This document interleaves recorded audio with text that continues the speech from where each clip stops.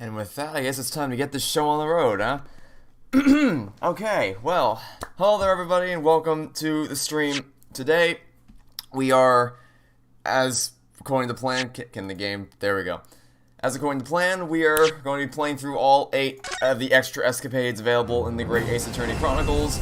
Hopefully you enjoyed that little taste of the soundtrack, because as has been pointed out in chat, the Great Ace Attorney Chronicles has an absolutely orgasmic soundtrack from start to finish.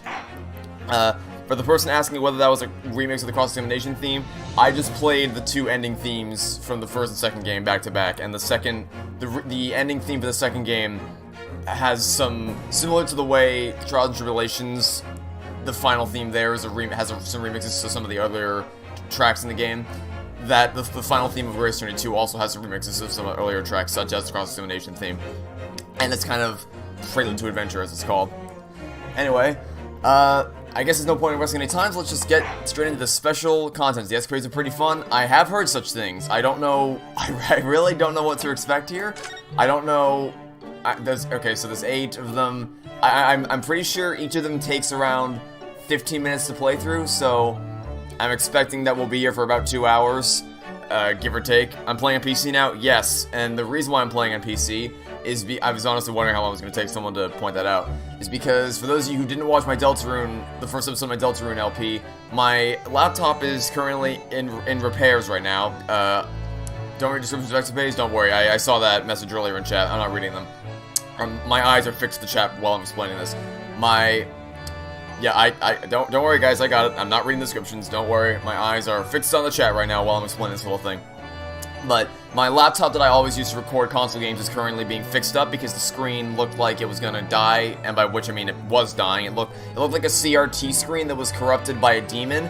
So yeah, I had to send that off, and I sectioned off these last few weeks of September so that I'd be able to just focus on script writing and things like that while it was being fixed. And so I'm streaming this on PC so I can still do the stream while that's being fixed.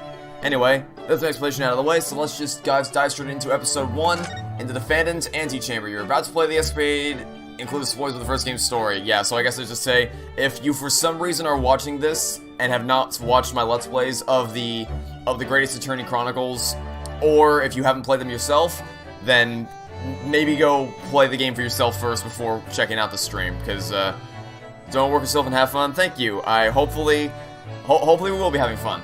Alright. Escapades include spoilers, let's get into this. Into the Defendants Antechamber. I really don't know what to expect. November 22nd, 3:08 p.m., Supreme Court Judicature, Defendants Antechamber, number 5. Oh dear God, well that's a way to begin. Just look at my priceless treasure now. Myself I have scrubbed and scrubbed, but the repellent odor of meat will never be repelled from its resplendent surface again.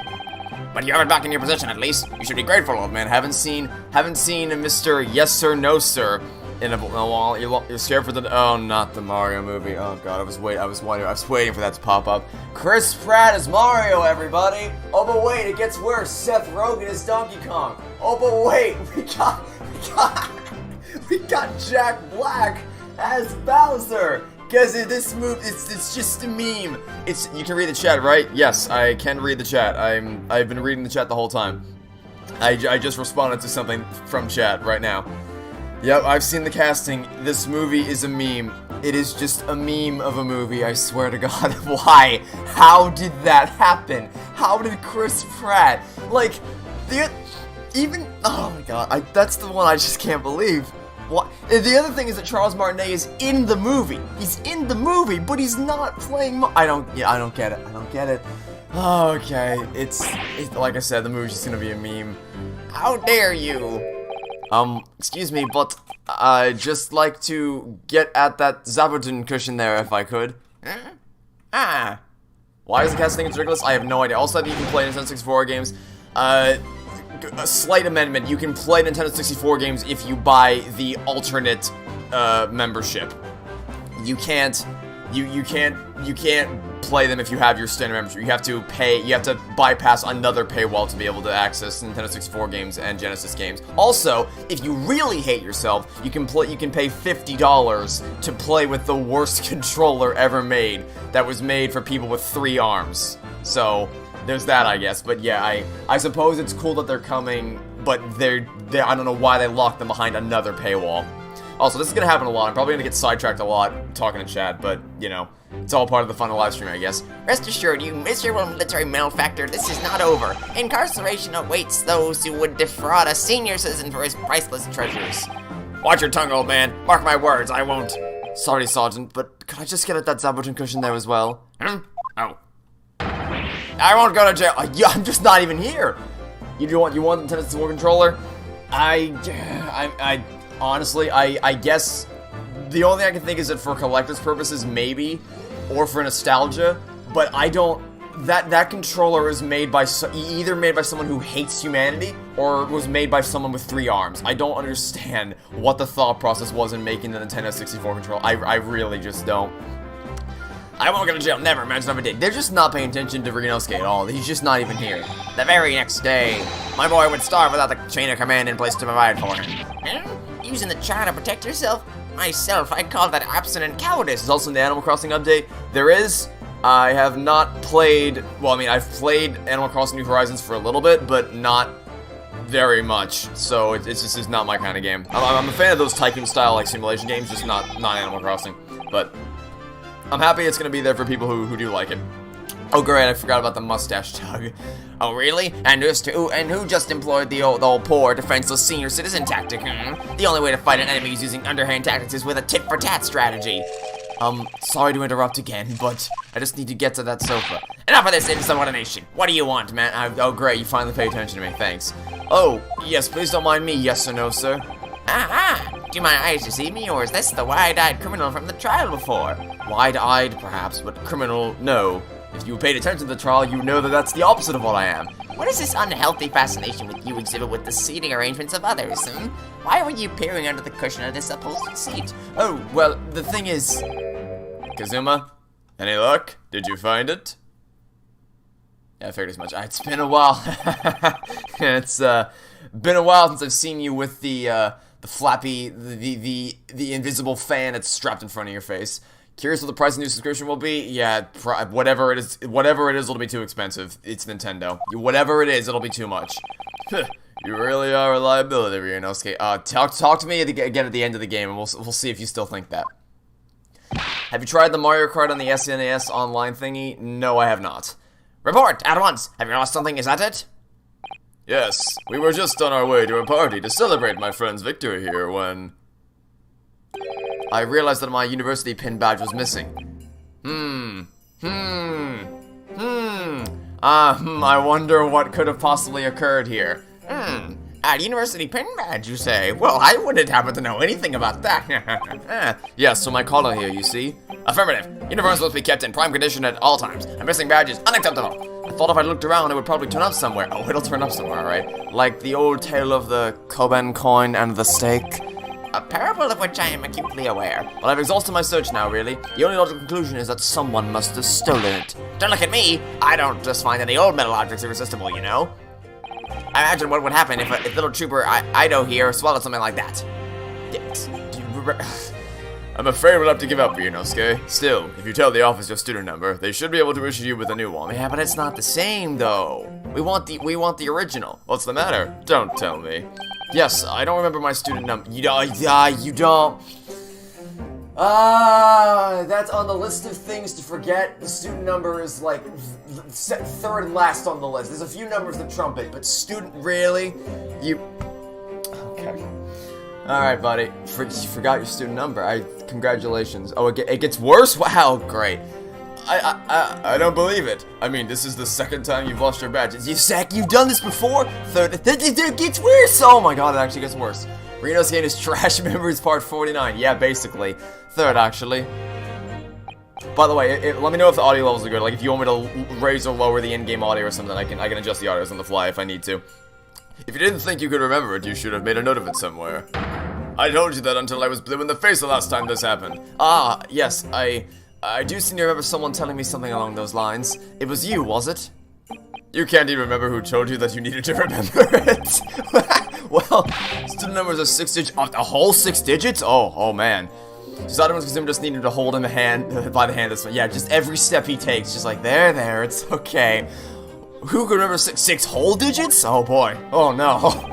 You know, it isn't exactly a long-established university, you know. All of our numbers are still rather low. In fact, they only use the ah, my god! Ryunosuke! My dude! 3 numbers? You couldn't remember 3 numbers! Well, that might help, I suppose. Oh my god, that might help! Ryunosuke, it's only 3 digits you needed to remember. Just 3! Sorry, my brain is such a disappointment. Ryunosuke remembers even worse than a goldfish. Is it true the goldfish have bad memory? It's that's the common. I haven't done the research to know whether that's a scientifically established thing or if it's just a myth. But either way it works. It works for the sake of exaggeration. I've used that analogy in some of my videos, like in my Danganronpa 3 series. I'm pretty sure I refer to fellow people as having the memory of a goldfish or a hummingbird or something like that. Yes, well, anyway, young man, myself, I was greatly impressed with you in the courtroom today. Oh, you mean me? A lawyer already before you've even graduated, and such a loyal friend to this one. This one? What's that supposed to mean? Oh no, I still have much to learn. In fact, that was brought home to me in no uncertain terms only last year. My Achilles heel was particularly exposed, but my best friend here, to admit the goldfish thing, okay, yeah, I mean, it's still the most, I'm pretty sure that's one of the most commonly, except, like, whenever someone says you have the memory of blank, that's usually the thing people go to immediately, which is why it's so common, it's so pervasive throughout discussion and things like that, which is probably why I use it in my series. Part of the brain is undeveloped, which is why they don't remember much. Reminiscence theme in a game called Reminiscence, Ryunosuke's memory. So, well, that worked out. Yeah, oh, wow. Yikes. What? By me? This is the first I've heard about it. The track with that name is just blank. There's just nothing to it. Yes, by Ryunosuke Naruhodo. You can't have forgotten, surely. It was last summer, at the speech contest. A speech contest? Ooh, that. Contestants had to take the stage and deliver a public address on any subject they chose. We were competing to give the most compelling and powerful speech, and Ryunosuke forgot his speech before he walked up on the stage. And yours is great. It made a huge impression on the audience. Obviously, since I was a budding student of law, I was determined to win. And sure enough, one by one, my opposition fell. When I reached the final at last, I came up against you. Yes, so you did. Not being rude, but when I first laid eyes on you, I thought to myself, this cheeky, wide-eyed no-hoper is out of his depth. He's going to be a pushover. That's your version of not being rude, is it? Well, I paid for my complacency, because it brought on that humiliating defeat. Defeat? Why? It's just, I think it might be the sound effect that him pushing the baby down that just makes it all the more awkward to watch. Defeat? How were your ranks compromised? My speech was going very well. I had the audience in the palm of my hand. They hung on my every word. Not related to Chris. Yeah, we talked about Chris Pratt being Mario a little earlier. It's weird. It's really strange. And then, when I came to the very last line... Yes? What happened at the very last line? It was supposed to be a climactic end. Unfortunately, I completely fouled it up. Never! You mean, you stumbled on your words? Spectacularly. Even now, I can't believe I ruined it. Well, what on earth did you say, man? Ryunosuke, you better say it. I still can't get my tongue around it. Sure, of course, I can still recall it perfectly. Oh, that you can recall perfectly. That you can recall perfectly. But your student number, nah. That's beyond your realm of memory capabilities. What you said at the end of your speech, or rather, what you intended to say at the end of your speech was this. So arise, ladies and gentlemen, and applaud our forefathers' plight and the flight of filial piety. That you remembered. For being observant, Ryunosuke forgets it. Yeah, that's the thing. For someone who is so perceptive and intelligent as Ryunosuke, he's like, it's so, oh my god. Selective memory, I suppose, I guess. Why is there even a track called Ryunosuke Memories? For pure ironic purposes, I can assure you. But yeah, it's just, for someone who is so smart, and who is so capable in the courtroom, he can't remember his own student number. It's a 3-digit student number, by the way. But this he's got committed to his memory. This he'll never forget. Okay. And what went wrong? What indeed? Myself, I see no problem with the pronunciation of these paltry words. In that case, old man, I invite you to say it yourself. Very well, then. I shall. Ahem, ahem. So arise, ladies and gentlemen, and applaud our forefathers' flight and the flight for filial... It's impossible! Rinosuke's brain has escaped his brain and latched himself to the court record, I suppose. The arise, ladies and gentlemen part I delivered perfectly. But the next part had me floundering for a whole 5 minutes. At the end of it, I was on my knees in front of the podium, a blabbering mess. And that's when the audience started to heckle you. Arise, arise, they were shouting. Hell on earth. So, here's my question. How did he get to the stage in the first place? Like, was he not practicing this at his home? And when he was preparing his speech, and he got to this part, and he was like, alright, maybe I should reword this so I can say... Because I've had to do that in scripts before. Like, when I was doing my Danganronpa 3 series, sometimes I had to reword things, either to just make them sound more natural, something that I can more easily... would sound more mellifluous and pleasing to the ear, and that would roll off the tongue better. I've done that before. I don't know how Kazuma got to the stage in the first place, but it's fine. But then, of course, this man went and delivered his word-perfect speech with a perfect ending. It was been hard to translate to English. Oh, I can't even imagine. Yeah, stuff like this and the card stunt from Janet Sue, the lead localizer for this game, went into this in an interview. It was a really, really insightful interview. She talked about how stuff like the card game, like in Turnabout Storyteller, like the card puzzle that you have to do with Athena in her case, that stuff like that is a lot harder to translate because it's so reliant on the language in question. So I can't even the work I have. No words can express the respect I have for the localizers, the effort they put into translating this game to English. It's a gargantuan task. And the thing with the mouth, yeah, that as well. Stuff like that is just the talent that everyone on the team has when they put this together is just immaculate. I have unending respect for these people. How did it go again? Let me see. So, my dear fellows, the message is simple. Treat your father and mother with respect. Something like that.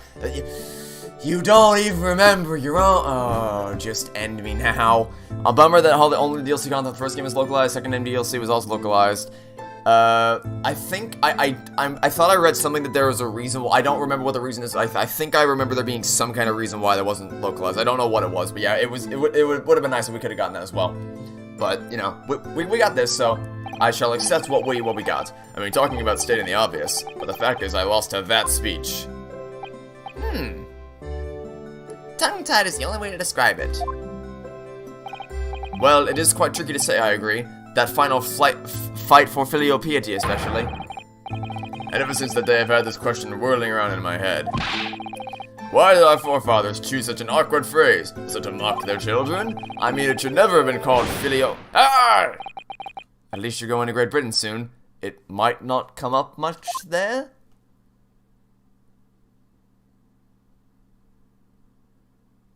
Well, anyway, having lost that accursed contest, I came after you to ask you a question. How is it that you never trip upon your own words, I inquired. And you just gave me a broad smile and said, speaking fast is my hobby. I mean, really? What kind of a hobby is that? Do you think you could take your hand off of your sword? Besides, it's just a way to pass the time. After that, you started talking at me 10 to the dozen, like you were possessed almost. Honestly, you can't imagine the shock I suffered that day. You really can't. You're right, I really can't. Speaking fast is just the sort of hobby I'd expect a civilian like you to waste his time on. Well, you have to practice, of course, but there are some simple things to start with. Like this famous one, for example. Swift samurai sword swipes silently sideways. Ah, yes. Even a decrepit tongue in an ailing frame such as mine can find its way around that one. I've no doubt, it's just a bit of fun, really. I can't imagine anybody would struggle to say it.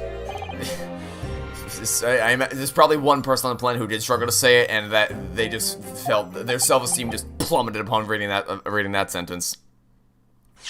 Oh, it's him, isn't it? He struggled to say it. Uh-oh.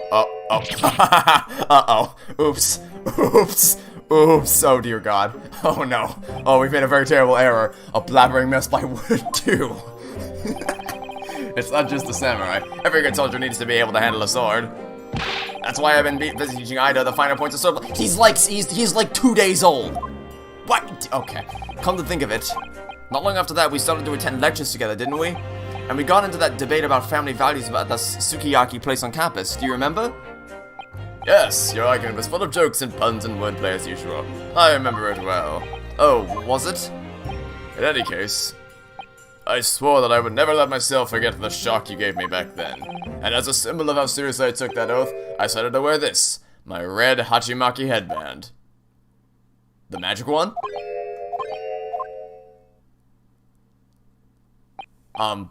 Sorry, Kazuma.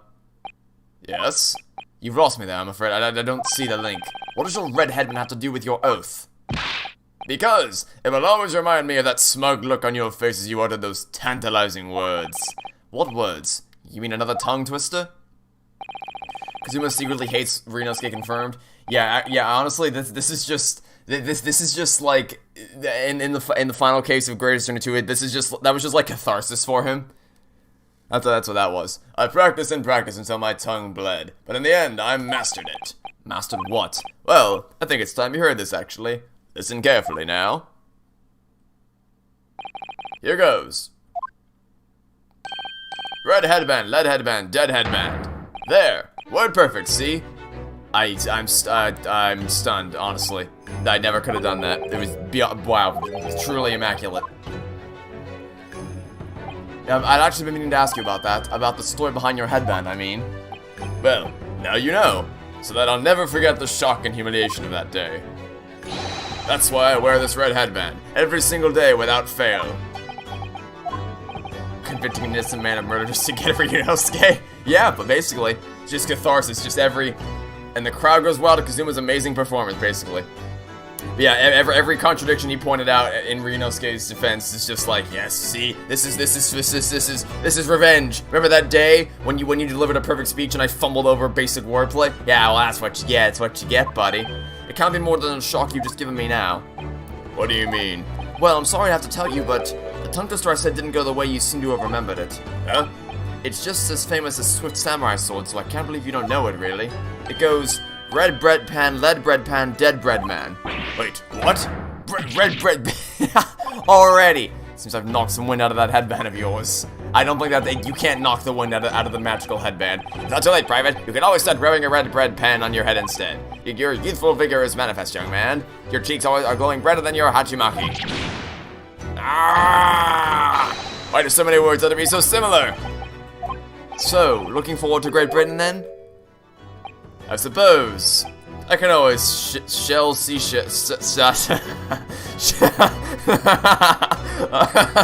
Let's not do this today, shall we? Oh God. I don't know that I want to attempt that one again.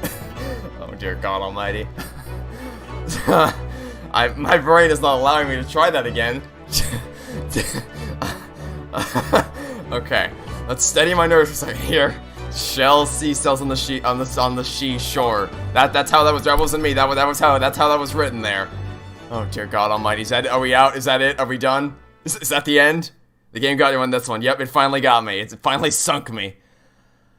Are we done? Okay, we survived. We escaped. We survived that one. Okay. Oh, wow. Well, that was funny as all hell. So is that what the Escapades? I mean, I imagine that was probably what they were gonna be, was just funny little, like, 20-minute little misadventures. Can you rank the Escapades after you play them? Yes, I don't know how much insightful to say about them, because I imagine they're just gonna be, like, funny little misadventures, but, I'll happily give my thoughts on them. I mean, unless one of them, like, really blows me away, I imagine it'll probably all be among the lines of, that was funny, that was funny, that was funny, that was funny. I imagine it'll probably be something like that, but, you know, we'll see what happens. Alright, episode 2, in a first-class cabin. You're about to play, spoilers, again, precursor, spoilers about the first game story. If you're just coming into the stream now, there will be spoilers of the first game story, so consider this your warning. Alright, let's go. In the first-class cabin. Are you gonna react to Special Trial 2017? We might check it out later. I haven't quite decided what I'm gonna do about the other special content yet, but I might check it out. We'll see. January 6th, 6:23 p.m. SS Briar, First Class Cabin number 1. Writing's game just okay. Yeah, the writers, like, I'm not sure that it's possible to express just the amount of respect I have for the writers of this game. They are so immensely talented, and I cannot express how much I respect them. It's been almost 2 weeks now since we left Japan. I can't believe how quickly time has gone. Which version of Persona 5 am I going to play? So, up until about 2 days ago, I was going to play the base version because that was what was available with PlayStation Plus. However, and the main reason why is because even though I know it had like a lot of story stuff, it was a $60 purchase, and I couldn't justify to myself spending $60 when I already had a version of the game with PlayStation Plus.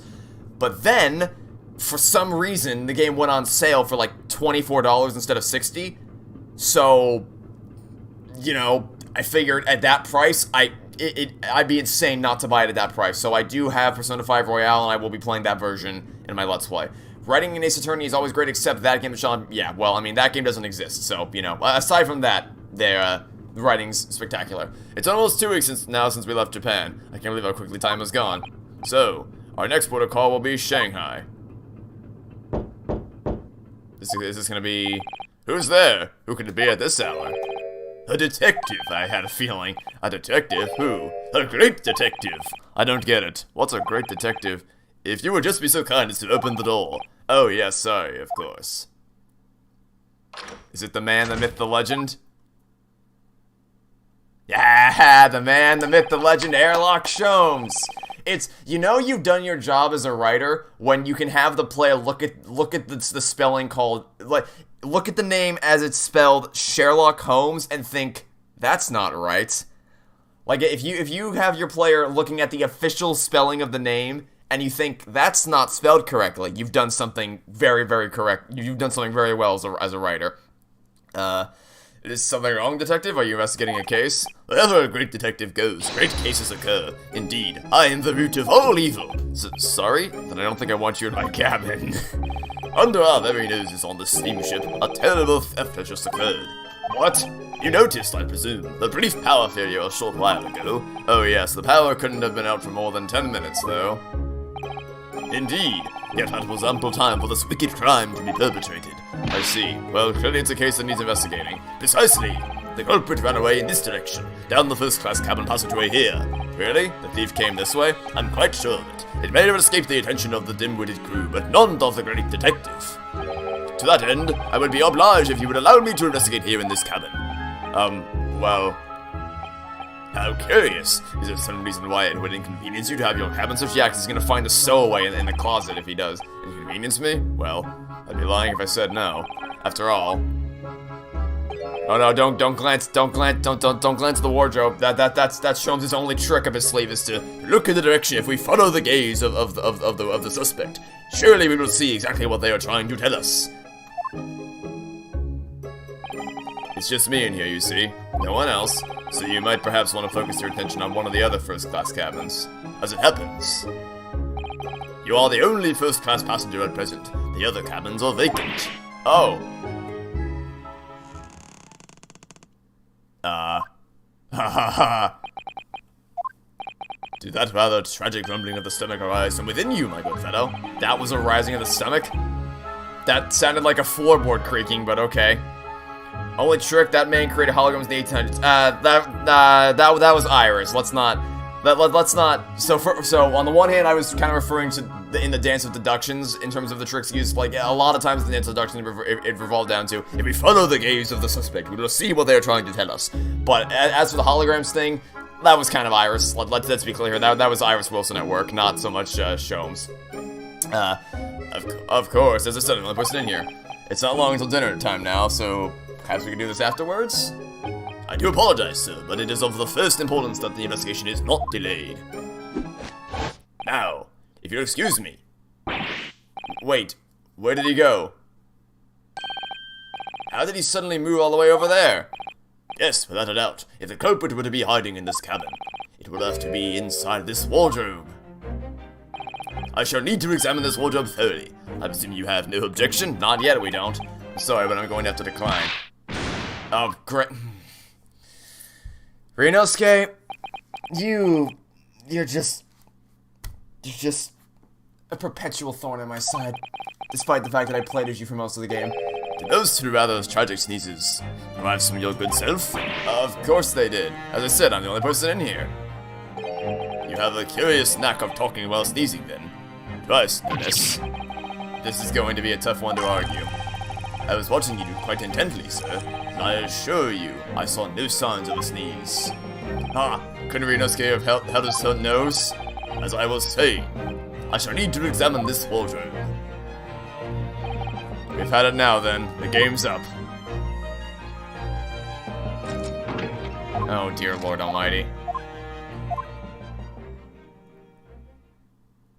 How do I feel like Rinosuke compares to the other protagonists? Well, his competition consists of Apollo Justice, which, I mean, well, my gut reaction was always to be like, Apollo Justice sucks, but I gotta be honest, after Dual Destiny Spirit of Justice, I really like Apollo. I hate how he's portrayed in his own game, but Dual Destiny Spirit of Justice really put in the work to make sure that people actually cared about him, so I don't really hate it. Really, there's no playable character, unless you count Professor Layton from the crossover, that I don't like.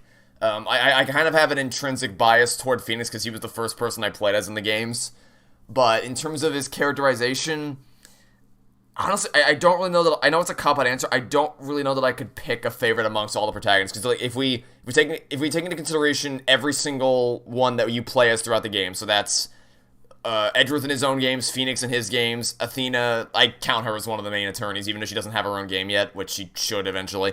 Apollo in the games that are not of his own making.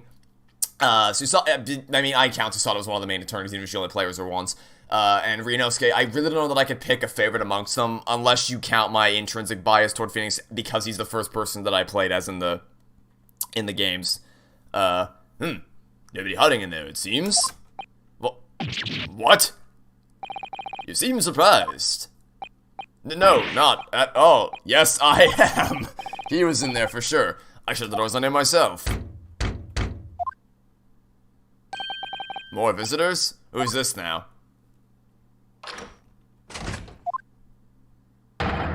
Ah, my favorite. Beef stroganoff. Yep. That, You just can't get past the hobo phase? Well, that requires that we acknowledge that game actually exists, which I would rather not do. Phoenix, because that's the other thing, is Emma Sky is one of my favorite characters in the series. Like, it's Susato above all else, and then below that is Maya and Emma tied. But if we were to incorporate Emma's Apollo Justice phase, then Emma sinks dramatically. But I take the characters at their best, so that would mean we discount Emma's portrayal in Apollo Justice. So that puts Maya and Emma on even footing in that regard. I don't even acknowledge that Apollo Justice happened anymore. Because it's not like something with Danganronpa 3 where there's no saving it, it's just dead, it's gone. Apollo Justice broke everything, but then Dual Destinies and Spirit of Justice fixed everything. So it doesn't really piss me off anymore the same way that other things do. So, yeah, it's easy now to just forget that it ever happened. Well, I mean, I can't because I have to make my video talking about why it sucks. But in terms of the larger series as a whole, it's easy to kind of disregard it. Anyway, yeah, beef and chicken stroganoff, it's comedy gold. Excusing me. Oh, Seaban Stroganoff. Sorry for disturbing, but a crime has been committed on board ship. Yes, I heard. A terrible theft, apparently. How do you know this? Ah, well, the detective just informed me, you see. Detective? Yes, I assume you must have asked him to investigate. Detective, could you... What? This man... Where did he go? I must ask you to cooperate with the investigation into this crime. Footing. Uh-oh, he's glaring at the wardrobe already. Is Sholmes in there now? Ah! Yep, well done, you found me. What are you doing hiding in my wardrobe? My good man, I was merely assessing the practicality of concealment in such a place. And I would say that, at a push, a human could survive for up to 5 minutes in that cramped space. Does Hojo count as a playable character? No, he does not. He absolutely does not. I don't know what happened in About Succession. I don't know who we were playing as. I think it was some weird fever dream I had, but it wasn't Phoenix Wright, that's for sure. I would say that as a push. A human... Oh, I heard it said that. Rinosuke's been in there for a fortnight. Is he not human? Who are you? Shh. This is the moment of truth. The great detective is about to unveil the sordid details of this wretched crime. You mean to say... You spoke so weirdly and I really tried. Yeah, such as you're out of your, with such great lines as you're out of your league, rock boy, or there's no substitute for experience. End me now. I'm gonna tear that section to shreds in my video. Oh my god. Yes, there can be no doubt that the culprit of this terrible theft did indeed conceal himself within this wardrobe. What? But that's impossible. He couldn't have done. Because my best friend was in there the entire time. At least I thought he was. How can you be sure of this? Elementary, my dear fellow. The criminal left behind the most revealing evidence. How else could you explain these 3 bones? What the? He's right. Look at those gnawed bones in there. And 3 of them. The criminal has escaped this time, but I will find him and crush him. Can I ask you something, detective? Why, yes, of course. I'm always delighted to answer an inquiring mind. In this terrible theft, what exactly was stolen? Aha! What else? But some steaks on the rib bone. Huh? Did you say steaks on the rib bone? For this evening's dinner, 3 rib steaks were stolen from ship's kitchen only a short time ago. There was malfunction with the generator and ship was without lights for 10 minutes. Chef who was criminal said that he ran away down first class passageway. And now I'm on his tail. I'm afraid to say, dear fellow, that your man is no longer in this cabin. You can't get over how we treated Apollo and after all that kindness we received from Mia. I'm assuming you're referring to Apollo in his own game, because in Duel Destiny Spirit of Justice, he fervently stands by game doesn't exist, that's what I thought, because in Duel Destiny Spirit of Justice, especially Spirit of Justice, the final moment in the final trial, when Phoenix stands by Apollo's side in the courtroom in Kingdom of Corrine, that was like, that melted my heart. That was such a full circle conclusion for his character arc. My god, Spirit of Justice is so good. Okay, but how? Through the cabin door, no less. Having devoured his hole in this wardrobe. The culprit discarded the bones. Okay, here's an important one. Question. How would you personally change the story of Apollo Justice? I don't think I can understate this. I cannot possibly express to you in a single live stream what I would change. There is a better way to put it is what would I not change? And the answer is basically nothing except for that conversation with Phoenix has with Trucy in the final case. Outside of that, almost the entire script needs to be nuked and subsequently replaced. It's not even kinda close. And I would consider this a cop-out answer ordinarily if I didn't have plans to make a video where I comprehensively deconstruct the entirety of the Apollo Justice script and systematically go through everything, every reason why that script is broken from a perspective of logic, setup, payoff, character, just everything about that script. I'm gonna break it down. I've been meaning to make it for years, ever since I first played the game, and it's finally time for me to do it, because I've been, like, I'm a little over having paragraph-long conversations and comment sections about it. I'd rather just be able to, whenever someone says, this is about this game, I'm like, here, just watch this video, and it'll answer all your questions. That's my game plan. How long is that video going to be? 12 hours? I honestly don't know. I really don't know how long it's going to be. But I will try to update you throughout the production. What if you make a video where you give your ideas of what the game should have been, like a rewrite? I might do something like that in the critique video. I'm probably going to do something like that. Still bummed by the fact that the 2 Asinine attorney cases from Gravestone 2 were not included. Yeah, I've mentioned, we've had some people mention earlier that they wish that could have been added to the game. I'll do my rewriting. I'll probably do something like that. Like, as I'm explaining how things are broken, I'll probably explain at some point throughout the game, or throughout my video, how I could have fixed it, or how it could have been fixed. So even excluding destroyed characters, nothing good in order to save in any case. I didn't say that. I said that in the last case, there's a conversation that Phoenix has with Trucy. That's really well written. That's good. But outside of, there's nothing good in order to save in any cases. Outside of that, no, not really. No, if you want me to qualify the statement, I'll happily do it in the video when it's finally done. Have I played Spirit of Justice as Asinine Attorney? No, I have not. I don't have the 3DS version of that game, and the Asinine Attorney cases didn't come to the mobile version, sadly. Okay, now back to this. Having devoured his hole in the wardrobe, the culprit discarded the bones and concealed himself behind the cabin door as you came inside. Then, when attention was turned to the wardrobe, he seized his chance to escape through the open door. What? Make haste, my good man, after the culprit. I shall follow presently. Hold it! Oh, dear God. Oh, I need to never hear that ever again. I need to never hear Beef Stroganoff yelling out, hold it, ever again. You would keep Phoenix being disbarred and make him not be complete. Well, that's the thing. I'm gonna... Yeah, I have a 3DS. Well, yeah, I recorded Professor Layton verse... So, that's the thing. I could record them one day. I do have a 3DS to be able to record it, because I recorded the crossover. I just don't know that I'm still consider. I haven't. From what I understand, those cases are non-canon, so I don't even know that I'd want to do it. I could one day, but for the time being, it's not on the cards. But that's the thing. As to keeping Phoenix being disbarred, it is possible to do it. Like, it is possible to.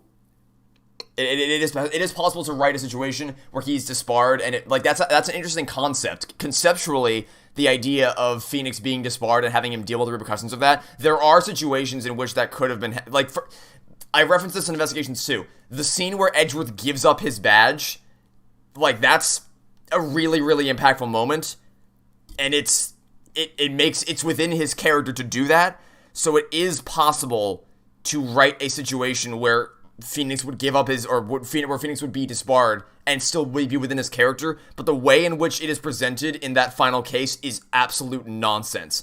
Did you come in the middle of an apologetic discussion? Kind of. I mean, we're not really, arguing about it, we're just kind of talking about the game as a whole and seeing what could have been done better, because, I'm making a video. Someone asked me how I would fix the game, and I just, there's no way I could possibly break that down in one video. Break that down in this live stream.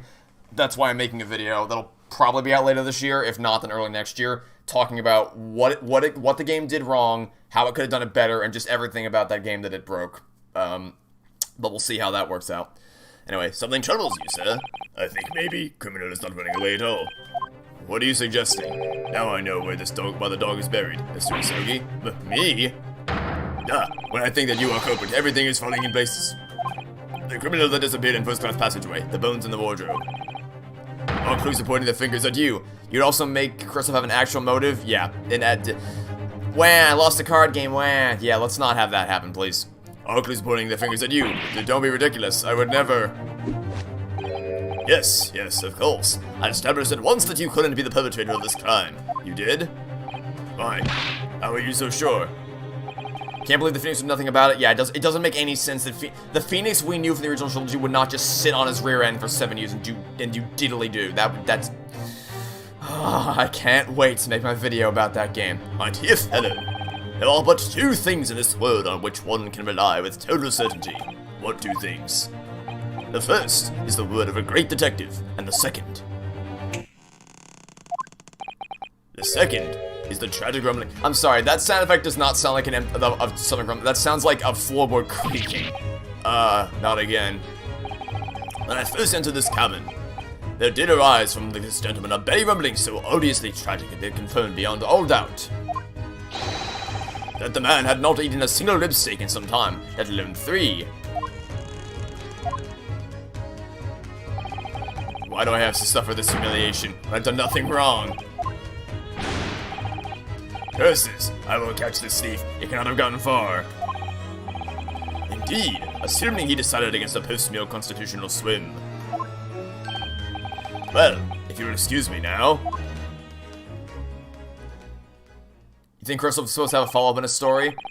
Well, yeah, I think it's crystal clear that the trilogy they had planned for Apollo is not the same trilogy that we got. I think that they originally planned for Dual Destinies and Spirit of Justice to tell a very different story than what we got. But then they realized how badly they screwed up, and then they're like, oh wait, we need to fast track this to get back on track, immediately course correct to fix what we broke, which is why we got Dual Destinies instantly. And by the way, I think it's a problem with Dual Destinies 2 that Phoenix instantly snaps back to the way he was. I mean, it's better that he is the way he is now, but they shouldn't have just instantly snapped his fingers and gotten him back. That doesn't make any sense. I criticize that in Dual Destinies as well. The instant snap to being Hobo Phoenix and the instant snap to being back to his normal self. It's both instantaneous and there's no progression there, and I don't like either of them. But the difference is that Dual Destinies is a good game in spite of that, whereas Apollo Justice has nothing else going for it. I've heard the theory that Sholmes is a Gavin ancestor. I have not heard that theory. A lot of similar mannerisms to Clavier and Christoph and some of their personality traits. I have not heard that theory at all. Dual Destiny, Spirit of Justice, and AJ were written by different writers. That would only support my position. That would only support my theory that they had a plan and then they abandoned it for something else. If they were written by different people. But also, even if that were true, it wouldn't really change anything. If it were true that... Because the thing there is that they can just pass notes, because that's, I can't believe I'm gonna say this, that's what they did with Force Awakens and Last Jedi, is JJ gave his notes to Rian Johnson and said, "Here, this is what I have planned." Now, he may not have done anything. Yeah, I know Shuji Kumi didn't write Duel Dust. That's not what I'm saying. It doesn't. I know Shuji Kumi didn't write Duel Dust: The Spirit of Justice. That's not what I'm saying. The point. It doesn't matter who wrote it, because so what I was saying. Force Awakens was written by J.J. Abrams and Last Jedi was written by Rian Johnson, but it doesn't really matter because J.J. Abrams still gave his notes for what he wanted Last Jedi to be to Rian Johnson. Now, he didn't do anything with them, but that's not the point. Yeah, so the point being, whether they were written by different writers or not doesn't really matter, because you still could have carried over the story of Apollo Justice regardless of who was writing it. So that doesn't really have any impact on what we're talking about here. Detective, one moment, please. What would you think if Capcom made Kazuma Eastern Investigations? That would be cool. I'd be down for that. Just so long as you don't stomp on the development from the Chronicles as is, I'd be totally down for that. That was a most remarkable deduction. Perhaps you'd be kind enough to tell me your name? Ah, it quite slipped my mind. You have been talking with the one and only Sherlock Sholmes. I see. Well, I'm Kazuma Asogi. I'm a student on my way to Great Britain. Pleased to make your acquaintance, Mr. Asogi. Oh, and before I forget, yes, I feel I should warn you. The live cargo is strictly forbidden on this vessel, so you would do well to conceal the stowaway currently lying low under your bed as carefully as possible. Oh, under the bed? I bid you farewell, then, Mr. Asogi. Farewell, Sholmes. Always pleased to meet your acquaintance. He's uncovered our secret. Yeah, but he won't do anything about it. I suppose I should have expected nothing less of a great detective. Hey, someone gets someone as a juror. Oh, wait, do you mean Phoenix? No, it's worse than that, dude. It's worse than that. Oh, unless you're talking about Bolshevik. You may be talking about Bolshevik, because someone else mentioned that. If you're talking about Bolshevik, then yeah, I don't know how he got summoned as a jury. If you're talking about Phoenix, it's worse than him being summoned as a juror. Okay, yeah, I had a feeling talking about Bolshevik, but yeah, since you brought it to my mind, the fact that Phoenix is able to lead the jury in Turnabout Succession is asinine. I don't know how in the world a disbarred attorney is leading that jury, but what if in Dual Destinies Phoenix was hobo self until the last case? There would be hints of him getting his badge back, and in the last case he puts on his classic outfit again. Someone else mentioned maybe not to the last case, maybe case 4 to 5. Yeah, honestly, that probably would have been what I said, is like case 4 to the case 4 to 5 connection. It probably would have been then. And even maybe not then. I might have leaving the jury mean they're also part of the jury. That doesn't. No. So when I say Phoenix is the lead juror, not meaning that he's the part of the jury, meaning that he's like he's in charge of setting it up. He rigs the jury. He sets up the entire system for them to use, despite the fact that he is a disbarred attorney who the legal profession is now looked down upon. In other words, no, that doesn't make any sense. Contradicts this game's jury. Well, that's not.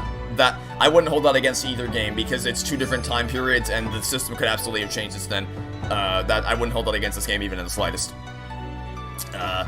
But what I will hold against Apollo Justice is the fact that they make Phoenix the lead juror, or not the lead juror, but the proctor of the juror system, even in spite of everything that we know about his character.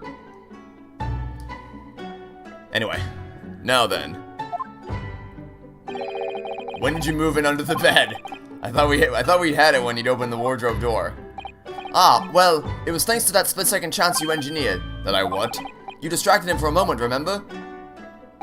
When you suggested that he would investigate the other cabins instead. Oh yes, he turned to look towards the corridor, didn't he? Well, I couldn't see what he was doing, of course, but I thought to myself, it's now or never, and the next thing I knew, I was under the bed. You really know how to give me a scare, don't you? Anyway, what's all this about rib steaks, eh? Sorry about that. I was just laying the ground for Turnabout Samurai. I've just been so hungry. Oh wait, no, those were T-bone steaks, I think, but either way, point still stands. Ever since we left Japan, stuck in that tiny wardrobe, well, you should know, you've been splitting all your meals with me. You must be starving too, surely. Right on cue. Yeah, I think they might actually have the wrong sound effect playing. I think it's supposed to be a stomach grumbling, because that sounds like a floorboard creaking whenever that happens. And there was that power cut before, wasn't there, for about 10 minutes? So it was then. I caught a whiff of the most delicious smell, and I thought to myself, it's now or never. Next thing I knew, I had the steak in my hands. This man just can't help getting himself in trouble. Well, alright, you were hungry, but 3 steaks? Thanks to you, 3 crewmen are going to go without tonight, I imagine. No, it was just the one. What? I only took 1 rib steak from the kitchen, that's all. But, I don't understand. Hey, I'm not that selfish. If I'd stolen 3 steaks, I'd at least have tossed 1 your way. I'm not your pet dog. Well, in that case, who stole the other 2? Summoning the defense attorney's mom to be part of it. Just every time. You guys keep bringing up things that are wrong with Apollo Justice, and my brain just keeps wanting to die, because it's just like, oh my god, that game is so broken. Nothing in that game works. It's all, they summon, he rigs the jury with the defense attorney's mom. What's this script? I can't, dude. Oh my god. Do you think, could there be a ghost on board? A meat-loving ghost? There can only have been a single bone in the wardrobe when Ryusuke moved to hide under the bed. Which means that the other 2 bones can only have been put there by one very flesh and blood person.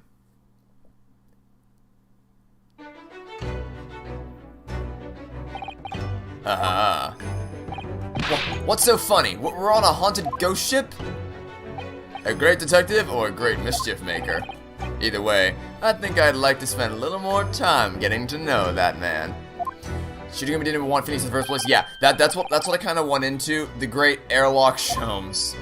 That's what I kind of went into in my in the end of my at the end of my Greatest Eternity 2 LP is Shu Takumi. I don't blame, because the thing is, he wasn't even the lead writer for that game. He was like a supervisor or something, so he didn't write that. He was supervisor. He was like on the project. He was helping make it, but he wasn't the lead writer. He wasn't the game director like he was for the Chronicles. So what happened is, because you're right, what he said is, I want Phoenix's story to end with Trials and Tribulations. I don't want it to continue past that point.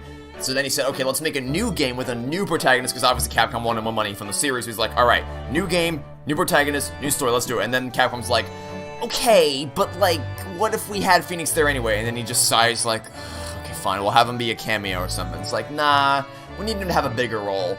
So then they shoved him into the game in the most BS way imaginable. Because if you the thing is, but the thing there is that if you change the story so that it's not Phoenix who was disbarred and it was some other random attorney, it still doesn't work. Like, the things with Phoenix's character are fixed because it's not him anymore, it's someone else. But the story still doesn't work. So, I really think that Shu Takumi doesn't like Apollo Justice. I don't know how he could. I don't know, I honestly don't think he does. I don't think he does either. I think that he was forced to write that game, and he doesn't want to acknowledge it at all. Which is why, with the Chronicles, he moved as far away from Phoenix's right as possible. Which still didn't work. I like to think that what happened to Capcom, and he's like, alright, making a brand new game, it's literally centuries ago, no way in the world that you can possibly shove Phoenix down my throat this time. He's like, okay, cool, but can we make him Phoenix's ancestor? And he's just smashed his head against a brick wall. But, you know, hope Shamsu doesn't show up. That was me knocking on wood. Reno, see what I was hoping from Apollo Justice? Yeah, I wouldn't be surprised if the Chronicles is what Shu Takumi wanted Apollo Justice to be, which is a new story, a new protagonist, with bare minimum traces of Phoenix Wright at all. Yeah, Phoenix, that as well, Phoenix Wright Omnibus, that was the other thing. That's the other thing. Anyway, alright, so that was case 2 done. That was a cool little mystery. That was, I mean, obviously not exactly the complex thing that you would expect from the main game, but we're not expecting things from the main game. We're expecting fun little mysteries and fun little escapades, so that we're not, just to be clear, my standards are not on par with, like, the gargantuan stakes of the main game. I'm just expecting some fun little adventures, and that satisfies a fun little adventure. Still think I probably like the first one more. The first one was just, like, insanely funny. Like, I was dying of laughter from the first one, so we'll probably put the first one above that one. But next up, episode 3 at the British Supreme Court. Let's get things started. Again, disclaimer: if you've just joined the stream, this escapade includes spoilers about the first game's story. There's your disclaimer. All right, let's dive into this. This escapade was overshadowed. Yeah, it really was. Honestly, like this, it was kind of overshadowed by us all collectively as a group dunking on Apollo Justice just constantly. But, you know, it was fun while it lasted. I still enjoyed that one for what it was worth. February 26, 9:17 a.m., British Supreme Court, Lord Chief Justice's office. Here we are again. Every time we visit here, the atmosphere in this place seems to get more and more overbearing. Just think, we could be at home with Mr. Sholmes and Iris having a nice, cozy breakfast. But we have a duty to report the outcome of the case, especially since we're guests here in Britain, so I'm afraid this visit couldn't have been avoided. I suppose not, but is there even anyone here? The Chronicles cases are all either good or great. I'd like to remind you of the fourth case in the first game and the second case from this game, and the slow drawn out mess that was second case in the first game as well. Wait, whoa, what the hell just happened there? Wait, oh, that's weird. Huh. Okay, so I was using my scroll wheel to scroll through the chat to my left, but it carried over my input into the game, and apparently you can use the scroll wheel to progress through the text. That's interesting. It'll be awkward meeting Strongheart at the events of the second game. Yeah, it's kind of going to be like meeting that one detective from Dual Destinies, if you know what I mean. Anyway, I suppose not. Is there even anyone here? You could hear a pin drop in this place. It's too solemn for its own good. It's very quiet, isn't it? The only sound is the ticking of the great clock as it keeps perfect time. But yeah, also Susato's here, so I'm happy about that. What was that, I wonder? The usual comforting sound of the clock seems to have been joined by a less comforting shuffling sound today. Is that a horse? That sounded like a horse going clippity-cloppity. You're right, something's disturbing the rhythmical ticking. It sounds like an unfit middle-aged man running from pillar to post. Clumsily. Oof. I'm gonna go ahead and put an F in chat for this one. Oof. Oh boy. This is gonna be a big ol' oof for me. Yikes. That's gonna be a mega yikes for me, dude. Oh god. Oh no. Oh no. Okay. Well, Gregson's here, everybody. Who are you calling unfit? Oh, Inspector Gregson, what are you doing here? Alive? What am I? Isn't it flaming obvious? Oh, dear lord. Oh, this is like the mega awkward state. We got Gregson and Strongheart in the same room. Oh no. Oh no. 58 seconds remaining, Inspector. We'll have to talk later, sunshine. Well, that was... Oh, no. Well, that's it for Gregson, then. Meanwhile, on the other end of the awkward spectrum... Ah! Good morning, Lord Strongheart. Wow, he's really looking fiercely at his pocket watch today. If only he knew how badly that pocket watch would be his downfall. Well, not that one, but, you know, a pocket watch. Anyway... And good morning to you. Isn't this so early in the day? Oh, yes. Well, I mean, it's about the other day. We are to deliver our report, Lord Strongheart. She's so graceful and elegant, and he's just floundering about, and she's just floundering about like a fish. It's just... Oh dear. Ah, yes, the little Japanese man. I've already cast my eyes over Van Zeeks' report. I'm sorry, that is a horse. That is a horse clip-clopping around. I must say, the outcome surprised me. I thank you for a job well done. You are too kind, my lord. It's not here, it's not there, and it's not over there either. I hope you don't mind me asking, but what exactly is the inspector doing? He's been herring around between the bookshelves, looking beside himself with worry. He's looking for a particular work. The Lion's Pride. Now there's an all-too-familiar title. I'd heard it was a popular tale, so I obtained a copy from the rental library. However, I wasn't able to maintain my interest, so I soon cast it aside. I happened to notice a vacant spot on one of my shelves at the time. Strongheart is Damon Gant 2.0. A lot of people said that. A lot of people in the comments pointed out how freaking Strongheart is like a spitting image of Damon Gant. I never really called it out just because I didn't want to make it seem like I was trying to draw a comparison, like being like, oh, it's just Damon Gant. Like, I didn't want to make it seem like I was trying to say, oh, it's just Damon Gant 2.0. But he really does give off Damon Gant vibes from Rise from the Ashes. A lot of people did point that out in the comments, yeah. So I duly stowed the book there. Unfortunately, I no longer remember where that was. No, not there, not here either. Come on, where are you lions hiding? Have you checked the jungle recently? The book is due back today, so I've asked Gregson to locate it for me with his investigative prowess. inside 5 minutes. I must say, I've never seen anyone working so hard to find something. It's like a man possessed. He also, yeah, oh yeah, that too. He also did the clapping thingy, yeah. Yes. That's because his month's salary is staked upon the outcome. At whose instigation? Let me guess, this stony-faced lord. And the 5-minute time limit? What's the significance of that? There is none. Just my vulgar, mischievous spirit showing itself, I'm afraid. Oh, by your own admission. I can't. My feet. Are killing me. 5 seconds. 4, 3, 2, 1. Time's up, Inspector. Which means that next month you will work unpaid and have no days off. Oh no, Gregson. I mean, I know you were like involved and everything, but no, Gregson. Oh, is that it? Okay, no, I thought that was gonna be the whole thing for a second. Whenever a game fades to black, I'm always like, oh no, is that it? Oh no, don't be the end. No. There really are just so many books here. It's overwhelming. This is taking Edgeworth's salary. Yeah, whenever Edgeworth cut Gumshoe's salary, but you know Gumshoe got what he deserved in the end. In the end, it was all worth it. I hope Gumshoe comes back one day. And also, you know what? Here's what I'm gonna say. If in the next Ace Attorney game that may or may not eventually get announced, if that ever happens, I don't want to see Gumshoe, Franziska, or any previously unbrought back characters as part of the marketing, because in Spirit of Justice, Maya's like the reveal that Maya was coming back was a surprise to me. I didn't know that was happening because I never saw the marketing, but I did watch the trailers after that. And good God almighty, they could not help themselves. They creamed themselves over just spreading Maya throughout every trace of the Spirit of Justice marketing. And, like, I understand why they did it, because it's like, hey, look, it's Maya, don't you love Maya? She's coming back, guys, come play our game.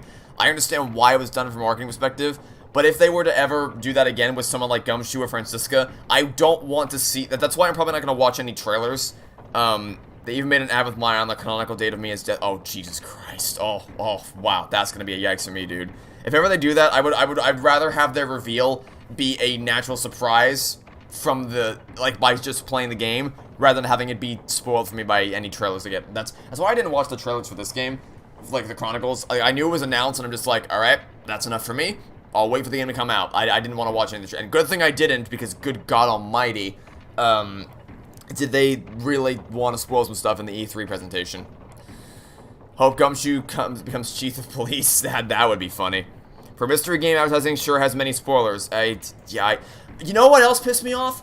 Oh my god, did I watch the 8 minutes prologue of Spirit of Justice Nintendo channel? Not before I played the game, but afterwards, yes. I don't know if you noticed, but there was actually a clip from that there were 2 clips in the prologue in my curtain call. It was the shot where Phoenix looks up from the desk after he gets the call from Maya, and the shot where he points at the camera after cutting back from Kingdom of Corrine. Those 2 made it into the curtain call for his, like, signature at the end. So, I did watch it, but I didn't watch it before I played the game, because I didn't want to risk being spoiled. So, yeah, I don't know why they put so many spoilers in the trailers, because they even spoiled the fact that you'd be able to face off against freaking Phoenix in the case, like in case 5, they got rid of that as well. They put that in the trailer. Like, really, game, really, you did that? That's what you did. So yeah, hope Gumshoe becomes chief of police. I hope so. You really want the best as a new and improved main prosecutor as an Ace Attorney 7. I'd be interested to see what they do with that. I don't know if they would, but I am interested to see if they do something and if do anything with that. Maya didn't even show up until case 3. No, it's worse than that. She didn't show up until case 3. She was a defendant in one case, and then she was a hostage in another. My biggest problem with Spirit of Justice is how they portrayed Maya. I hate how they portray Maya in that game.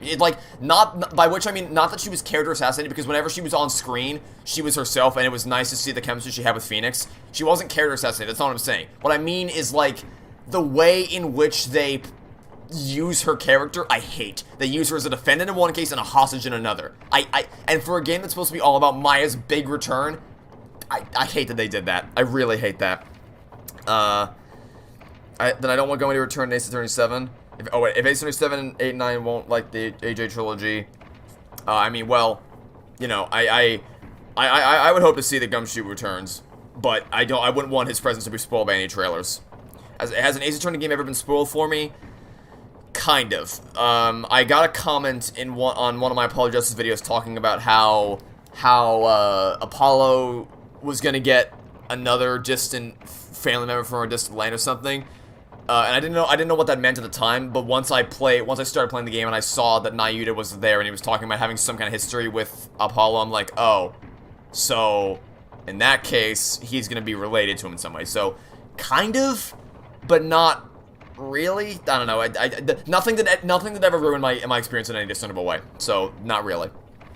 Anyway, okay, last one. If they make another case set in the concert, don't make. Oh my god, I swear to God, if they do, I hope they make fun of. If they ever do something with Clavier again, I hope they make fun of the fact that they played that stupid concert video so many goddamn times.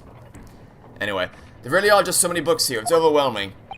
For some, perhaps, I purchased every book, new or old, on the subject of law from all over the globe, and I guarantee you've read approximately 2 of them, if that. Wouldn't have believed it a few short decades ago. A place this couldn't have existed. What do you mean, Inspector?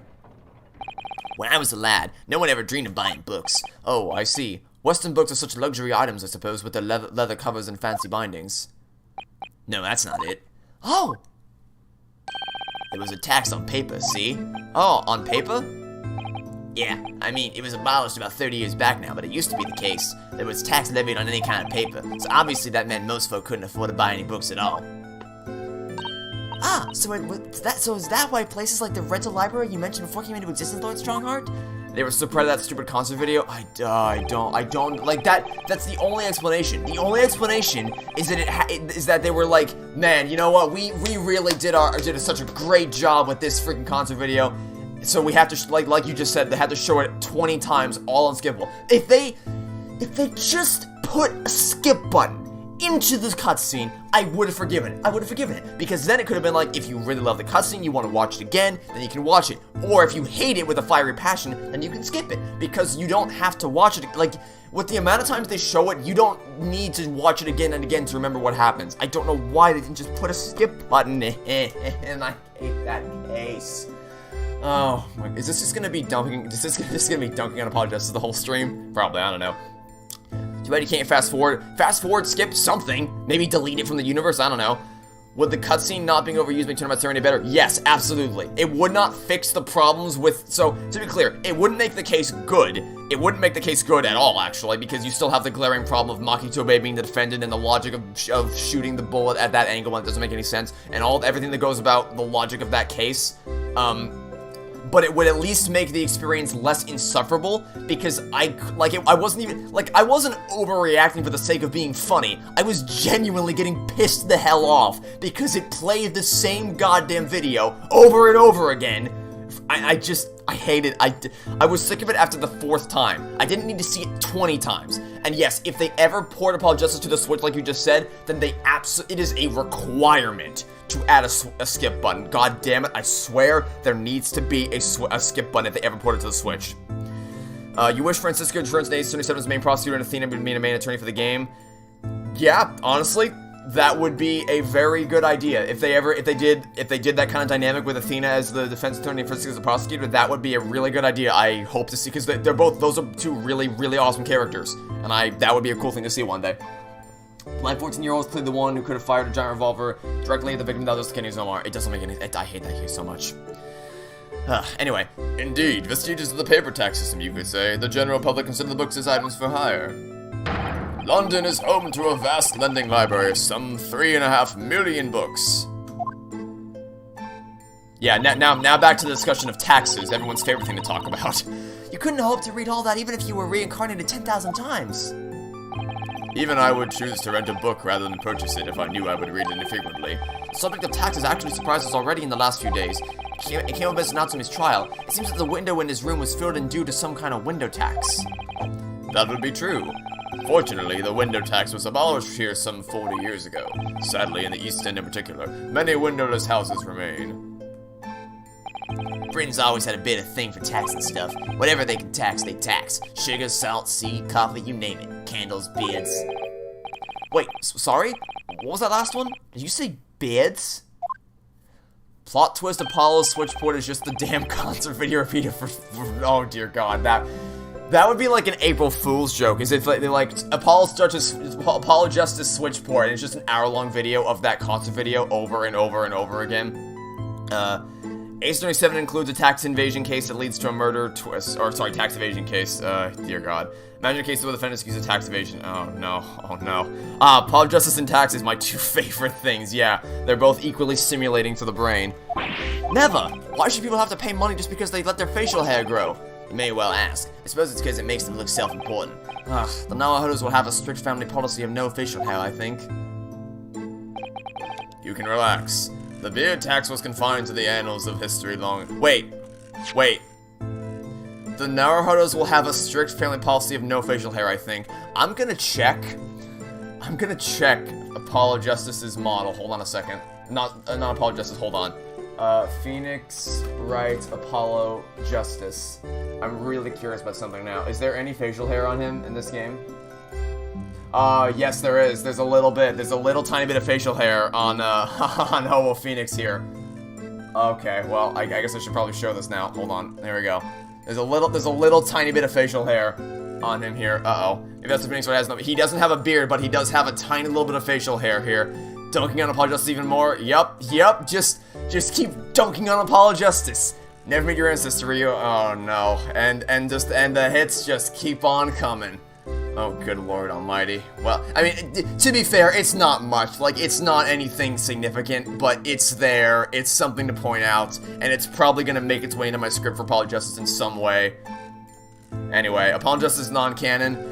The world would be a better place if we treated it that way, yeah. Then we found another, yeah, like, I wouldn't, like, to be clear, in case there's any room for doubt, I wouldn't treat that as, like, a game-breaking glitch, or a game-breaking problem or anything like that. I'm not, like, mad about it. I just think it's funny to think about, like, just another thing that just dunking on Apollo Justice. I just find that comical. Anyway, Phoenix with a beard sounds cursed, yeah. Hi, hello, Trick or Treat, welcome to the stream. We are currently amid the discussion of Apollo Justice being crap and taxes. So, both equally stimulating conversations. You can relax, the beard tax was confined to the annals of history long ago. Even so, it's clearly something the British really love. Paying taxes, I mean. Paying them. You got that back to front, sunshine. But you can't deny you've had a lot of funny taxes over the years. You never find anything like that in Japan. Would you, Mr. Sato? In actual fact, I'm afraid to say that you would, Mr. Naruhodo. What? No, you don't mean... No, but there have been some similarly obscure taxes. For example, in the Edo period, there was the frontage tax. What was that? It was a tax not on windows, but on the entrance to properties. The larger a property's entrance was, the greater the tax that was levied on it. Even today, some mansions survive with extremely narrow entrances due to that old form of taxation. I had no idea. The way Edgewood gave up his badge investigations too is better than, yeah, like I said earlier, that is how they should have, something like that. There are ways in which Phoenix could have given up or not. Phoenix could have lost his badge that made sense, like what Edgewood does in Investigations 2, but what they do in Apollo Justice is ludicrous. You realize that recently that the pin on Hobo Phoenix's beanies Emma's pin for Rise from the Ashes? That's a nice detail. And I think it speaks to his relationship with Emma, absolutely. But I don't think it's kind of like the 3D investigation, like when Apollo visualizes the crime scene in his head. Those kind of details, they're cool to think about, but I don't think they make up for everything else that game does. If there were people who play the Japanese versions of the game, they would get confused when someone says Ryu because it could either be Ryunosuke Naruhodo or Ryuichi Naruhodo. I mean, yeah, that means nothing to me because I played the localization, so it means nothing to me. But I can see that being derailing. So you Japanese are as twisted as us Brits. But we never had a beard tax. I mean, that's really going a step too far. Well, no, that's true. I'm not aware of any taxes for beards, at least. What do you mean, at least?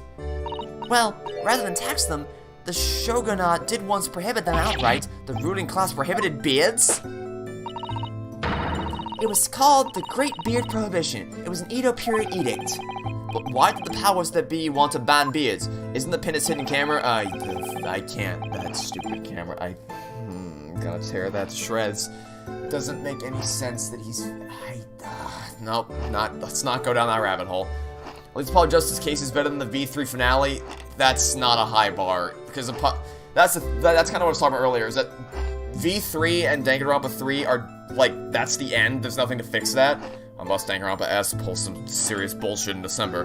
But Apollo Justice is fixed by Dual Destiny Spirit of Justice, so that's why I don't really hate Apollo Justice as much as I used to. But it's still crap, but it's not V3 finale crap. What if this duology was also Americanized and Renosuke was called Ryan Wright? I'm honestly really glad that they didn't change the names. Because it's such an important part of this game's like the thematic messaging of it all and how it's implemented. It's a really important part of the characterization of everybody that their names would remain unchanged. So I'm really happy that they chose to keep the name as Rinosuke Naruhodo and Susato Mikutaba and all that. That's very good decision on their part. Also, I just have Tobias Gregson in the background just eating fish and chips while I'm talking. So I just like that he's just infinitely eating. I also like, it's like a reload animation. Like whenever he look at this, whenever he finishes eating, he takes one bite, another bite, and he shakes the thing, cha-ching, and then he reloads the fish and chips. Like, oh my god. His infinite fish and chips, not that, his infinite fish and chips that he reloads, like he has a reload animation. I still can't believe you apologized as a completing V3. Well, I mean, when you play something that's that bad, that literally erases everything meaningful about the prior games, Apollo Justice doesn't look so bad in comparison. Like, to be fair, I was shocked too. I didn't think I would, but I also didn't think I'd ever play something worse than Apollo Justice, and then lo and behold, I was proven wrong. He never eats the chips? That too, but you know what? It's still the infinitely reloading part that amuses me. Okay, because it makes people look self-important. Just an idea. It would seem that rulers in the East and the West have had very similar ideas over the years. There have been other unusual taxes in our history, even in our current Meiji period. There have? For example, there was before either of us were born, there was... What now? There was a tax on those adorable fluffy creatures like the ones who make mochi sweets on the moon?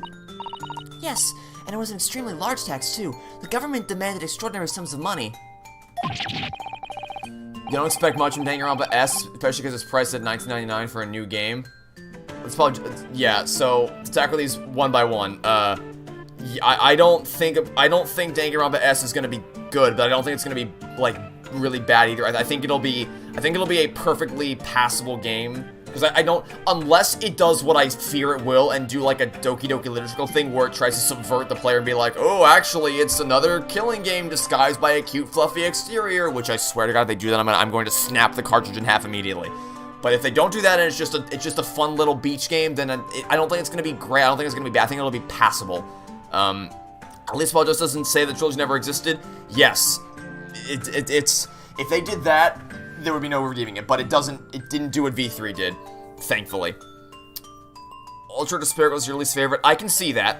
I can absolutely see that, because like the MCU's biggest fan just said, at least while Justice doesn't have wave defense games with tentacles, I don't understand how you can come away, like, I can understand how you can come away from Ultra Despair being like, that was so hilariously awful, but to genuinely be like, that was such a fun time, it's like, did you remember the part where you had a wave defense against, like, tentacle creatures trying to grope the protagonist? Did you remember that part?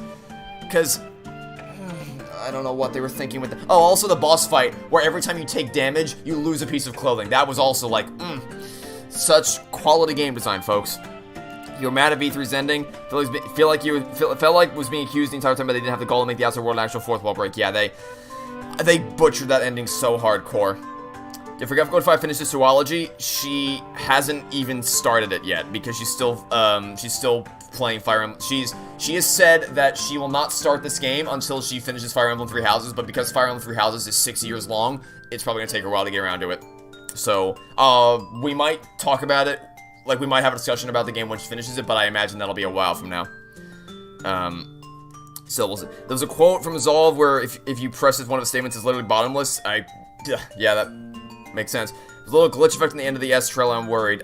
I'm worried too, because the thing is, if you check the ESRB rating for the game, not for the Danganronpa Decadence game, but if you actually check the Danganronpa S ESRB, like the individual game listed on the eShop as Danganronpa S, it's rated ESRB, it's rated M for mature, for stuff like blood and like graphic blood and violence, which I don't think you should be there if it's supposed to be a fun little beach game, but I don't want to know what's gonna happen in December 3rd, but We'll be here for it. Danganronpa asks having people wearing swimsuits. It's way to... Yeah, but that's not... Because that is the reason why. But it's also... Like, if you actually read the ESOB description, it lists graphic violence and stuff like that as one of the reasons why, which you wouldn't think would be there for a beach game. So, that's the thing. When Shijigami said that the series would be based on crime-solving lawyer, not detective lawyer, I was covered, said that wouldn't be good. Yeah, well, turn around as soon. Well, yeah, I mean, obviously the way that the game ended up taking over the world, so I'm glad that it ended up the way that it did. If this turns out to be Doki Doki but bad, I swear to God. I'm hopeful, but I'm also cautiously optimistic. It's like, I don't know, man. I don't know. This just gets stranger and stranger. What was the reason for the, we're back to the discussion of tax now. Sure, we'll have voice scenes like in the regular games. Oh, I'm sure it'll be something stupid. Well, after Japan opened its doors to the world, there was an unprecedented rabbit boom in the Meiji capital. A boom? Yes, keeping rabbits became hugely popular, and new species were traded at exorbitant prices. People were even swindled out of all their money for exotically colored rabbits. Like colored chicks, I suppose. Hard to imagine, though. Rabbits are so timid and quiet. Wouldn't have thought one could bankrupt you. So in response to this worrying social vogue, the government imposed a rabbit tax. I suppose they couldn't just ignore the problem. And it worked because the rabbit boom came to an abrupt end. 6 years later, the tax was abolished. Well, I hate to say it about my own country, but Japan is strange. But there's more. After the rabbit tax was abolished, then, of course, society reacted by launching straight into a second rabbit boom. Oh dear. The government didn't think that one through, did they? The Danganronpa writers really like beating the living crap out of the characters. Yeah, it's just torture. It's just torture porn for at least not all of it, but some of it. Like mainly episode 10 of the Despair arc of Danganronpa 3. All the executions. It's just torture. I don't. Oh my god. Next history. Yeah, this one kind of feels like a history lesson. This escapade kind of feels like we learned all this stuff about the history of tax, and we want you to know that we learned all this stuff. So. Not one of my favorites. This one's not one of my favorites that we've played so far. Hoping the characters interact and have fun. The reason I like Danganronpa, like that's the thing. If it's actually what they say it is, and it's just a game where they all have fun on a beach and they just talk to each other, and it's a fun little board game or whatever, it could be fun. It could be enjoyable. It could be some dumb fun. But if they do what I fear that they will, and actually have it be a subversion like I fear they might, I'm not gonna... let's just hope. People comparing Kodaka to Takumi like the same writing. People think, I swear, people actually think that Danganronpa, the level of writing in those games, they think it's comparable to Ace Attorney in any discernible way, and it's actually kind of pathetic. I don't... Like, it's not even close. It's not even close. It's actually just not even close. Haha, he said, hope, yeah, ha ha ha, funny. Funny, haha. Super Danganronpa Pie. Never got the hyper executions. I don't understand why people like them. I don't know. I don't get it. I mean, I can make some uncharitable assumptions as to what people like about them, but I'd rather not think that horribly of humanity, so I'll just say that I don't understand. I'll claim ignorance. I'll say I don't understand what it is about it. Jacob done dirty. Understatement of the century. Understatement of the century. Kodaka isn't even involved, which also gives me hope. I know I said it again, but you know what? I'll commit to it this time, because because the thing is, like, I think he, like I said, in V3, it really seems like the writer of that just hates Danganronpa and just wanted it to end. So I like the idea that after they decide to make another one, he's just like, yeah, I'm gonna dip out, and then they give it to someone else. So new writer, could be good, never know. Heard somewhere that Shijigami and Kodaka are buddies. Oh, that could be. It could be true. I mean, you can be friends with someone and still have harsh criticisms about their work or what they consider to be quality writing. Possible. It's totally possible. Your ideas about the world are very much altered by the position you hold in society. If you are responsible for the running of the country, you will feel the need to raise revenue keenly. EA! What? Without a stable taxation system, the whole country would go down the drain. Well, yes, I suppose so, but some of these taxes... What if Kodaka writes Ace 27? I would jump out of a window. If that happened, I swear to God, I mean, it never would, but if it did... Oh, I should also say that clearly. It's totally possible that the lead writer of Danganronpa is a totally nice person and really awesome, and he would be awesome to spend time with. I'll say that openly. He could be amazing to spend time with, but his writing is shit, and I'll never take that back. Europe Danganronpa's S is rated PEGI 18 because of gambling, game purchase, and bad language. So over here in the States, it's rated, according the ESRB is rated M for mature, and some of the reason they listed is because of graphic violence and things like that, which makes me think it might go down the dark route that I fear it might, and I really hope that it won't. If Kodaka writes Ace Attorney, he killed Phoenix, that or what Trick or Treat just said, Maya is the first victim of Ace Attorney 7, just, I don't want to imagine what that would be like. Shujugumi's better, he's a genius when it comes to writing, and it's not even fair to compare him to Kodaka. It's like comparing a PhD holder like to a kindergartner in terms of their capabilities in the field of science. Besides the case involved, yeah, I mean, so no genius, even geniuses make mistakes, and clearly he made a mistake with Turning About Big Top. But what if Ace Attorney was written by Kodaka and Danganronpa was written by Takumi Alternate Universe?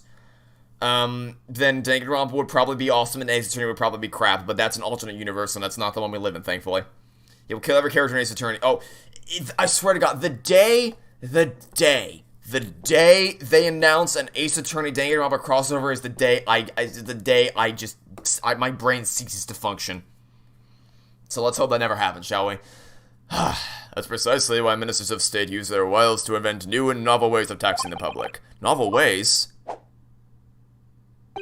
Tell me, Mr. Naruhodo, if you were one of my country's statesmen. Me? A British statesman? Yes. What novel tax would you impose? Pray, give us something truly original. Inside 5 seconds. What? Oh, Think of something that everyone uses, Mr. Naruhodo. Everyone squeeze every penny out of the population. Danganronpa tax. That's quite the intense, sir. Regard Sada-san isn't in charge. Your time is up. So, what's your answer? Danganronpa tax. Maybe? Hey, remember the Lorax movie? That's just... Oh my god. Oh, dear God almighty. Kodaka would probably kill Pearl in the most brutal and bloody way possible. He probably would, and he'd probably relish in it, and I would hate it with a fiery passion. Athena would die, probably. What's the worst case? Turnabout Big Top or Turnabout Serenade? Turnabout Serenade is way worse, and it's not even close. Because Turnabout Big Top has that scene where Francisca gives a little peek into Edgeworth's backstory. That's really good. There's some interactions between Phoenix and Maya that are good, but Serenade is just broken in every facet. And even Big Top, like Big Top doesn't break until the final trial when it's revealed that stupid cloak bust trick happens. But Serenade is broken from the outset. The second that Makatobe is arrested, it's over. It's over. It's done. It's broken from the outset. The Blue Badger's secretly Monokuma. Oh, don't even get me started. Oh, no. He would revive Dahlia and make her the new Juko version 17 million. Oh, no. Oh, no. Oh, and the thing is, these could all actually happen in a world where he was in charge of Ace Attorney. Like, these aren't even funny jokes. These are things that could actually potentially happen if he were in charge. Oh, no. The music is perfect for this rant. Yeah, just like a horror timeline where he writes Ace Attorney. This music is perfect. An air tax, you say? I didn't know you read the lore, watched the Lorax movie. Oh, well done, Mr. Naruhodo. A truly novel and fiendish idea. Well, everyone has to breathe, so while the population isn't handling air, my government isn't handling money. If there was a Danganronpa Ace Attorney crossover, then I don't want to see Bikuya and Nayuta meet. Oh, no, oh, God, no. Just end me now if that's gonna be the case. Francisco would kill Miles just to protect him from despair. Yeah, I can see it. Blimey, you're a tyrant at heart, eh? The reason Shotakumi was involved with the late Ace Attorney crossover was because Level 5 wanted to make a real Shotakumi game. Yeah, I actually watched a video that kind of broke down the development of the latent crossover and like how it impacted the series as a whole. And basically what my theories were pretty much correct, which is that Shutakumi did not have much control over the story as I suspected. Basically he was brought in to write the courtroom scenes, and the main writing was left to the press relating team. He did not have much control over anything else, which is basically what I suspected. You never watched Danganronpa until you're so confused. Good, don't ever do it. Don't ever do it. You do not go down the rabbit hole. You will regret it later, I promise you. Just listen to us rant about it, and that'll fill you in. You joined the Pursuit Playing. Here's what you joined in the middle. You joined in the middle of a series of dunking on Apollo Justice, Big Top, Danganronpa, and then talking about an air tax. That's what you've joined in the middle of while Pursuit Music is playing. You have joined in quite an opportune time, my friend. Danganronpa and Ace Attorney opens so many daunting possibilities. If they ever make that crossover, I'm gonna commit the big die. If Takumi wrote Danganronpa, Kyoko would have died in the second chapter. Makoto would actually have to do something where that helped. Yeah, basically. Yeah, actually, you know what? That would have been an interesting concept, but we'll never get that because Danganronpa isn't written by people who know what they're doing. Thankfully, Ghost Trick wasn't tainted by anything. Yeah, Ghost Trick is its own isolated thing, and it's just its own self-contained Shujikumi masterpiece, not tainted by any Capcom pressures from any discernible way. Thankfully. A somewhat radical solution to a country's revenue problems, but sadly not an original one. No, you mean to say... Surely not! You mean a tax on air has been imposed in the past? I mean, have you watched the movie Lorax? It was last century. The finance minister of our neighbor France proposed it. What? If I ever go for a visit, I'm holding my breath. Unsurprisingly, it was strongly opposed by the public and soon scrapped. The minister didn't last long either. You ever play Ghost Trick, so no comment? You absolutely should play it. It is an underrated gem. Ghost Trick doesn't get the attention Ace Attorney does because it's not Ace Attorney, but I was really pleasantly surprised by how good that game was. Like, honestly, I was really stunned by that. You want Shujikumi to write more standalone games? Yeah, I just want to see more things that man writes, because that man is immensely talented. I'd love to see more of what he can create in the future. Even if it's not Ace Attorney stuff, just more of his writing in general would be awesome. Oh dear, although clearly that would have been an untenable situation. The public at large are a force to be reckoned with. Don't I know it? How about you, Inspector? What new tax would you impose? If there was an Ace Attorney Danganronpa crossover, then Naruto will do a big top like case. Oh dear god. Never played Halo, but you downloaded it. You play it and you'll love it, I promise you. Halo is such a magnificent experience. You will adore every second of it. Well, not every second, but almost every second of it. My first thought is attacks on objections. Oh dear god. Oh no.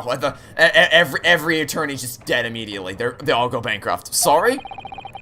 Been hearing far too many of them recently in court. It's a particular lawyer I have in mind as it happens, so I think an objection task could be very handy. Good to see you don't allow your personal feuds to influence your work in public office. Shujikumi and the Danganronpa creator are friends. Yeah, someone mentioned that earlier, and my response is simply, yeah, you can be friends with someone and still disagree with their writing principles. Like, being friends with someone doesn't inherently mean that you see eye to eye in everything. And I also said that it's totally possible that the lead writer of Danganronpa is a really, really awesome person. It's just that he's shit at writing, so I don't ever want to see, if they ever make a Danganronpa Ace Attorney crossover, my brain would fold in on itself immediately. If the EA made Ace Attorney, you have to pay for every objection. Yeah, just keep, you know that thing from earlier in the Chronicles where you have to keep, where Renosuke has to pay to buy things from the people? Yeah, that would just be this, that would be an AA Ace Attorney game. You just put $1 in the slot.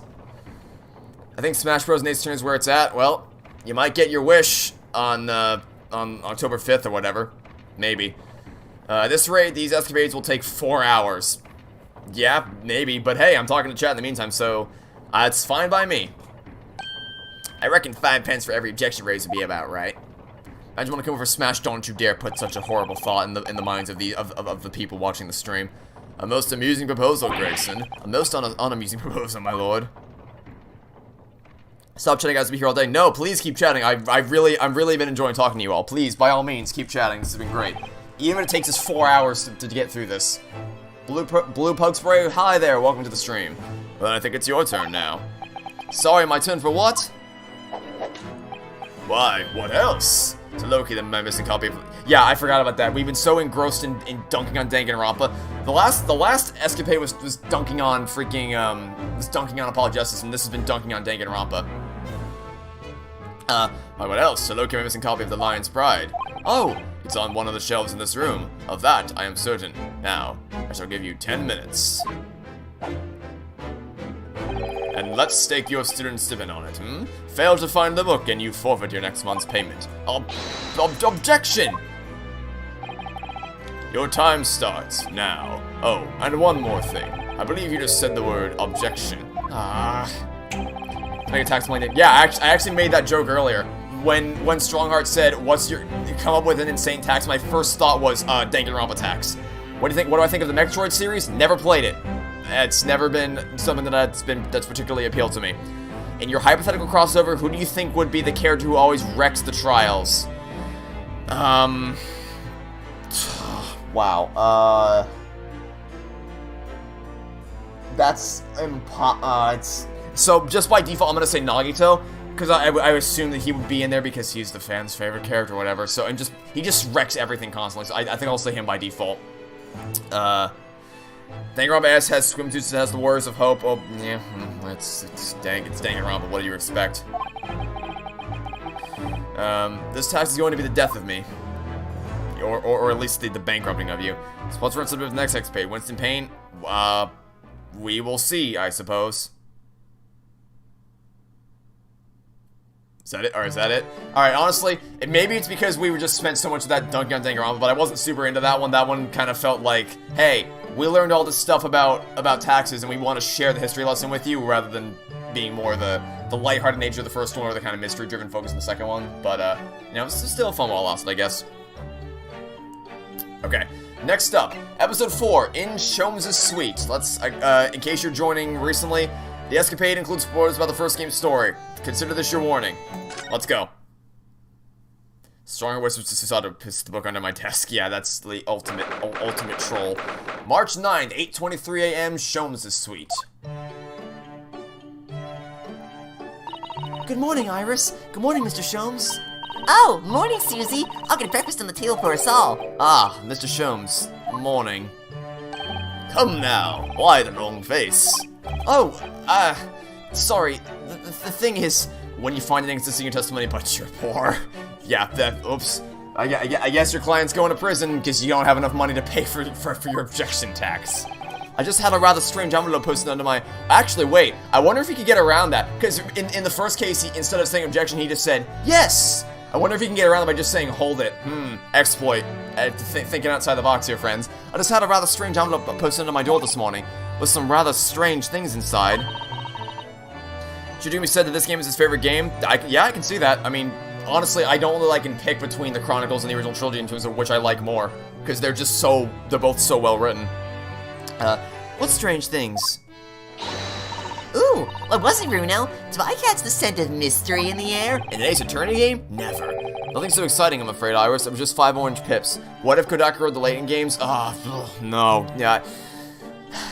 Professor...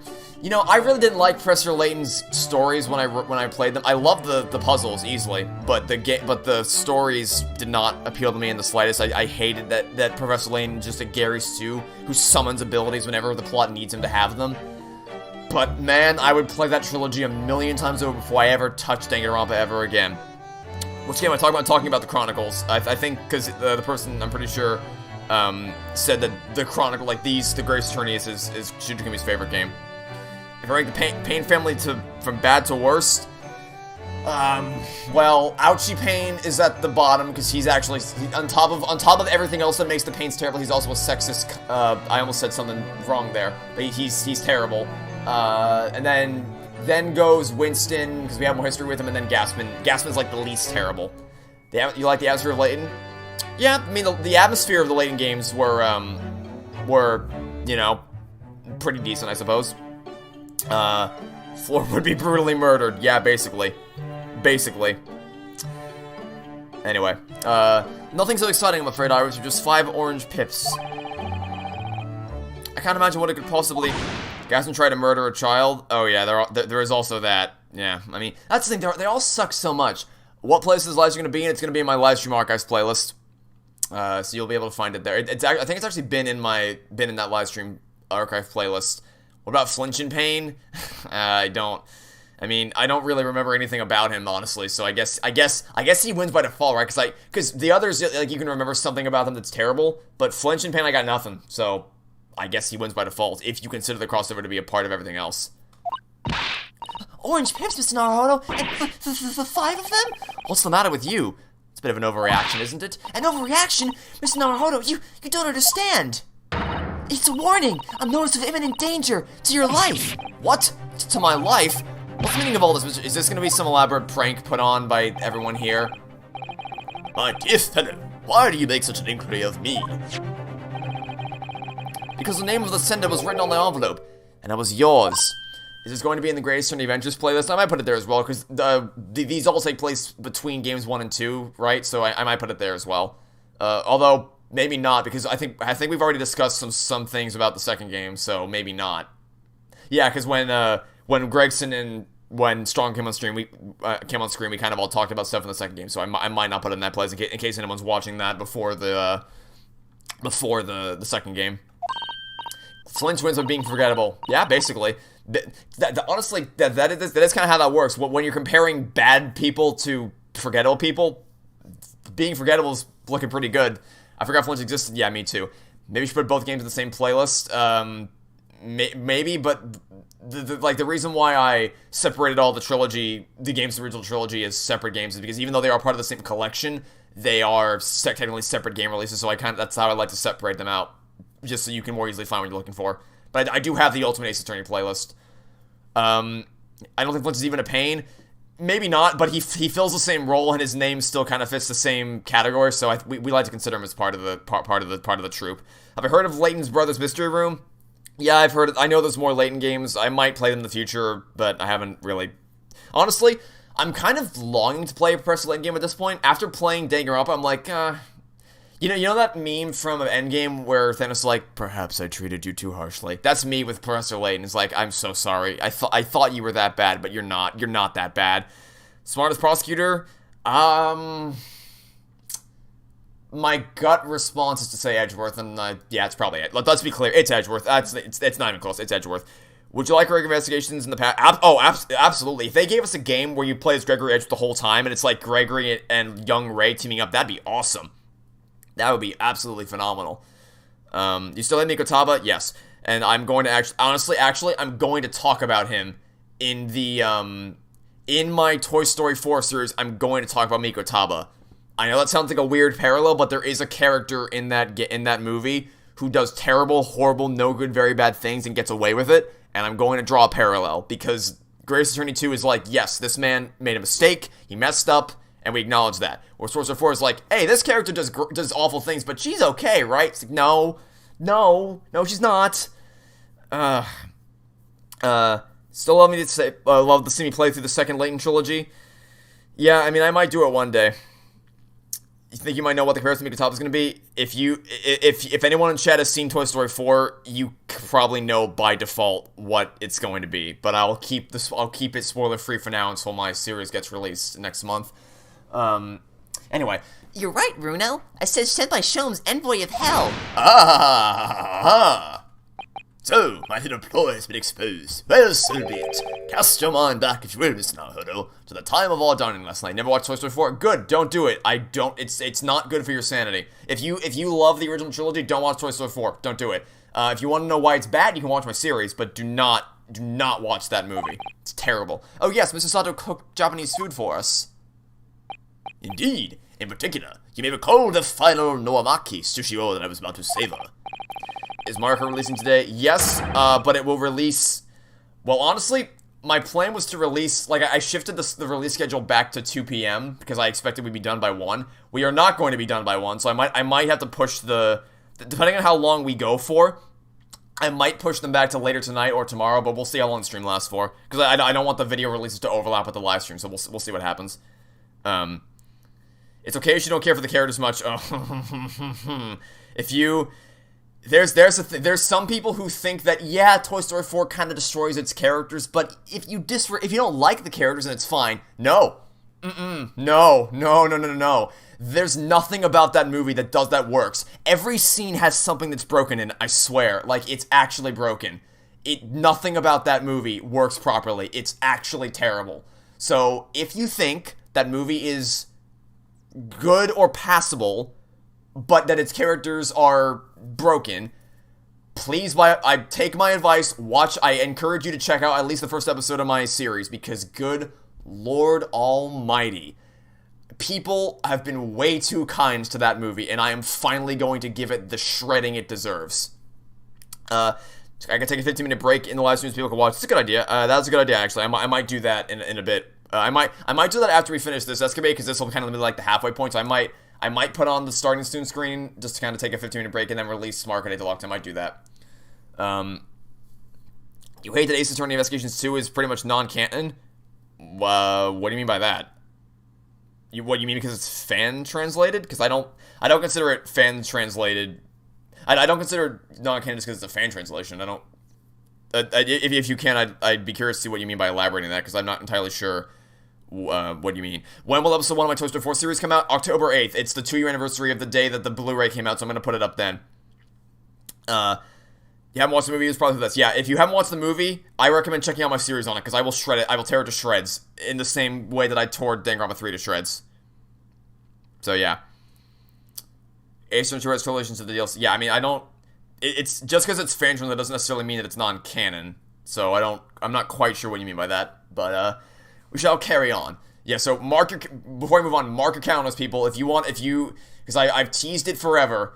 If you finally want to know why I hate that movie so much, from every facet of it, from its plot to its characters to its themes, October 8th's the day. That's going to be part 1 of all those, of my series tearing it to shreds. That is before you swooped in with your clacking chopsticks and fished it from under my nose. Oh, I assumed because you left it that you didn't want it. I left it, my dear fellow, because I had planned to enjoy it as my very last mouthful. Surely you must have noted my intent by the subtle dilation of my right pupil. Perhaps a clearer sign would be helpful next time. In summary, the post you received earlier is a notice of impending revenge. You should be quaking in your boots. Really? It was because I went straight out into the garden and planted them. I'm hoping we maybe grow some exotic fruit. How many parts? There'll be 5. 5-hour-long episodes. Because my choices were make 1 5-hour video or 5 1-hour videos. I think it'd be more digestible if I made 5 1-hour-long videos. When you watched Toy Story in theaters years ago, I was disappointed by the fact the old characters were all tossed aside and new ones weren't interesting. Yeah, that... None of the characters got even a cameo? Yeah, no. They... I don't...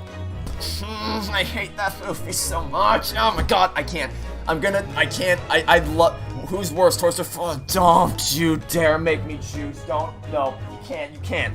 You cannot make me choose. You cannot make me choose. Which is a worse character assassination, Woody or Hobo Joe? I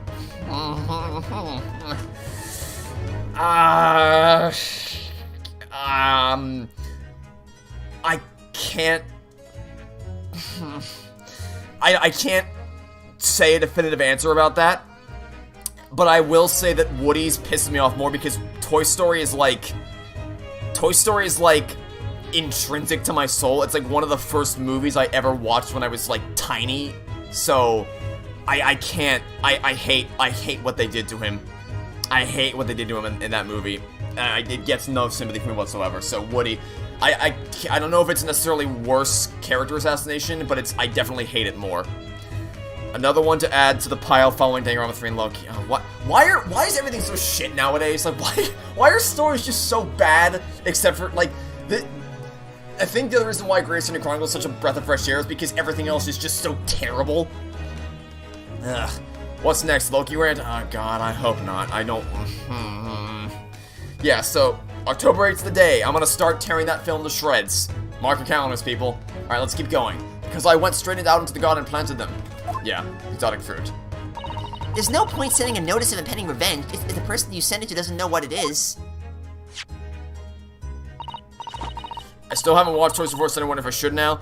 If you want to have context for the... Because some of my comments, like there's sometimes where I'll reference in the video, like, please remember this for later, or it sure would be awkward if something like this happened later in the movie, or things like that. Like, some of the references will make more sense if you've seen Toy Story 4, because then you in your head will be like, I know what he's referring to, but I think it'll still function well if you haven't heard of it before. So, yeah. Well, I knew, of course, because I've read this book, The Adventures of Airlock Sholmes. On sale now in all major London bookshops and receiving rave reviews. Oh my god, she's such a nerd. By the way, with this camera angle, it looks like the knife is sticking out of her head right now. It's kind of awkward to look at. Oh yes, of course, it's finally been published, hasn't it? I hear it's selling very well. It is! 12 short stories in one volume. I've earned a lifetime spending money already. It has further bolstered my name. In fact, only the other day, a Bohemian king sought to engage my services. Really? That's extraordinary. Wait, hold on. Wait a minute. If you've already made a life's payment for your books, how are you having rent problems? In the earlier... Wait a minute. What now? Okay. Alright. Of course, the gentleman persisted with some pretense about being a fishmonger for the duration. Ha ha. But only a fool would presume to be able to deceive my eyes with such a charade. So how did you know that he was a king then? Why, There's no mystery, my dear fellow. A distinct smell of fish accompanied by the man's lowly apparel. And though he tried to hide it, the left side of his mustache quivered in a quite manifest manner. Oh, Mr. Sholmes! That's simply brilliant! Having neatly resolved the case for the man, I was sent a quantity of fresh coal as a mark of his appreciation. Because Sholmes and I were spending it all for frivolous things. I guess that makes sense, but I mean, still, like you think they'd keep something in savings exactly for those kind of situations. I think perhaps you shouldn't discount the possibility that he actually was a fishmonger. Ah, is that? Can anyone else smell burning? Oh yes, you're right. And look, smoke. I think maybe... Fire! Fire! There's a fire, everyone! Really? A fire? You must all leave at once! Everyone, out of the building! No, wait, I have to go back to my room first. Are you deranged? If you're not asphyxiated by the smoke, the flames will burn you to death! But my Daruma doll, I can't have my Daruma burn, it means too much. Sorry, but I'm going to make a dash for it upstairs. He spent the money as fast as I shed tears in the finale. Yeah, I mean, I was an emotional wreck in the final episode. And I have no shame in hiding, and I have no shame in admitting that. That was such a beautiful ending. Ah, oh Rudo, you're so funny. This is no time for jokes, Iris. Go, quickly get out of here. But there is no fire. Is there, Hurley? Huh? Ah, what a delight to see that play enacted in the flesh. I wouldn't have dared to dream I should be so lucky. Mr. Sato? Ha ha ha ha! Indeed, it was a ploy, a devilment engineered by my perky spirit. It was all a trick, but why? It is a simple experiment of the mind, Mr. Naruhodo, when his life is threatened. A fellow is compelled instinctively to protect that property to which he attaches matching importance. And after your own life, Bruno, the most important thing to you seems to be Daruma doll. Let's not dwell on that, shall we, Iris? So, you know all along, Mr. Sato? That it was a trick? Yes, of course. The very ploy is described in this book. The Adventures of Airlock Sholmes. On sale now in all major London bookstores and receiving rave reviews. At the end of the Chronicles, Sato fulfilled a promise to Ryu by filling the other... Yeah, I honestly didn't catch that when I played the game the first time because I was just... My eyes were fixed on the photo and just, like, adoring how much I love these characters. But I didn't even pay attention to the doll next to it. That is such a smart little payoff. I don't know how, I wish I saw that when I was, because honestly maybe not, because if I saw that again I don't think I would have recovered. That would have just destroyed me emotionally again. Not again. I have used that device quite satisfactorily in the past to solve the case. Oh yes, it was a great success, wasn't it? But then it became something of a habit, didn't it? You started yelling fire at every crime scene. In the end, people started to pay no attention to you at all. Yes, that's true. There was a time when I was known as the Sholmes who cried wolf. I think there's a lesson to be learned in there somewhere. But sadly my little ploy failed to yield results this time. Iris was utterly unmoved. What do you mean? Well, I was anticipating that Iris would immediately expose her secret hiding place. The location of the nest egg she must have cached somewhere in this room. Nest egg? You think Iris has some secret savings? Why, naturally! The book is selling like hotcakes after all. It is a simple deduction indeed to conclude that the profits must be concealed here within these walls. Oh, Mr. Sholmes, are you in need of money? Ah, I bet I know what it is. It's a new microscope that's gone on sale, isn't it, Hurley? What else? I have such a strong desire to own one, yet my purse is 1 pound too light. Every Ace Attorney ending had me crying. Apollo made me cry tears of joy because it was finally over. Yeah, I've been there. I've been there before. Because the first game is also beautiful with Maya going off. Second game, honestly, I was just happy at the end of the second game after just finally overcoming all the obstacles of the final case. Trials, tribulations, obviously. Investigations, I didn't really feel any strong emotions at the end of the first Investigations game. I was just kind of like, oh, it's thank God we finally defeated freaking Carcass Alba or whatever. But just as I wanted to die. Dual Destinies, again, that was kind of like an uplifting ending, and Spirit of Justice had me crying as well. So yeah, definitely, with rare exception, they really know how to nail their endings. And as no offer of a loan has been forthcoming, I have been forced to resort to an alternative stratagem. Sorry, Hurley, but I'm not falling for that. Not coming from the Sholmes who cried wolf. Ah, how vexing! You really shouldn't be trying to steal a 10-year-old savings, you know? My book is full of little tricks like that, you see. The armory of the great detective. Except in this case, both the orange pips and the fake fire fell into little flaps, didn't they? Oh, I have plenty more tricks up my sleeve. Just wait till you see my Iris's hologram technology. They should have the concert video. Oh my god. Yeah, we talked about that concert video earlier, and oh boy howdy, how much we hate it. Take, for example, the case of the Borscombe Valley mystery. Worst and best twist in Ace Attorney. That's almost impossible to answer.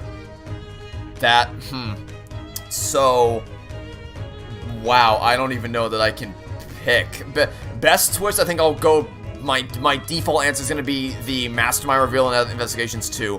Worst twist is the cloak trick in Cinema Big Top.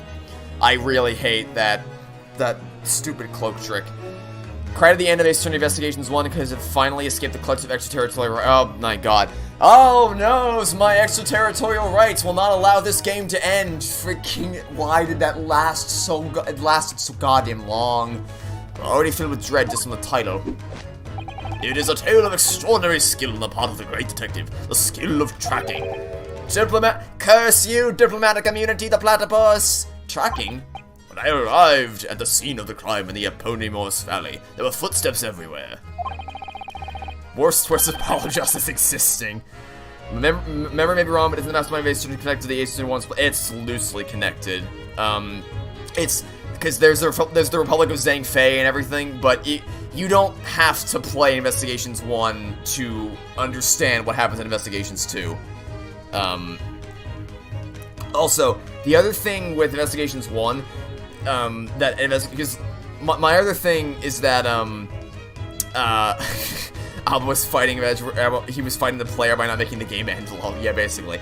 Because the thing with overarching stories and stuff like Dual Destinies and Great Eastern Chronicles and, in Investigations 2, is that the overarching story has an imperative role in every case in the game. Whereas with Investigations 1, it was kind of like, it told a mystery, and then it was like, and so it was revealed that that person was connected to the smuggling ring. It's like, okay, why do I care, though?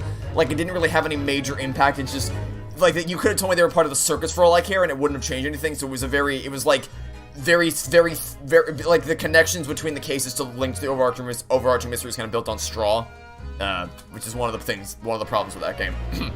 Anyway, my eye was immediately drawn to one set in particular.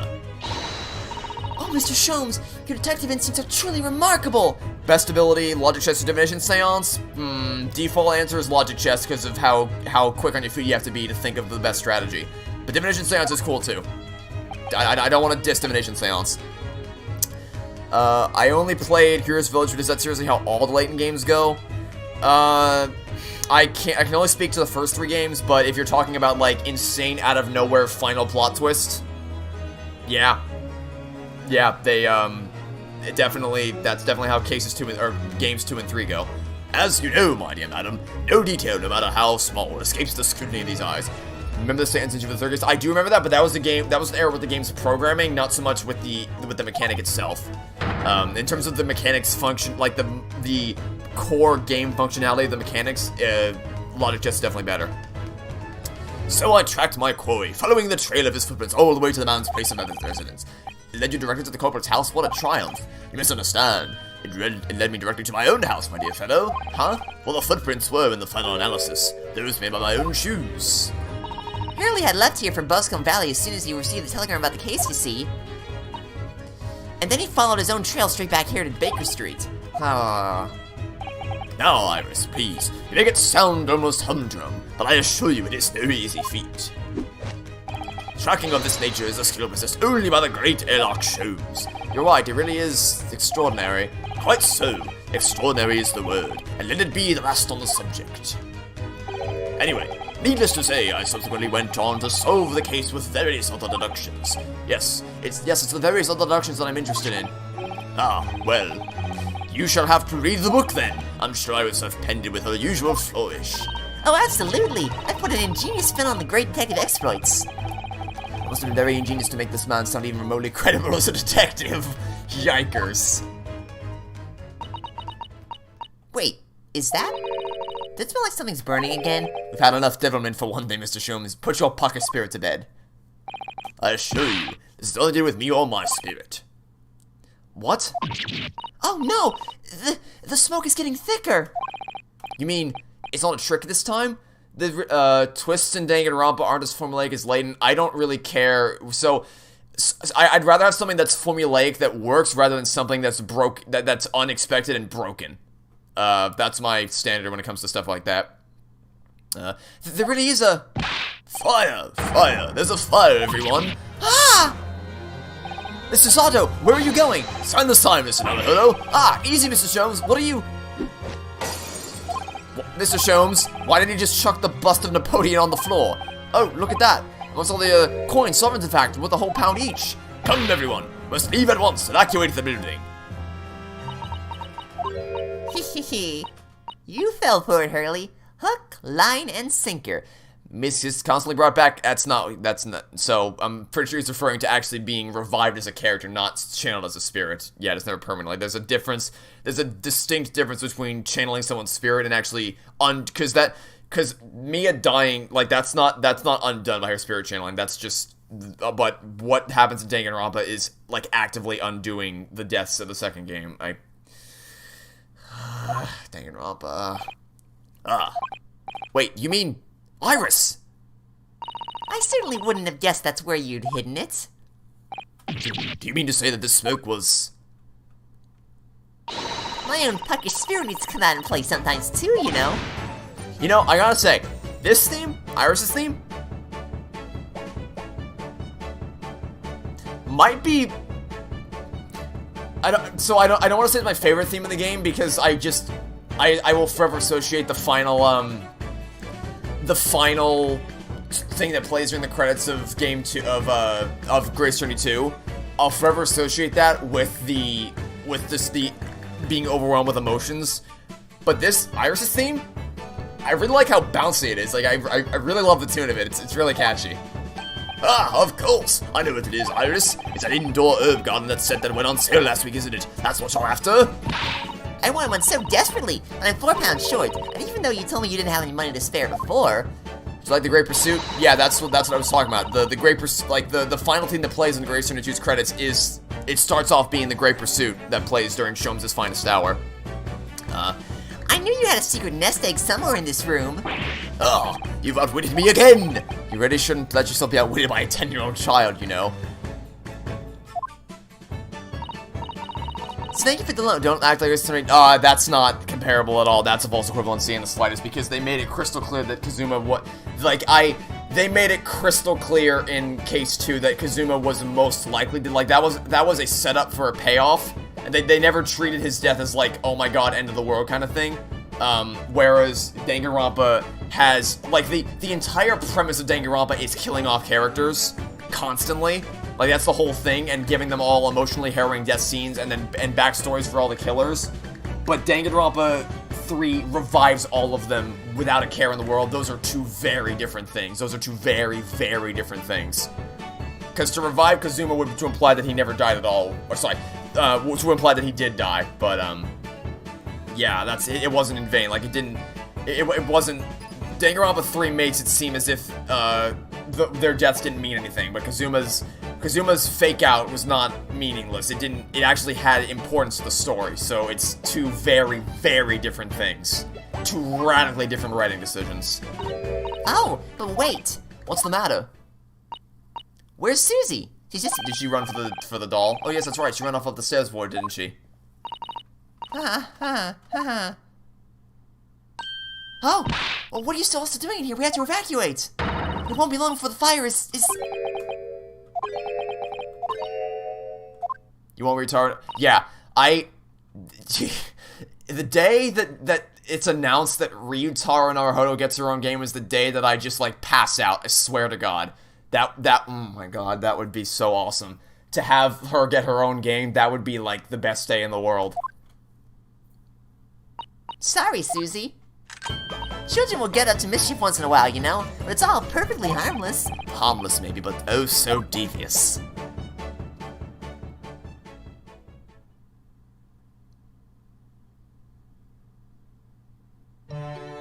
Oh well, at least nobody was hurt. What is the worst Pursuit theme? Well, my answer is still Apollo Justice's Pursuit music, but apparently a lot of people really love that one, so I guess that's not... If I have to I think someone might have a favorite character. I've made no secret, I've made no attempt to hide that Susato is without a... Like, I openly said in the final episode of The Great 72 that Susato is beyond the pale in no uncertain terms my favorite character in the entire series. Like, it's insane how much I love her character, so it's not even close. I'm trying to think, because really the only one that I did not like listening to was Apollo Justice's. I don't know that I can pick one other than that. Apart from Napoleon and my secret hoard. Now, tell us, Mr. Sato, what is it that you went so fleet-footedly? I guarantee you it's the doll. Guarantee you it's gonna be the doll. Sorry? Oh, no, nothing. It's just, it's nothing. Susie, that's your notebook detailing all of Bruno's trials. Oh. I really thought it was gonna be the doll. What? Ah. A testament to the various people you've helped over the past months. Mr. Sato, Well, I am your judicial assistant after all. I would do anything to ensure the safety of these records, even risk my life if necessary. Aww. I mean, it's very important to me. It's like a diary of everything we've achieved together. Oh. My heart, I can't, god damn it. You're getting all teary-eyed now, don't you dare. Yes, in stark contrast to a certain someone who would have fetched us the rumor doll, I must say. Aww. Oh.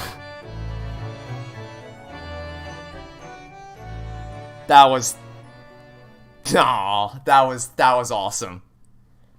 This Escapade Mr. Sato, even better character. I didn't think it was possible, but yeah, that was awesome. That was such a cool little payoff. Oh my god. See, you even wonder why Susato is, like, my favorite character in the series? Like, it's not even close. Sato has a great mix of competence and childlike fangirl for things she likes and things she doesn't. Yeah, that's the thing. Like, she's immense. Like, she's intelligent and she's compassionate and like she doesn't put up with anyone's shit. She stands up for herself constantly. She's immensely capable and passionate and determined, and she's phenomenal in every sense of the word. The worst thing about Great Chronicles is that every one of these games are dead in the first game. Well, I mean, that's just how age happens. I mean, no one's immortal, so that's just how that works out. Okay, so we've reached the halfway point, and it only took us about 2 hours, just about. So what I'm gonna do is create something really quickly. So I'm gonna ask this. So I currently have Mario Kart 8 Deluxe scheduled to come out today. My question is whether I delay it until after the stream's over, or whether I take a quick little 15-minute break for you all to go watch it if you so choose to right now. So I'm gonna post this in the chat, and you can I think did it post? I don't know if that actually worked. Did it work? I don't actually see it. If the poll's there, then you can vote, and I don't actually know if it's okay. Yeah, there it is. You can let me know. I'll decide in about a minute or so whether you think I should take a break to watch the episode or not, or for you all to go watch it if you so choose to. Can you at least give Miko top of 1+? Susato wouldn't have existed if it weren't for him. Okay, fine. If it's because of him that Susato exists, fine. I'll give him that. I didn't know you could do polls. Yep, it's a pretty neat thing you can do. Have a little headcanon. Susato and Ryu returned to Japan. She took up the mantle as Ryutaro because Ryu is overworking himself, so she hides behind Ryutaro from Ryunosuke while defending. Yeah, that's a cool thing that you can imagine happening. Yeah, so I'll decide. Well, I think once the clock turns to 1:10 my time, I'll make it clear, and I'll still keep the stream going. I'll just put on the starting tune screen and play some music in the background just to keep the stream going. But I will also release the Mario Kart 8 episode so that anyone who wants to watch it can, and those who would rather stick around and listen to some 830 music, you can do that as well. It's totally up to you. As to what you choose to do, I have no preferences one way or the other. You may do as you please. It looks like it's definitively yes, we should take a break, so we will do that. Don't worry, the stream will still be around. The episode is only 12 minutes long, so I'm gonna take about probably a 15-minute break, and then I'll come back and we will play through the remaining 4 escapades, and that'll be that. So thanks for tuning in for the first part. You can hang around the chat if you want. You can go do your own thing, watch the episode, whatever you please. But I'll be back right here in just 15 minutes, and then we'll play through episodes 5, 6, 7, and 8. Oh, in case you're wondering, that escapade is my favorite by far. That moment at the end alone is... that was so good. That would easily dethrone all the other ones. So, I'm going to set it to publish, and now, the episode is now live for you to go watch. I will even put a link in the chat if it makes it easier for you all. So I'll go, here's the link, in case you want to go watch it. If you don't, that's fine. You're more than welcome to hang out here. Whatever you choose, totally up to you. I'm gonna put on the starting soon screen real quick, and then I'll be back in 15 minutes to play the remaining 4 escapades. So do as you please, and I hope you enjoy the episode or the Ace Attorney music I'm about to put on in a second. And I'll see you all in just 15 short minutes. See you soon, everybody.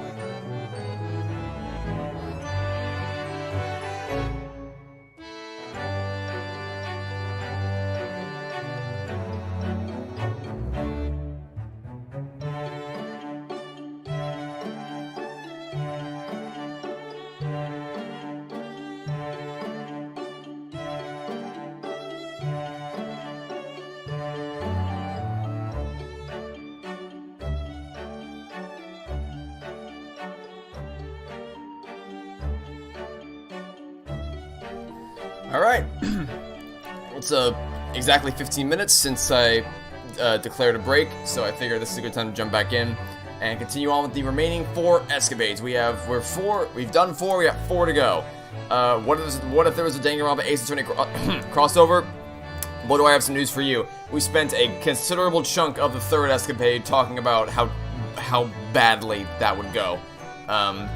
Do I think that Baron Von Zieks could be Edgeworth's ancestor? I think there's a conversation to be had about kind of all, like who everyone's ancestor could be if you trace it back to this game. Like, it's possible that any of these people could be ancestors, I suppose. Because there's nothing that prevents it from happening. There's nothing that would contradict it. I suppose it's possible, but I haven't really given much thought to who. Like, the only one we know for sure that's confirmed is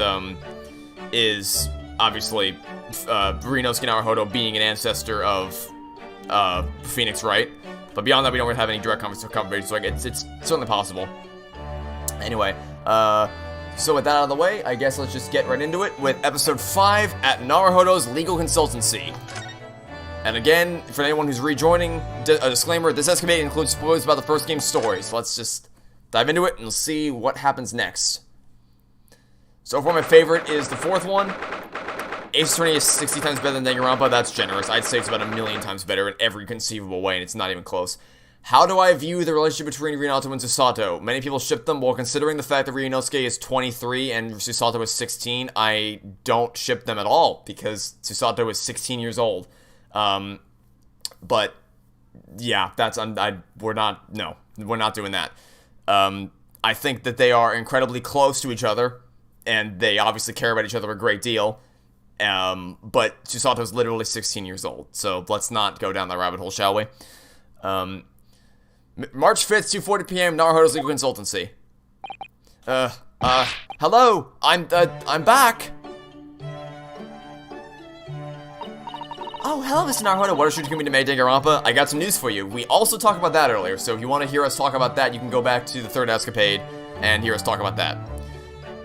Hey, game, which theme you like so much? You mean, like, out of the entire series, or in just this game? Because that's a very broad net that you've cast, or wide net that you've cast. I don't know if I could pick out of the entire... should them because Phoenix Wright needed to exist somehow, the only one to continue the family Susato? Okay, so I guess we're going down this rabbit hole. If you want to accelerate the time so that it's years and years after the events of this game, then at that point, obviously Susato would be an adult, and so there wouldn't be anything wrong with it. But at the time that this game takes place, it's not. At the time this game takes place, she's 16 years old. So let's not entertain that idea for even a second, shall we? You view them as siblings. I don't know if I'd go that far, because Phoenix and Maya definitely have that kind of sibling relationship bond. But Susato and Ryunosuke, I think they care more. Like, I wouldn't. They don't have that, like, kind of butting heads thing that siblings usually have. I'd say they're just really close friends. Mikotaba would kill Ryu. I will say, if we entertain the idea that it's possible for that to happen, like, years and years and years in the future, the idea of Mikotaba being pissed at Ryunosuke, I like the idea of pissing him off, so, you know, wait many, many years so that she's actually an adult. And then start pissing me off. There's an idea. Anyway. Oh, hello, Mr. Naruhodo. Did you have a good outing? Hi, Runo. What's the matter? Your eyes are as big as dinner plates. Haha, Iris. I wasn't expecting to see you here, at the place where she lives. I just made some tea, Mr. Naruhodo. Would you like a cup? A cup or two, yes. 1 cup or 2 or 3. Definite tea. Kill me. Oh, God almighty. Do I ship Rightworth? Absolutely. Unequivocally. Alright, Runo. What's going on? You're acting extremely strangely. What? Me? No, not at all. I'm as normal can be. Normality itself. Haha. Bring me back to life and then kill me again. Haha. Not again, Mr. Naruhodo. Sorry? Not what again? What do you mean, Susie? Whenever he goes out on his own lately, he always seems to come back with a peculiar new purchase. Peculiar? Peculiar? What's peculiar about the things I've bought? Oh, I'm sure we're gonna find out. You seem to think that anything British is as curio as you simply must have. You keep buying items of bric-a-brac even though you don't know what they are. Well, there are rather a lot of bric-a-brac shops and pawnbrokeries and the like around here. It's when I've been to Lord Strongheart's to give my weekly report. I'm always so nervous beforehand. On the way home, I just find myself in those shops and... Yes, alright, I can't deny it, I've bought something. So you have what we refer to as compulsive shopping disorder. You're right, you can't deny it, because your eyes are wider than ever. This is not funny. You need to stop. We need to cease. We need to cease the means of production of puns at this moment. This is not allowed. You really ought to put up a warning sign about them. They're bigger than some potholes around here. They're also bigger than some plot holes in Polyjustice. It's hard to resist things in the bric-a-brac shop. It's also cheap. Mr. Sholmes has given me lots of useful advice about how to pick out the real bargains. You must remember, Bruno, that Hurley likes to have fun with you. Take his advice with a big pinch of salt. Well, that's true. That thing he told me was a pot stand wasn't a pot at all. But I'd never have guessed it was a collapsible top hat. No, and I'd never have guessed that you could fill out this once empty room so quickly. Honestly, it's overflowing with things we don't need now. I mean, look at those scales. Not once have you weighed something on them. I know, but ever since I first stood at the defense's bench in court, I don't know why, but I just really wanted my own little set of scales. Oh, look at this! Look at these masterclass puns. The great ass attorney, and he's teasing us. Funny. Kill me. I just really wanted my own little set of scales. Let's see it then, Miss Naruhodo. What have you come home with today? Jeez. Well, it's one of these. What is it? It looks all dry and shriveled up in a ball. Really, Mr. Naruhodo? What is it? It's a sea anemone. It's a what? An anemone. Okay, don't hurt yourself. Yes, I mean, I know it doesn't look like it at the moment. It's all shriveled up, like you said. Aren't sea anemones living creatures? The ones that dance around on the seabed? Yes, exactly. The ones that dance about on the seabed. Nemo moment. Yes. Yep. Oh, they sell sea anemones in bric-a-brac shops here in Britain? I don't know whether they normally do or not, but I do know that I bought one today. But why, Bruno? Well, yes, for the aquarium. You have an aquarium? Since when do you, what? Aquarium? I don't know that. I don't buy that you wouldn't know what an aquarium is. I don't buy that you, of all people, wouldn't know what an aquarium is. The level of these jokes is appalling. Well, according to the shopkeeper, keeping sea creatures in tanks was hugely popular here in London before. Oh yes, some people have some beautiful fish in seawater tanks, it's true. Having an aquarium became popular because the old glass tax was abolished. Oh great, taxes again. There it is again, rearing its ugly head, the subject of taxation. I swear to God. Are they trying to create a freaking taxation, like a running thread of taxation in these escapades? Is the climax gonna be a battle of tax evasion? Oh God almighty. It was a real craze for a while. Everyone in London had one. For a while? Yes, it didn't last long. People's enthusiasm soon waned. It's just far too much work to be changing the seawater regularly in a city like London. Never a truer word said, I'm sure. Thumbtack. The hits just keep on coming from chat today. You think people might have realized that from the start, really, wouldn't you? Anyway, that was long before I was born. So now everyone jokes that there's an unloved aquarium covered in dust in every attic in the capital. And it's true, there's one in this attic too. When I told the man in the bric-a-brac shop about it, he had these words of wisdom. That's why this is the age of the sea anemone, and that made a lot of sense to me. It made sense to you, did it? Really? But Bruno, this anemone is completely dried up. You just need to soak it in water overnight and it'll be as good as new, that's what the man said. Oh, dear God almighty. The next installation is Ace Financial Attorney. Yeah, the game to cure insomnia. I'm not sure that it works in the same way as dried wakame seaweed, Mr. Naruhodo. Once I save some money, I'm going to buy some prawns to keep this little fellow company. Oh, how exciting! Your office will be teeming with life. Will it really? Britain is a funny country, though. I mean, a sea anemone craze? Well, they say people in glass houses about comments like that here, Mr. Naruhodo. Don't forget that there was a very curious rabbit craze in our own countries not so very long ago. A mortifying chapter that people will try to erase from the history books in 100 years from now, I'm sure. You know, there was another craze as well before the aquarium one. Instant noodle tax. Detective Gumshoe Financial Edition. Instant noodle tax. What ultimate do you I'm not, nope, that's not. I have been cursed already. I have, in searching for images to make thumbnails, I have been cursed by seeing an image of what Trucy Wright would look like in the Danganronpa art style. I need not think of what else would happen if you tried to force Danganronpa and Fiend and Ace Attorney together. Nope. Not going down that route. Morty, what? No, I've definitely never heard of them.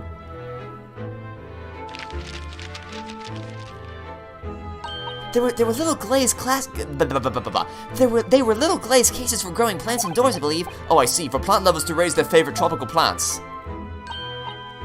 I didn't do justice to those jokes. Funny. That's right, like different types of ferns. Ferns?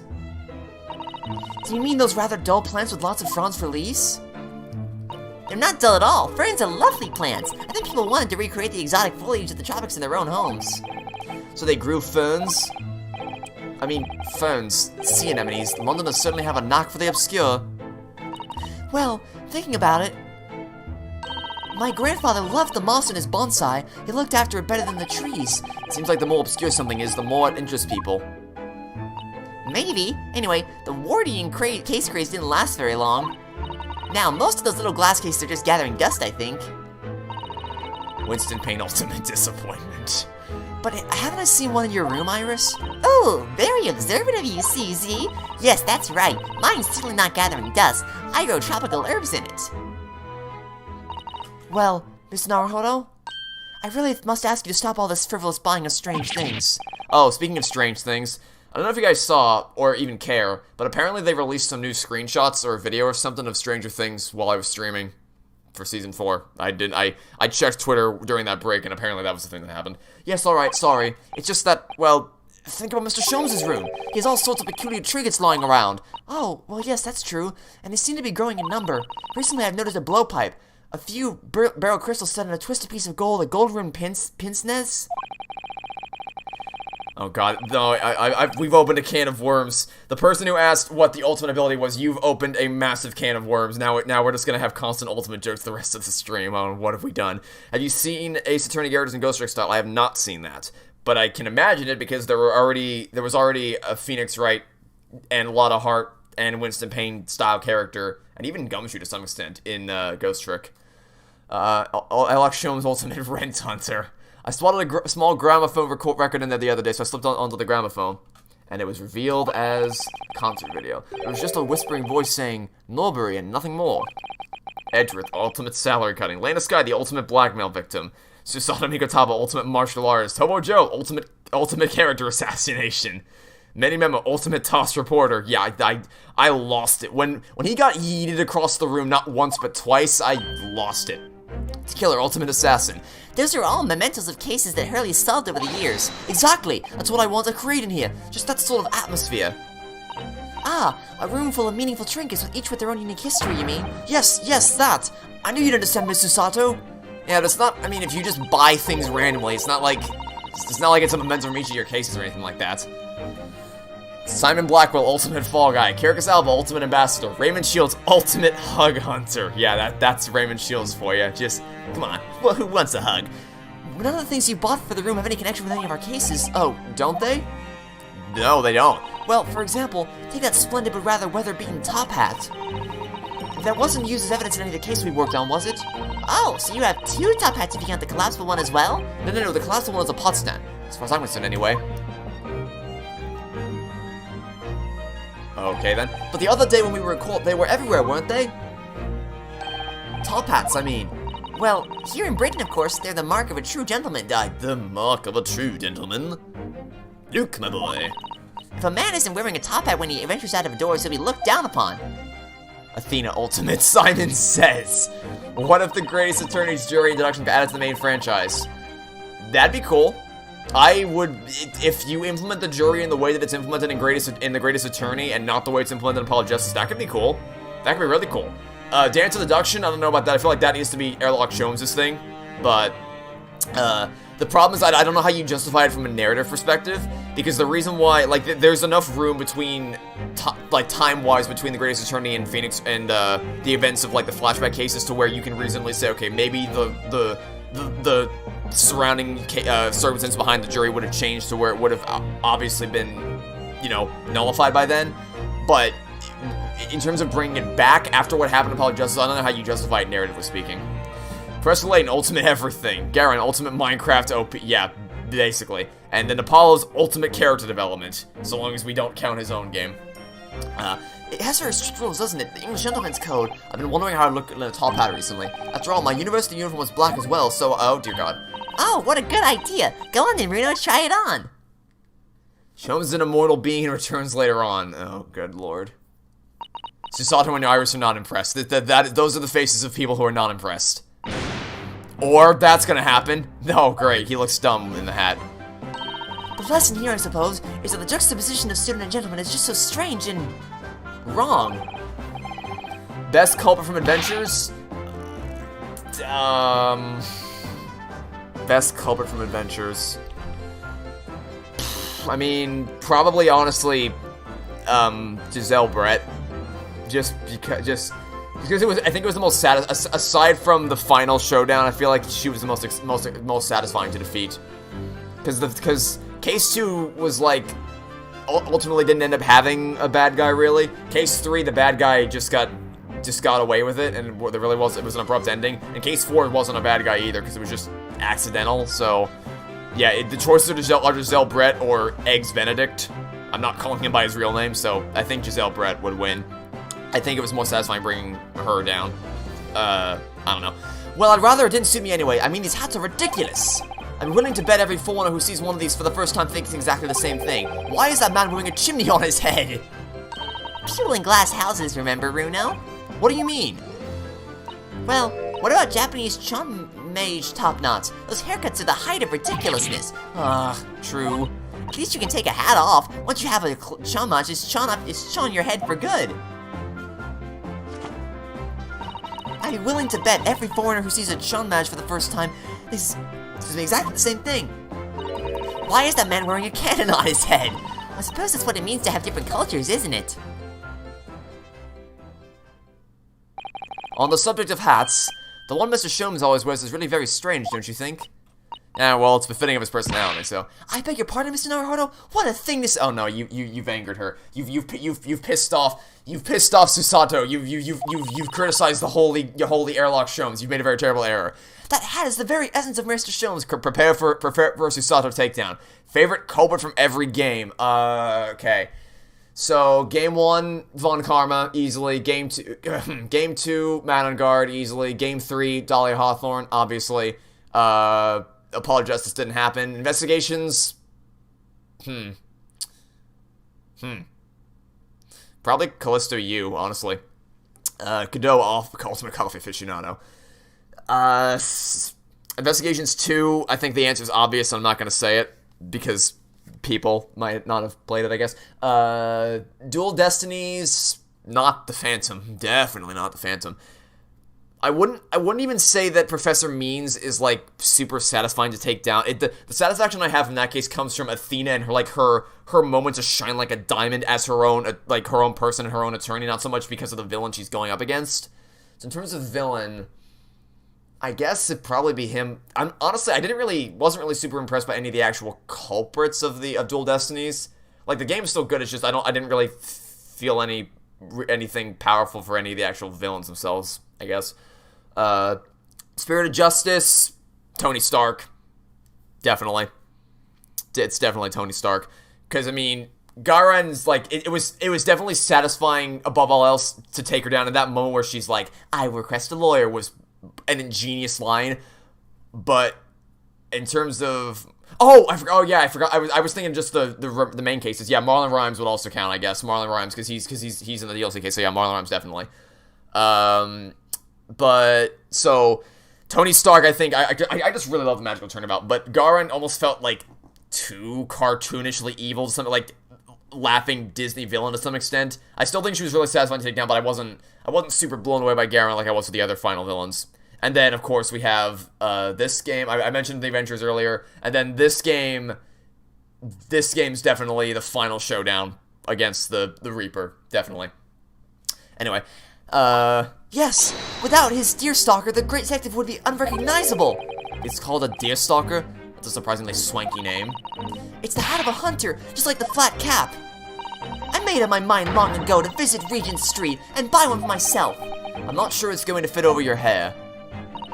Well, I think it's perfect for a great detective who stalks in his criminal quarry. Tony Stark had to be taken down by Apollo, or else he'd be melted by the space lizards! End me now! Why do I Loki such a terrible show? I hate it. Why did you do that to the MCU? Also, there's also going to be a scene in my Toy Story 4 series where I compare something from... On the subject of nostalgia pandering, I talk about how you can do fan service and stuff like that well. I'm going to compare it to the MCU in some instances, and I'm going to preface it by saying, oh, by the way, this reference to this reference to Marvel is under the assumption that Loki is a non-canon show, because if you assume it's canon, then it nukes the universe, so we're not going to be treating it as an actual show. That's a preface I'm gonna have to make, because if you treat Loki as canon, then nothing matters anymore. I hate that show so much. I hate it. I actually hate that show. Technically, Marlon didn't kill anyone. Yeah, he didn't actually kill anyone. He tried to accuse an orca from accident, and then he tried to save the victim. So I guess Marlon Rhymes definitely dethrones me. I honestly forgot about him. I wasn't even, because I was thinking of the main five case. I wasn't even considering Reclaimed in my head when I was thinking about that. I kind of feel bad for poor Trucy. You got completely sidelined the Leslie Spirit of Justice side case too. Yeah, I wish. That's my biggest problem with Spirit of Justice, like I said earlier, is the way it handles Maya, Athena, and Trucy. Because Trucy has her case with the magical turnabout, and Athena has her case in turnabout storyteller, and Maya exists in cases 3 and 5. But the way that they're all implemented, it's like they were all sidelined to give Apollo and Phoenix their time to shine. And, like, what they did with Apollo and Phoenix is great, but I wish they didn't have to sideline Athena, Trucy, and Maya to do it. At least Maya got her case in Turnabout Time Traveler, but she should have gotten it in the main game, too. Ugh. Anyway. Loki had so much potential. It did. It could have been awesome, but they butchered it because they made free will not exist, and I hate it. I'll hate it forever. Unless someone comes along in a future MCU project and says that show isn't canon anymore and it was all fake, then I just... Ugh. What do you think is strange about it anyway? Well, you've seen it. It has 2 brims, one at the front and one at the back. Why do you need 2 brims on a hat? Surely one at the front is enough, no? One moment, please. If you ask me, it's just Mr. Sholmes' madcap personality coming through. I bet it's so that he doesn't have to think about which way round to put it on or something like that. Mr. Sholmes does not have a madcap personality. He always has a clear head. Really? Sure about that one. Deerstalkers were made for hunters who had to hide in thickets when they were stalking their prey. The brim at the back was designed to stop the stalks of plants scratching the backs of their necks. Oh, so that's the reason. Thank you, Iris, for educating us. What's the favorite Marvel show so far? Well, it's obviously not Loki. Because Loki doesn't exist. We'll just leave it at that. So the choices are between WandaVision or the Falcon and the Winter Soldier. And it's Falcon and the Winter Soldier, easily, because WandaVision fell apart at the seams in the final episode, with just everything about the magic rules and the way it just drops plot lines and Hayward acting like an idiot for some stupid reason, and like he shoots. What do you think of? I haven't watched it. I don't care. Even if I was still actively following the MCU, which I'm not anymore because they've just declared that free will doesn't exist, so why do I care? Even if I was still following the MCU, why would I watch What If? It's just a collection of literally What If. It's a collection of, like, fanfiction stories. Like, hey, what if something that didn't actually happen happened instead? It's like, why do I care? I don't... So to answer, because two people asked what I think about What If, I don't care. I haven't seen it, and I don't plan to watch it, because it's just a bunch of, like, hey, what if this happened? I mean, it didn't happen, because it's not canon to the MCU, so it doesn't impact anything, so I don't care. What would I like to see in a hypothetical Ace Attorney 7? So, I think I've seen some people in comments and on Twitter make this sentiment before, so it's not gonna... It's not... I've seen. Don't think this is some original concept because I have seen this pop up elsewhere. So don't think this is me coming up with this by myself. But I would make Ace Attorney Ace Attorney 7 the end game for Ace Attorney. It would be ambitious. I would need a lot of time to write it, and I would need to, like, I need to have a lot of. I need to have. I don't even know. I'd probably need to be longer than 5 cases. I'd need a lot of time to develop it and write it. But what I would do is just make it like the ultimate Ace Attorney game with everything meshing together. I would have flashback sequences to the Greatest Attorney section, I'd have it be some way to have some overarching mystery that ties together literally everybody that has ever impacted this series. So the Greatest Attorney people, the investigations team do their stuff, you have Apollo in the Kingdom of Crime, you have Athena doing her thing, you have Phoenix doing his thing. So I would have some kind of ultimate overarching story to tie everybody's storyline together in what is essentially supposed to be the end game for the Ace Attorney series. That's one of your videos. That's why I prefaced this by saying I've seen this elsewhere, but I've also thought of this myself before I saw that. So I prefaced that specifically to avoid seeing someone say that I said that myself. So yes, I've seen that. I know you said that. I was prefacing that so that I would avoid this conversation. It'd be very hard. Yeah, it'd be very hard to do. It would be very, very hard to do. But wouldn't it be a bit crowded though? So Infinity War tackles a lot of hero storylines at the same time, but it does so masterfully. It can be done. You can juggle all these different, like, you have to make the game longer than the standard Ace Attorney game, but you could do it. It's possible to do it. You just need a lot of time to write it and spend a lot of time redrafting to make sure you nail it perfectly, and a lot of development time. I'd have something be like that, to just kind of give everyone their proper send-off. So don't think you include GGS sections for here is finished. So I wouldn't, if I were to include these people, I wouldn't deal anything with the Reaper of the Veil or anything. I would just have them, like, find something or do something minor that, like, set the stakes, set the stage. Like, maybe what I would do is that it would be like Phoenix's ancestor found this thing all those years ago and never knew what it was about, and then it comes up again later, and then the future characters flesh it out somehow, something along those lines. So that's what I would do in a general sense. More specifically, Apollo and Trucy need to find out those siblings. They should have done that in the first game that Apollo was in. They haven't done it, and the fact that they haven't done it until now is insane. I would do that first and foremost. I would have Phoenix maybe not retire, because I think he's still a bit young to properly retire.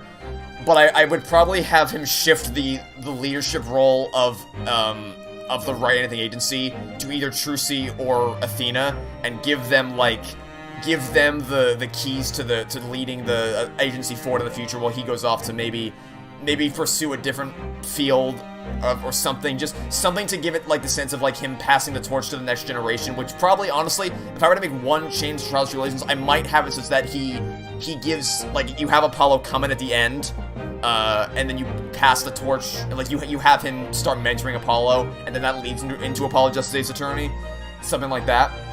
So that's what I would do in that regard, is have him pass the torch to Athena or something like that. How would I give Ace Attorney 7 a massive emotional finale? I wouldn't kill any characters. Like, I wouldn't do, I wouldn't do what some people would do, which is kill off important characters immediately, in the final thing. So I still don't get why he doesn't tell them. I don't know either. I don't know why he hasn't told them, because here's the thing, if you don't tell Apollo and Trucy their siblings, not only is that just, like, really cruel to them, it also could end really badly if you don't tell them their siblings. It could end really, really badly if they start spending more time together if you don't tell them the siblings. It could end really, really badly if you don't tell them sooner rather than later. So I don't know why the hell he hasn't told them yet. So there's that. I think I would just do what I said, is, like, have him pass the torch to someone else, probably Athena or Trucy. I would probably, if I were writing it, I would have the guts to actually, like, give Phoenix and Edgeworth their finale and have them go live off together somewhere. I might have Pearl assume the mantle of being in charge of Crane Village. I'll probably have Maya show her commanding, like, training people for the spirit of channeling in the future. Something like that. Something along those lines. I don't know. I'd have more time. I need to have more time to think about it. But just something that incorporates every character from every game, something that gives each character their own payoff in some way. I would, someone mentioned earlier making Gumshoe the Chief of Police. I might do that. I might have, if you wanted to go all the way, you might have Edgeworth lend Chief Prosecutor to Francisca, and then Phoenix can pass the torch to the Right-Thing Agency to someone else, and then have them go off, do their own thing together, while someone else leads the Right-Thing Agency and the Prosecutor's Office. Things like that. I need more time to think about it, but that's kind of like the general sense of what I would do. So yeah, to answer some questions, have I ever watched Ace Attorney anime? Yes. I've only watched 2 anime in my life. Ace Attorney and Danganronpa 3. Ace Attorney, I've said this for a long time and I'll stand by it to the end, is anytime that anime tries to replicate a scene from the games, it flounders about and fails miserably. But anytime it does something original, like the train case that you mentioned, it excelled. When it just gave the characters their own room to breathe. Because the problem, trying to convert the lengthy game stories into a short anime arc doesn't work, because you don't have enough time to flesh everything out. But if you actually craft a story specific for anime, and then you flesh that out in the time period given to the show, then you can actually make something incredible, which is what the train case was. I actually really, really liked the train case. That was awesome. Marry, Kiss, Kill, Phoenix, Edgeworth, Maya. Okay, why do I have to do this? I don't want to kill any of them. I don't want to kill any of these people. That's not fair. You can't. Okay. So, give me time to think about that. I'll answer that question later. I need more time to think. About that. Do I ship Francisca and Maya? No, I don't. I've never heard that before in my life. I don't know where you get that one from. Some people want to kill Larry, but yeah, I mean, if Larry was an option, then obviously he'd take the kill slot immediately. But I don't. I need more time to think about that one. Anyway, okay. Marry Edgeworth, kiss Maya, bye-bye Phoenix. So my mind was kind of thinking kill Phoenix because you can assume the mantle, like I would, you as the player can assume the mantle of Phoenix, but where I'm stuck is between Edgeworth and Maya. I don't know what I would do there. Mr. Sholmes, okay, anyway. I'll think about it some more and I'll probably have a more definitive answer by the end of this escapade, hopefully. Mr. Sholmes doesn't spend a little time in thickets though, does he? Well, no, that's true. I'm telling you, it's just his impetuous personality. That's my theory and I'm sticking to it, firmly. Ah, here you all are. Oh, good afternoon, Mr. Sholmes. I've not long since made some tea, Mr. Sholmes. Would you like a cup? I see I've come at a good time, Mrs. Otto. Thank you. Now, I have something I should like you all to see. I designed myself a brand new Great Detective's hat. What the? There's a brim... At the front and at the back and at both sides. 4 brims in total. Your observation is quite correct, my dear madam. I'm a busy man, you see, but with this hat, whichever way I put it on, I shall always have it pointing the correct way. Oh! With my previous hat I could, at an impetuous moment, wear it erroneously with the brims on either side. That's impressively clumsy, I would say. And I must regretfully say that I think your madcap theory was correct after all. But really, Mr. Sholmes, with brims on all 4 sides like that, wouldn't it just be better to wear a top hat instead? What if the final client of the series is the judge? That would be cool. That'd be a cool kind of payoff, sort of. That'd be pretty cool. Oh yes, then however you put it on, you have a brim all around. What? So true, so true. How could I have been so blinkered to this fact until now? What about the Apollo Clavier ship? I can't be bothered to care about anybody from Apollo Justice Ace Attorney. I just don't like Clavier at all. So, I don't care. Clavier means nothing to me at all. Unfortunately, I happen to have 2 top hats here. The Greatest Attorney is much better than Free Guy. That's not even kind of a fair comparison. That's like saying Raiders of the Lost Ark is better than Kingdom of the Crystal Skull. That's not even kind of a fair comparison at all. If you just lift the pot off of it, you're welcome to try that one there. Indeed I shall, my good fellow. Much obliged.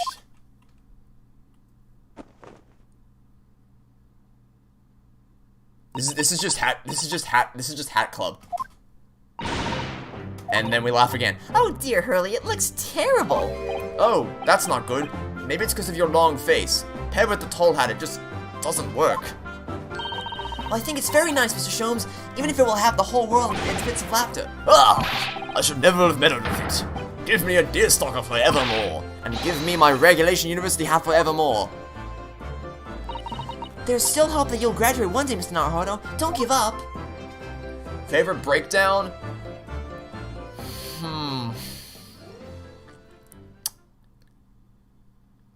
I think the Mastermind for Investigations 2. I think it's... I was just blown away by that one. Like, I mean, you heard my reaction. I was just gobsmacked by everything that happened in that. Had I watched the 2 stage plays of Ace Attorney, I think I would cringe out of existence if I watched those. I've seen them pop up on my recommended feed. I have not watched them, though. I have seen the Turnabout Encounter by Random Encounters, though. That I have seen. I think in Dual Destiny's Spirit of Justice, Apollo is an entirely different character because of how more likable he is. Yeah, he's not the... Apollo is nothing in his own game, but in Dual Destiny's Spirit of Justice, they actively tried to, to make him something important. Okay, so I said that I'd have some kind of an answer by the end of the escapade, and turns out I still don't. So... First of all, I'm assuming we're operating under a thoughts on Objection Funk. I think it's hilarious and awesome. I'm assuming, as for the Kiss, Marry, Kill question, I'm assuming we're operating under the assumption that Maya is, we're dealing with Spirit of Justice Maya, where she's, 20-something or other, and not in the original trilogy, so... With that assumption, because they're both so awesome, I don't know if I could pick.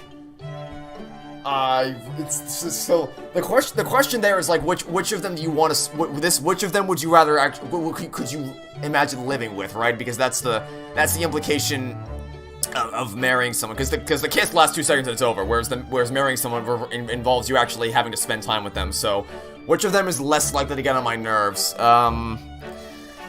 I don't know. I would live in Edgeworth's office. That would be a very luxurious life, I imagine. I don't know that I mean, because they're just... I didn't think this question would be so obviously Phoenix dies. That's a given, because Phoenix, you can assume yourself as Phoenix. What if Frank Sawwood is the final villain of the series? Oh, that's one last thing. I would call the final case the final turnabout, as a full circle thing.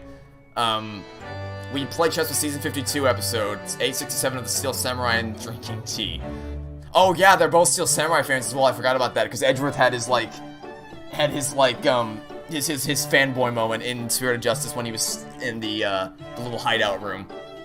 God, I don't... Why is this so... V7... that's not... I'm gonna have to erase that one from my memory. Ace Attorney V7. Oh god, just end me now.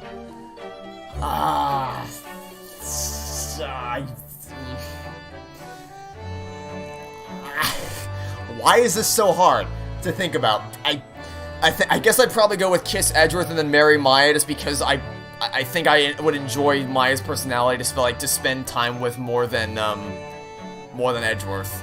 None of the cases are real. Oh no, I swear to God, because here's the thing, some people were like, oh, you just don't like it because you're biased with Ace Attorney. If Ace Attorney ever did something where they erase all the cases and say it never happened, I would hate that too. I would hate that. It's just that Ace Attorney doesn't do that because they're actually smart writers. So, I would never, that would never happen. Final case of Ace Attorney 7, Edgeworth, welcome to the League of Lawyers Right. This is all a TV show. Oh no, God no, I swear. I mean, I know they wouldn't, because they're not stupid, they're not Spike Chunsoft, but if they ever did, oh boy. So yeah, there's my definitive answer. Kill Phoenix, kiss Edgeworth, and then marry Maya. There's my answer, definitively. And that's operating under the assumption that Maya is, we're dealing with Spirit of Justice Maya, in which she's actually 20 years old, or however old she is there. Not him, all the cases are a video game played by the judge. Oh no. No. Oh no. Okay.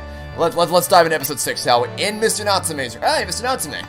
I didn't know that we'd see you again. Again, spoilers about the first game for anyone joining recently. You have been warned. Have I ever played AI the Somnium Files? No, but it is in my Steam library. I have purchased it, and I do plan to play it in the future. So, Yeah. So, Mr. Natsume, are you really returning home to Japan? If you were him, would you want to stay here after everything he's been through? Yes, indeed I am. Everything is arranged already. Well, it'll be sad to see you go, and after Runo worked so hard to prove your innocence as well. What a shame. It feels like it was all a wasted effort. Don't say that. I know what you're suggesting. Now calm down, Mr. Natsume. It's all fine, really. Oh, great. Here's Sholmes chilling about in the corner. You're in good company here, sir. If you fear the Reaper, you needn't hide the fact. I am a proud citizen of the Empire of Japan. I am not a scaredy cat. Talking of cats, Mr. Sholmes just casually threw one among the pigeons there. A man like me belongs to Japan, not here. That's what I've come to realize. I wonder. A mustache such as yours is eminently suited to London, I would say. There goes Mr. Sholmes throwing another cat in. The moment I arrived in the city, I noticed. Everyone in London laughs at me behind my back, like hyenas. Hysterical. Hyenas. Lying. Horribly. I'm sure that's not true, Mr. Natsume. Have you met the people here? Oh, but it is. Whenever I turn around and peer down the fog-filled streets, all I see is foreigners everywhere. You could say that Natsume's about to book it to Japan. Ha ha ha! Shoot me. Is an Ace Attorney Danganronpa crossover Shamspear would be the master? Sham Spear Enoshima. No. Nope. Well, there's you, Runo and Susie in here. So that's 3 foreigners out of 5 people. I take your point. Only the other day I was taking a stroll through the fog as usual when a young man approached me from ahead. What's the last case in the series we defend someone who's accused of stealing lunch money, so we go full circle? That'd be a cool idea. It was a story written by Shamspeare the whole time. Oh. Just imagining what a Danganronpa writer would do to Ace Attorney. Just imagining it just pisses me off. I can't even. No, I don't want to think about that. He was pale and gaunt and his back arched like a cat. Observing his wretchedness moved me so deeply. I thought to myself, I'm not the only one suffering in this hell. But do you know what? Can you imagine? He would just accidentally kill all participants and fake every trial. It was just my own reflection in the shop window. A stunning, stinging, stupefying surprise! Don't forget to slap in the face. What if Wellington goes back in time to team up with Shamspear? I mean, that's the thing. Like, it would not surprise me at this point if Danganronpa actually tried to implement time travel at some point. It wouldn't surprise me at all. Everyone started laughing at me. Gentlemen thereabouts, ladies passing by, even the man in the shop window. Ah, yes, and a certain great detective would like to be included among the mirthful. Oh no, so the courtroom is taken over by evil bears made by the Pain Corporation. Mia would be the mastermind. The thing is, like these are all obviously insane suggestions, right? Like, obviously these would tank the game immediately. But I can totally believe that a Danganronpa writer would actually do one or all of these things in a potential Danganronpa Ace Attorney crossover. The Pain Corporation. Jesus Christ. Someone's really going for Soseki-san today. Well, I for one think you're a very handsome man, Mr. Natsume. There, did you hear that? This 10-year-old girl thinks you're handsome. Isn't that wonderful? Phoenix is the first blackened, probably. Von Karma will come back to life, probably. It makes me feel suspiciously warm inside. He looks genuinely delighted. The point is, we Japanese are humble and modest, studying on foreign soil, surrounded by foreign people. How can anyone possibly enjoy that? No one could. It's impossible. If you're a genuine Japanese... If you say so. Actually, it would appear that there is someone. A Japanese man who studied in a foreign country and seems to have thrived on the experience. There is?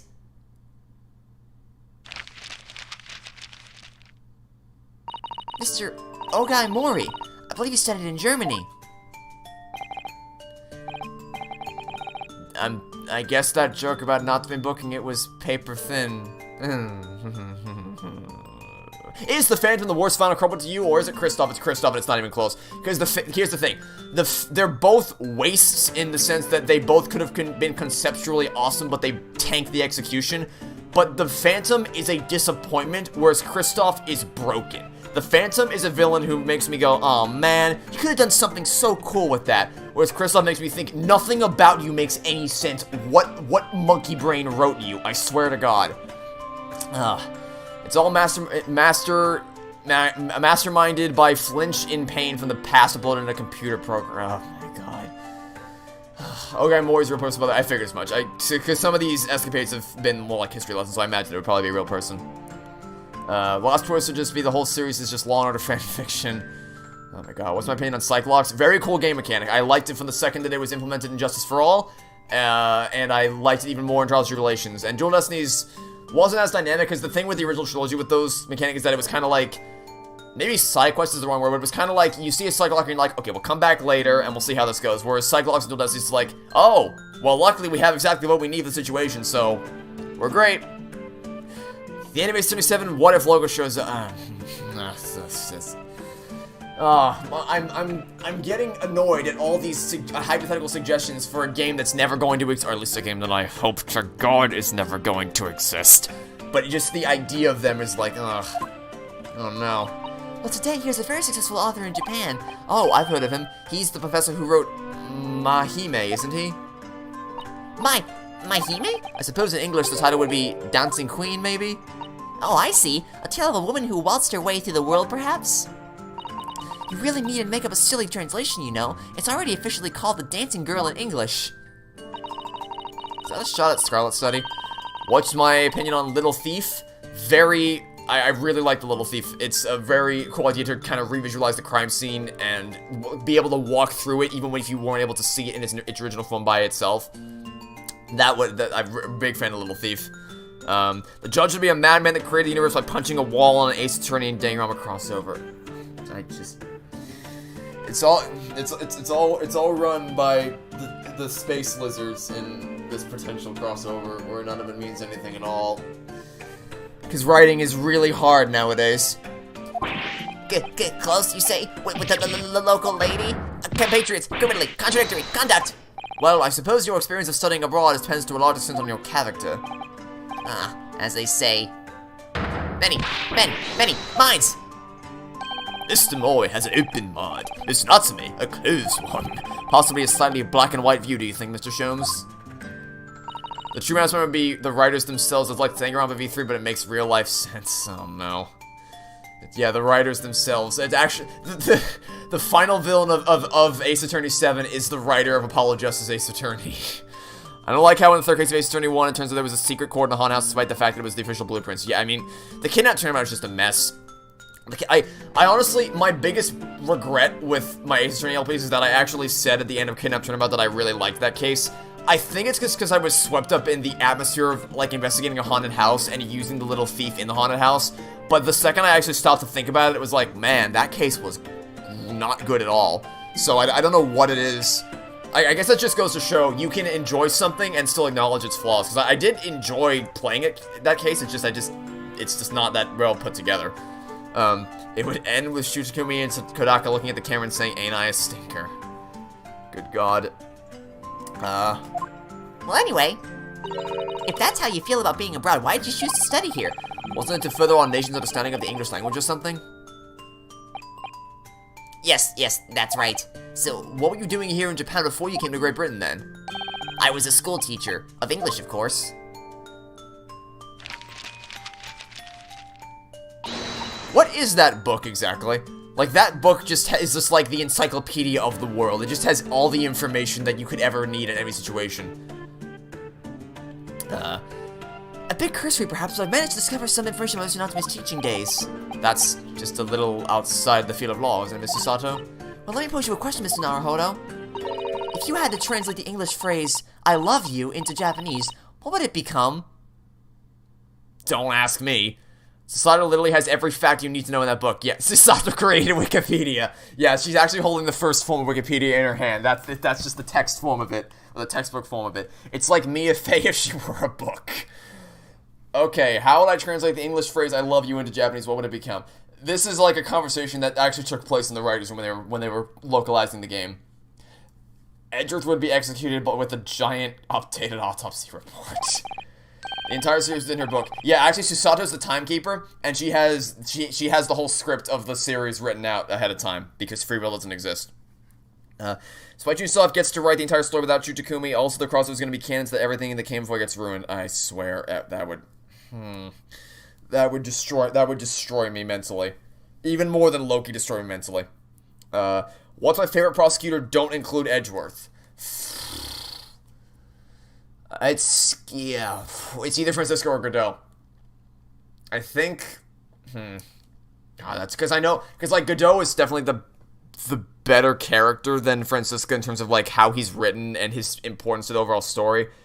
But, man, I really like Francisca. Like, I wish I'm really glad she came back for Trials and Tribulations, but I wish they did more with her outside of just the Investigations games, because I really think she was underused in Justice for All, because she got stuck in the worst game of the original trilogy with Turnabout she only had 2 cases. She had Reunion and Turnabout, which was great, but her main role in the case boiled down to, like, that was the case where during the trial you had to press a lot of hard to get the same information you already had, and then even worse was when she took the photo that she couldn't have taken, and then Turnabout Big Top was just terrible. So I wish they gave her cases that were actually good.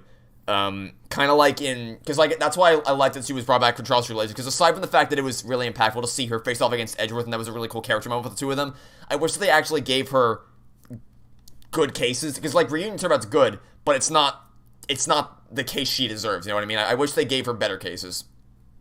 Anyway, let's figure out how to how to translate the term "I love you." That's easy. Aishiteru or Suki desu. Wrong! According to... Oh, I'm not gonna comment on that one. According to Mr. Natsume's teachings, at least. What? Would you like to explain, Mr. Natsume? Yes, of course. Your research was very thorough. I always used to tell my students that we Japanese don't express ourselves that way. Rather, we might say... Suki Kire Desune. Yeah, so I'm going to apologize in advance for any butchering of pronunciations that I am inevitably going to make. My dear Mr. Natsume, I must interject.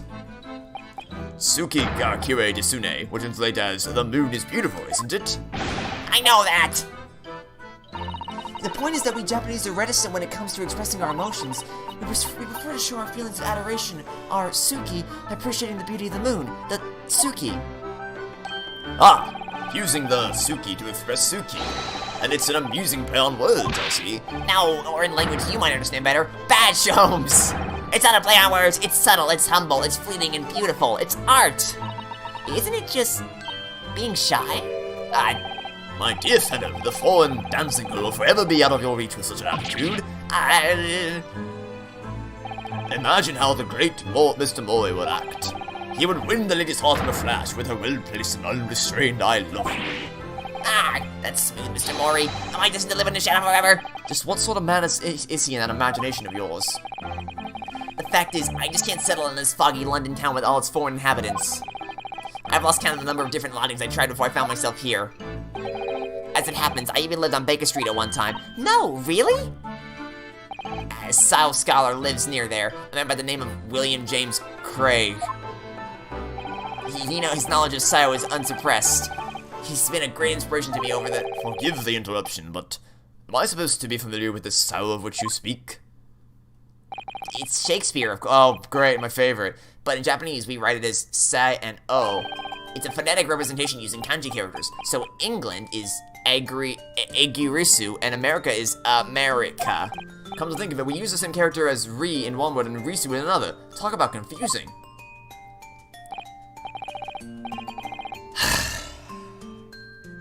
You wish the writer spent more time whipping Francisca into shape.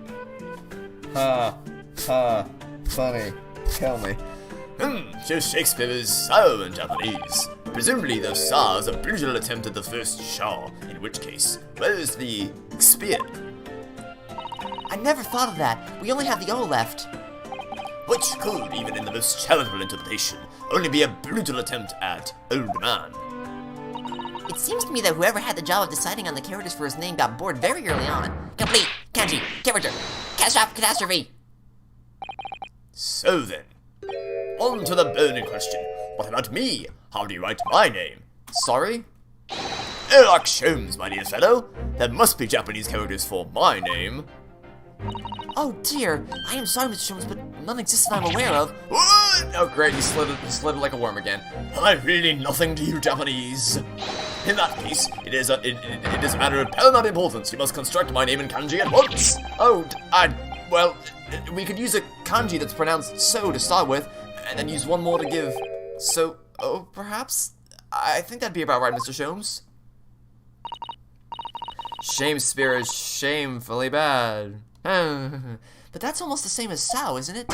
Yes, you employed the dreaded O. I don't want people to confuse me with an old man who died centuries ago. I'm sure the world's greatest literary figure would rather not be confused with you either. Well, the world's greatest detective is still youthful and full of vigor. So how about so handsome? Oh, yes! That sounds wonderful! I'm sure everyone will be calling you that 100 years from now. Nope. How can she say that with a straight face? The name is so bad. Chat, y'all have killed me like a million times over with these puns today, I gotta say. What about me, then? Iris. Perhaps Ahime, since the second character doesn't seem to matter? Ahime? Oh, yes. Princess of Love. That's an adorable name for you, Iris. Stop, please, with a name like that. Mr. Mori is likely to turn up at any moment to declare I love you. This Mori-san has become quite a character in Suki-san's mind. And you, Miss Naruhodo, might I venture Kuwabozo as a fitting name for you, as in the Dark Monk? Oh, that's very good. It describes you perfectly, Bruno. So you think I'll be wearing this black varsity uniform for the rest of my days? Well, I mean, that is kind of how visual novels work. You wear the same thing forever. But Mr. Naruhodo already has a Japanese name. I don't believe he needs another. Well, anyway, we were talking about your life here in London, weren't we, Mr. Natsume? You should just get out and have fun. Mrs. Garadeb? But it wasn't fun at all. It was frightful. Whatever do you mean? A cycle incident. An incident on a bicycle? Oh yes, come to think of it.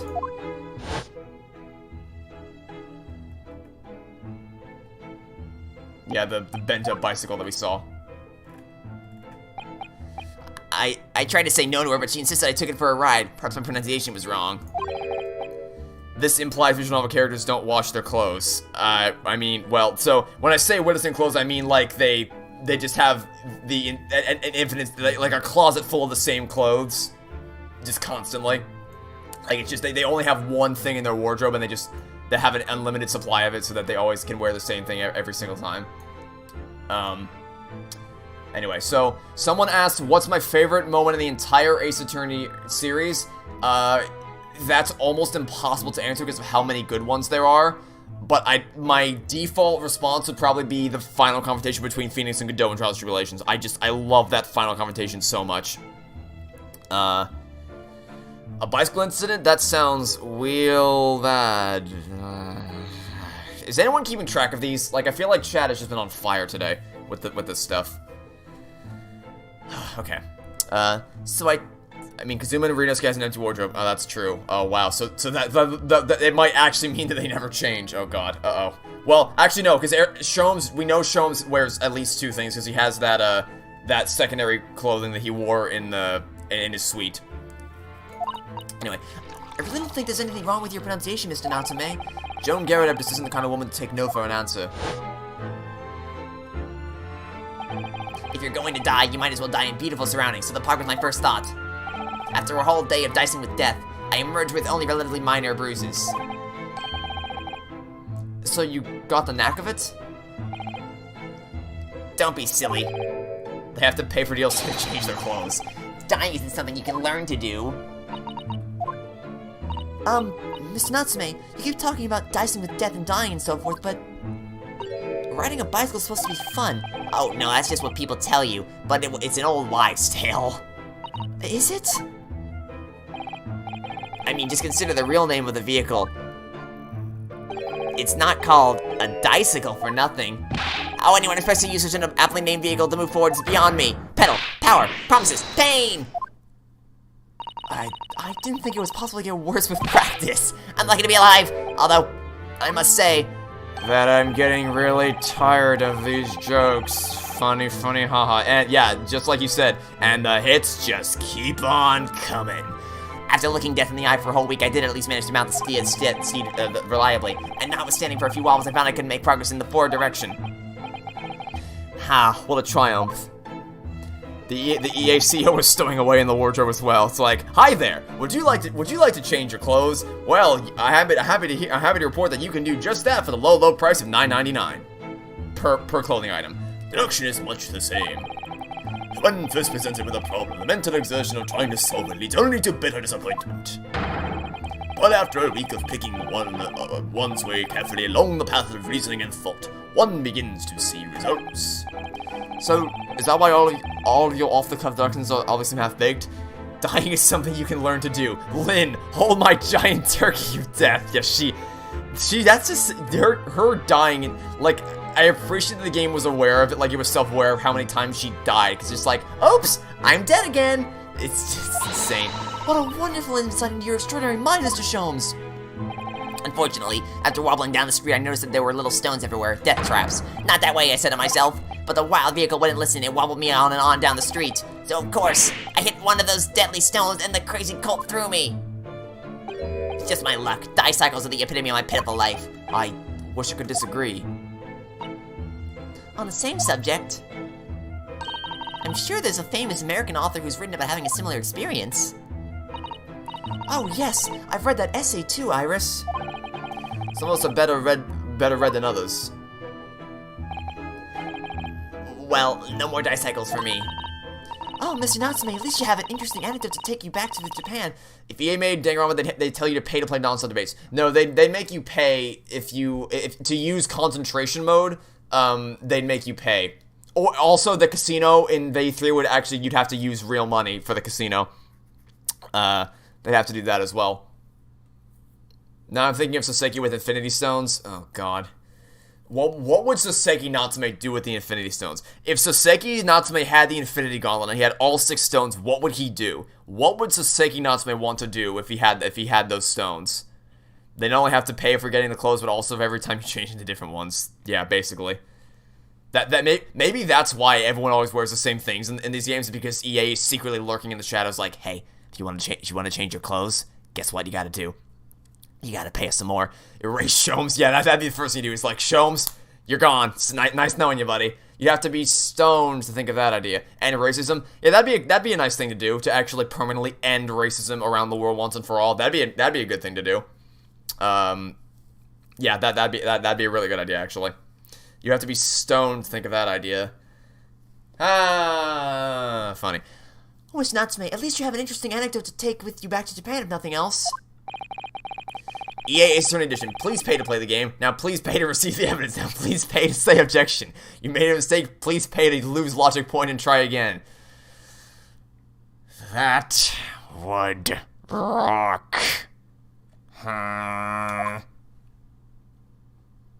Sholmes is invincible, or is it his stupidity? Personally, I haven't mounted a bicycle for some time. No, me neither. That's good. So how about a jaunt? We shall all ride up together. Ha! That sounds great. I'll push behind Mr. Sato. But, the sun is going down. It'll be pitch black before long. London street lamps are very bright, you know, and the fog isn't too thick today, and my beloved ride is all bent out of shape. My dear fellow, if you are bound to topple the vehicle away, it's fitting that it's already bent out of shape.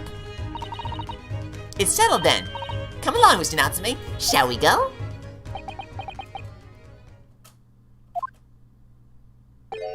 Tsuki Gai Kirei Desune. Don't tell me that's a transition of no thank you as well. Indeed, Mr. Natsume, the moon is at its most beautiful at precisely this time of the evening.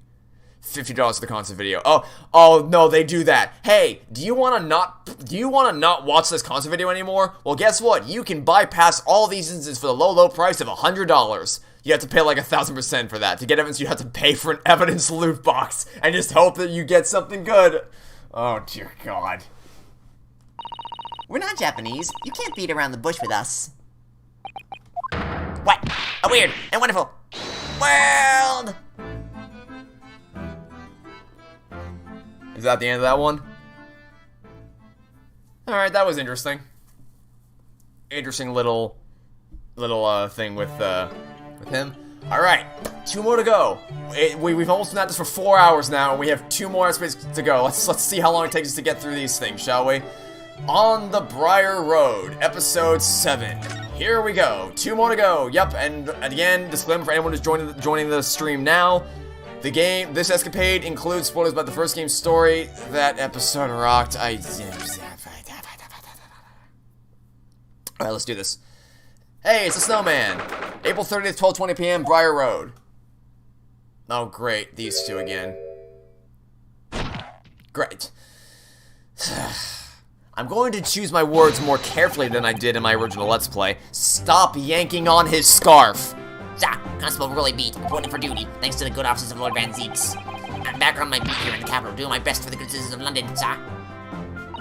Ah, my Rolly, back in his Bobby's uniform. You couldn't look any more handsome if you tried. Aye, my love, you say the sweetest things. Oh, Pat. Oh, Rolly. Oh, kill me now. To us, Lord Van Zeeks isn't the Reaper of the Bailey at all. Oh no, of course not. He's the patron saint of Bobby's. The patron saint? Oh, yes, Pat, you're so right, my darling. Keeping us in pocket he is. Also, the game has a game-breaking bug that prevents you from completing it. If there's a fix, though, the paid complete the DLC price at $60. Yep, basically. Danganronpa with real-life problems sprinkled onto it. Yeah, joy. Because that's what it needs, to be made even worse. On my first day back at the job, what did I find in the gutter? A shilling, my love. A whole shilling. Oh, Rolly, I always believed in you. I always knew one day you'd find some big, small change. Is this whole case just... Is this whole episode just gonna be these two ogling over each other? Like, drooling all over each other? Seriously? Hey, you know the free will doesn't exist? Oh, I've heard so. I've tried to watch Loki. Bet you this can beat the last one. Shoot me now. You probably can't, because so far it's just these two drooling over each other. Pay to make Chiaki's death less intense, $1,000, fork it over. Oh, dear God. Is that literally all this is? A single flower. Oh, how romantic. But I'm so sorry, Pat. Only moments ago that shilling disappeared. Disappeared? But how, my love? How? I think maybe, no, I'm sure. Gina! Hey! Okay. I accept this. Alright, you know what? I approve of this. I did not think that... Alright, you know what? No complaints here. I did not expect that we would be seeing Gina here today, but you know what? No complaints from me. Except for the part that I have to do her voice again. That's less awesome, but... You know... Okay, that kind of ruined Toy's... Oh, it ruined more than that, dude. It ruined the whole series. Every meaningful choice any character ever made was destroyed by Loki. Literally everything that ever happened in the MCU doesn't mean anything anymore because free will doesn't exist. Because Loki's a terrible show, and I hate it. Anyway, yeah, it's Gina! It was this girl here, sir. You swiped my precious shilling, didn't you, you cheeky little diver? Blimey! You took your time to get round to me, didn't you? I thought that lovey-dovey stuff was ever gonna end. Yeah, me either. Gina is all of us. Like, literally, it's like, oh my god, finally it's over. I thought it was never gonna end. Can we just pretend the MCU ended after Endgame? That's what I do. Is I pretend that Far From Home is like the epilogue to Endgame, and then it stops there. Cause I can't. I hate Loki. I hate it. It destroyed everything. It destroyed everything. That's why I've stopped following the MCU after that because nothing matters anymore. Nothing matters so long as free will doesn't exist. So a shilling, you say? Get it from your word? Nothing more about it. What's the evidence, eh? Right there. The evidence is dancing around the back of your hand, young lady. You stole it from me. You left it from my pocket just now. You got that nerve stealing from a Bobby. Goodness, this coin's mine. How could you know anyway? Yeah, Loki is a low-key kind of bad show. Da da da da da da da. Shoot me. How can you know if it was taken just now or not? Dear me, you don't get it, do you? We've hardly got a penny to our name, so that coin felt as heavy to me as a bar of gold. Eh? I'm telling you, the moment it left my pocket, I knew. I found myself get a good few pounds lighter. Ah! Yep, that coin has got me blood, sweat and tears all over it. What if Edge was in Danganronpa? He'd kill himself by the end of the first chapter because he wouldn't be able to take how stupid everyone is. What's the matter with you, eh? Mr. Naruhodo? Oh, he's here too? Really? Me? Sorry. When a lady's in trouble, a tutor's supposed to be there to help. Straight away, not an hour later. This isn't my fault. I haven't stolen anything. And what about you, eh, Sholmes? Sholmes is here too? Dear me, Miss Lestrade. Everyone's here! He would choose death. Just low-key, I was calling out the pun. I think it's like blatantly obvious, but the pun being it's low-key bad. It's fun, it's a funny joke. Gina vs. Rolly is a more interesting fight than Hope vs. Sparrow. That's not exactly a high bar, but, I mean, yeah. Edgeworth would, in fact, choose death. Absolutely. The game ends with everyone dying. Special second ending where everyone gets a good closure to the story, which is the microtransaction price you have to buy. Oh my god, yep, basically. Edgeworth would solve the true identity mastermind. Yeah, if Edgeworth were in V3, they never would have made it past the first trial, because he would have been like, you're all so stupid. It's obviously Sumigi who's the mastermind here. What are you, or maybe not the mastermind. Yeah, actually, no, yeah, she is the mastermind. What are you doing? What are you idiots doing? So Edgeworth wouldn't be allowed. Monaco would never allow him in the game because he'd be like, No, you're gonna solve everything immediately, so we can't have you messing up my fun. You only said give us a minute when we spotted you. everyone's here. Where did everyone come from? And that was 10 minutes ago, Jimmy. We've just been standing here listening to your quarrel with this Bobby. You beg your pardon, man, and we shouldn't be troubling the public police business. He would definitely have the edge as a protagonist. Kill me. Of course it does, my love. It's just for you and me, my darling. This was just supposed to be a nice stroll with Iris and Mr. Sholmes for afternoon tea. Why do we have to run into another fiasco on Briar Road? I don't really see how we could be of any help, Gina. There's no way of knowing who the coin really belongs to if it was just dropped in the gutter.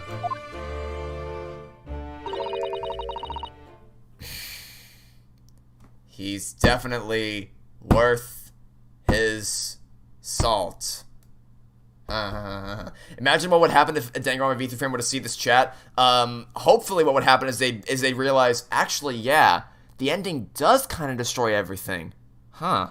I've been wrong all along. But you know that wouldn't happen, so whatever. I've people know me as the person who hates Danganronpa. I don't think anyone who likes Danganronpa actually likes me, and that's fine. I've accepted that. So I don't think I have to worry about that for the foreseeable future. Thought this couple would have only had a couple jokes. If he was in Danganronpa 3, he would last 2 hours and the suicide reveal would be solved immediately. Yeah, basically. Absolutely. Azure would be killed because... Yeah, Azure would be killed because logic makes too much sense. Anyone in Ace Attorney would be killed immediately because they would make too much sense for the game. I don't think anyone who likes Danganronpa even likes Danganronpa. What, you think it's like Stockholm Syndrome? Because I wouldn't...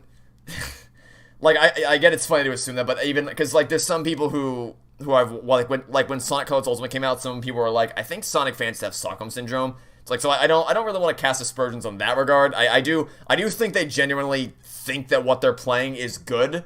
I just don't know how. Like, I don't know how it's possible to play that and be... Especially Ultra Despair Girls and be like, yeah, this is good. And then you get to V3 and it's like, yep, that didn't invalidate everything that ever happened. I liked Danganronpa and hated it at the same time. Yeah, I think it's... I mean, well, there's some things in Danganronpa that I actually don't hate. Like, I always say that the characters themselves have always been their strongest part. Some of the gameplay sequences, like the minigames, some of them weren't awful. It's just that the story, none of it makes any sense, and it nukes itself by the end of it all. As for everything, what do I think of Danganronpa's art style? I mean, I think it's fine. I think the character designs are all pretty good for the most part. It's just that, like, I'm also gonna talk about this in my Toy Story 4 video. I'm a little sick and tired of everyone saying, but look at how pretty it is. Look at how pretty the art is. It's like, yeah, I get that it's pretty, but I don't care if the story doesn't make any sense. Because people said that the first Toy Story was revolutionary when it came out, and it was. No one had ever seen anything like that in terms of computer animation before. But it does, so, like, the point being, it's all going to age. The fidelity of the graphics not only is determined by the limits of the current technology, but it's determinant of the age of which it's born out of, and it's all going to, it can be bought with money, and it's all going to age in time. So I just don't really hold visuals in any meaningful, like, quality at all. Donkey Kong Country graphics age well. Well, that's the thing. Some, like, for instance, a game like Cuphead will never age because it's going for a specific art style, and it's never going to age, right? Like, because it's going to have distinct art style, so when you play it 20 years from now, it's still going to look beautiful. But something that, something that is going for more realistic, or maybe not realistic style, but something that's, like, trying to show off graphical fidelity is going to age, because you can always make something look prettier and look more realistic the further on throughout time you go. So that's why I don't really hold it as anything meaningful. After reading upon kill me, to killer standing stealthily behind. Well, if you insist. If you played Ace Attorney Zero Escape and Neo Persona games, you just play Danganronpa better. Yeah, basically. It's just not. There's nothing I can get out of Danganronpa that I can't get elsewhere and better. So, I don't know. At least the story, Toy Story, is good. Toy Story holds up not because of visual. Yeah, that's the thing. Like, if you actually think about the writing, and like how it all, like the story, the plot and the characters all hold up remarkably well for the first 3 movies. So that's why it doesn't matter that the visuals, like, obviously no one is going to watch the first movie and think to yourself, man, this is some pretty visuals. Those humans look really, really good. It's like, no one's going to say that. But it doesn't matter, because you shouldn't judge the quality of something based on how pretty it looks, because it can always look better in time. Like, Toy Story doesn't look as good as Toy Story 4 because the technology has advanced and we've gotten better at, like, Pixar's gotten better at animating, and they've gotten, technology has improved so that you can do more, you can have more realistic visuals. And because it always ages, it's not a good thing to actually, like, judge the quality of anything by. So that's why you always go for the things that are timeless, like the story. So Toy Story's writing, and it always ages immaculately, but the graphics never will, unless you're going for a distinct art style like something like Cuphead. So that's what I would always say. The thing about Ace Attorney is that they had an ace up their sleeve. Seriously, I feel like we need to be keeping count of this stuff. Like, how many puns have we seen today so far? Oh, they really aced the writing, did they? Oh boy. It still looks better than many of the recent 3D animated movies. Oh, that's the thing. Like, I don't want to diss Toy Story. Everything that's not the human models still looks pretty good. I mean, like, not great by any means, but it still looks decent. It's just the human models that look really, really, really funky. What's my favorite Toy Story movie? It's a tie between 2 and 3. I feel like depending on the day, I feel like 2 and 3 can trade punches with each other. Because I think that they each do individual things really well. Like, there's certain things that one movie does better than the other, but I think that Toy Story 3 would probably ultimately win just because of that the climax, and how, like, fast-paced it is, and how action-oriented, and how it all, even when they're showing the action scenes of that final scene at the landfill, it still has so much character. Like, when Woody jumps down to help save Lotso, and Buzz jumps down without even thinking about it, and that final scene in Cinderella, no one says a word to each other, but you can still understand exactly what is being passed between all of them. Like, they can say a million words without ever opening their mouths in that final scene. And the ending, where Andy gives the toys away to Bonnie, and there's that moment where oh my god, I can't.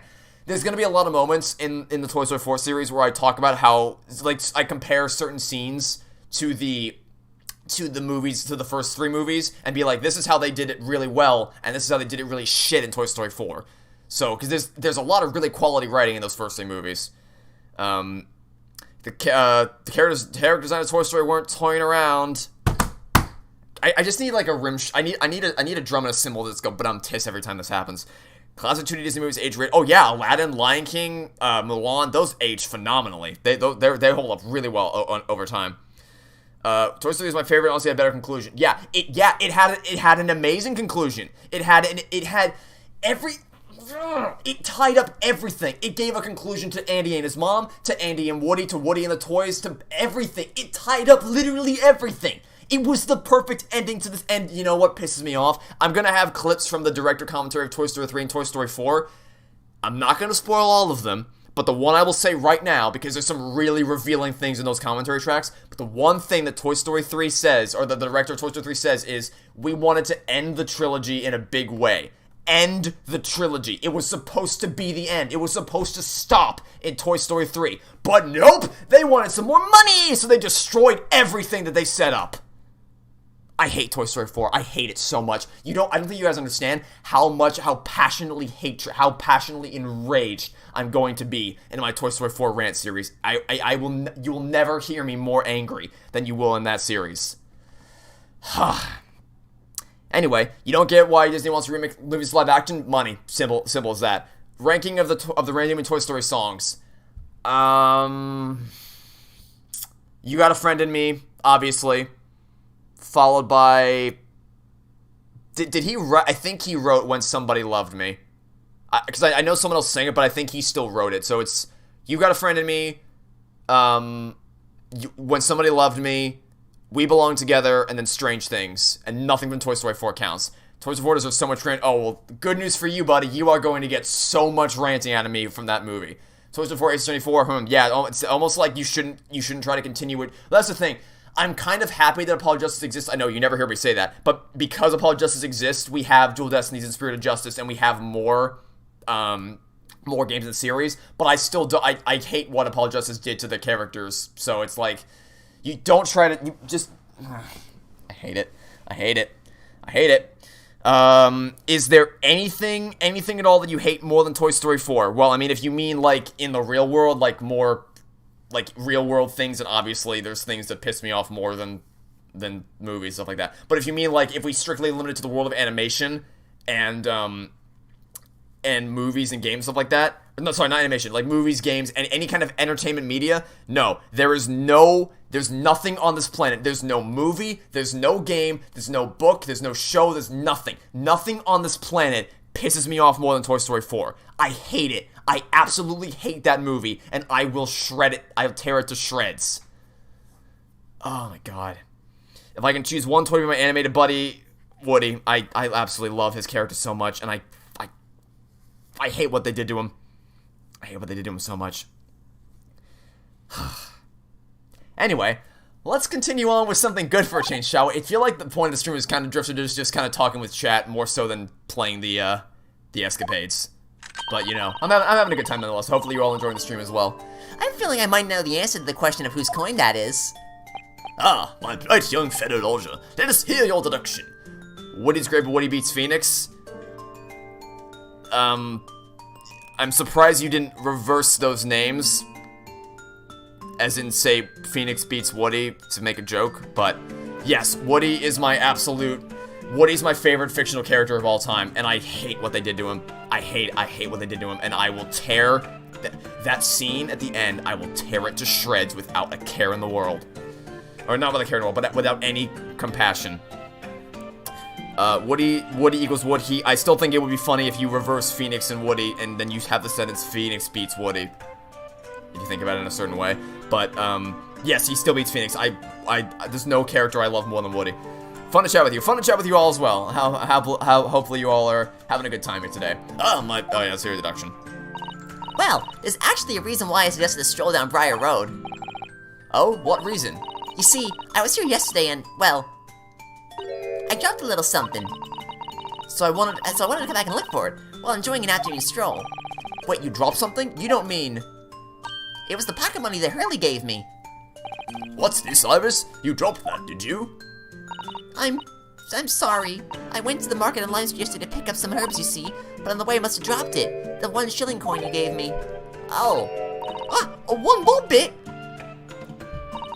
Remember when they originally wanted to have Woody be the villain in the first movie? Yes, I do. And I gotta be honest, if they actually went through with that, I would've hated it. But they thankfully came to the senses and realized, yeah, this is not a good idea. And so they in turn made Woody, they actually gave him a good character arc, and then they've continued to develop him throughout the movies, and they destroyed him in Toy Story 4. I hate... One of my favorite insert ships besides Rightworth? Don't really... I guess I don't really have one, Annie. I haven't really put much thought into it outside of that. Oh, actually, there's one more thing that I wanted to say earlier about a hypothetical Ace-37. You know how sometimes after cases you can present something to someone? I would have it, like, you know, be just like you have a final item or piece in the court record that's like, if only I had something to show this person to cheer them up. I would have the final piece of evidence that you present be a ring, and you present it to either Edgeworth or Maya, depending on what you choose. You might think that's cringe, but I think that'd be a pretty cool little payoff, because it's you presenting something to someone. I don't know, I think that'd be cool, but, I don't know, that's just me, I guess. Yes, and when I thought back over the route I took, I realized I must have dropped it here. Constable, you haven't seen it, have you? They saw my pocket money, and now it's gone. Yeah, and you and you present your badge instead, and you just mess it all up. Well, I'm afraid I don't know anything about that, young lady. That's a neat idea I threw in the ring. Funny, haha. What rotten luck dropping your money like that? I dare say the constable and his companion could give you a run for your money with their wide eyes. If those same to you, Mr. Sholmes, I think I'd prefer not to be used as the yardstick for looking guilty. Well, it's tough really, isn't it, Iris? You dropped it, so it ain't yours no more. Anyway, you know what they say, what goes around comes around, so don't feel bad. I thought you were going to say the badge. Oh no, I was not going to. I know, that'd be funny, but I think it would be a little more heartwarming and sweet if it was the ring thing. Bad luck, Iris. It doesn't look like you're going to get your coin back. Oh, I can't believe I've lost it, and straight after Hurley gave it to me as well. Yes, regrettable indeed. I seem to recall that particular coin was rather significant. What do you mean significant? To be specific, it was especially significant to you, Runo. What if the last piece of evidence you've taken the villains is the badge? That would be awesome. That would be awesome. That would be a really cool little payoff. You don't mean it was the coin from last night's wager? The very same, my dear fellow. What's this then? What wager? It was a game of poker. A duel between Hurley and Runo. Poker? What, that tricky card game, you mean? As a lawyer, I have the perfect poker face. You'll never be able to tell what I'm thinking, he said. Yes, because after Ryunosuke's performance in the first trial of the first game, his poker face is just immaculate. If I only had somebody to cheer him up, takes the Sonic badge. I'm a lawyer. I do appreciate that Acer doesn't shove romance down your face. Well, I mean, in this case, in this escapade, it's certainly doing that. Relationships are pretty much platonic, and you as the player free to interpret it as you like. So, to some extent, yeah. However, I do think there is a sizable portion of people that are invested in seeing something like right worth happening. So I think that if they ended off in that way, or at the very least giving the player the option to choose between Edgeworth and Maya or something like that, I think that would be a cool way to kind of cap off their stories. Their chemistry can't be beat. As a lawyer, I have the perfect poker face. But depriving Mr. Naruhodo of his entire fortune was even easier than finding that missing thoroughbred. It was so infuriating reliving it now, so it makes me grit to my teeth. Sorry, Iris, I had every intention of paying you back the money I owe you, but you'll have to wait, I'm afraid. Yes, I know. Don't worry. Next month is fine. Let me guess, Otto. Your whole fortune. It was one whole shilling, my entire monthly stipend, and I lost all of it.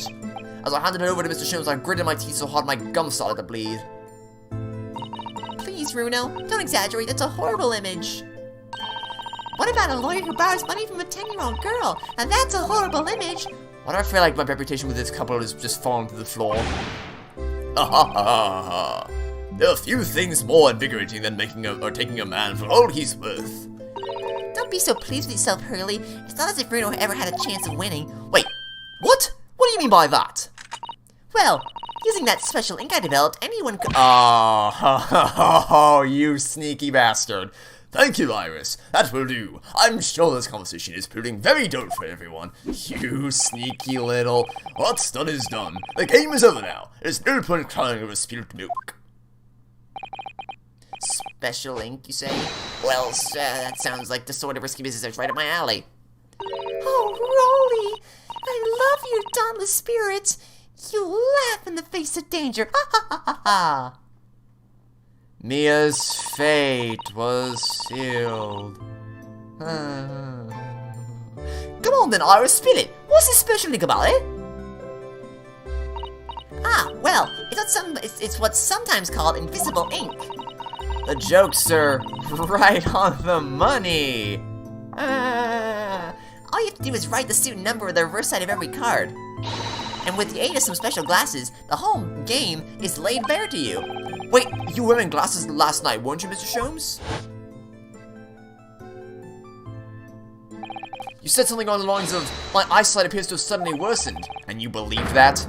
And the moment you failed to question that is all was the moment I knew I had won the game. Mind games, was it? Trying to throw me off with your eccentric ways? Best name pun in Ace Attorney? think I probably laughed the hard, because Spirit of Justice's name puns are a little too on the nose for me. Like, I'll be your guide, or peace, love, and understanding. I feel like I laughed the hardest at either beef or chicken stroganoff.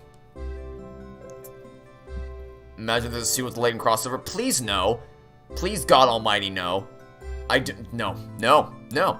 I also I don't even think that's gonna happen anyway, because like I don't even think it could happen, because didn't level 5 shut down, so I don't think we're ever gonna get another Professor Layton game.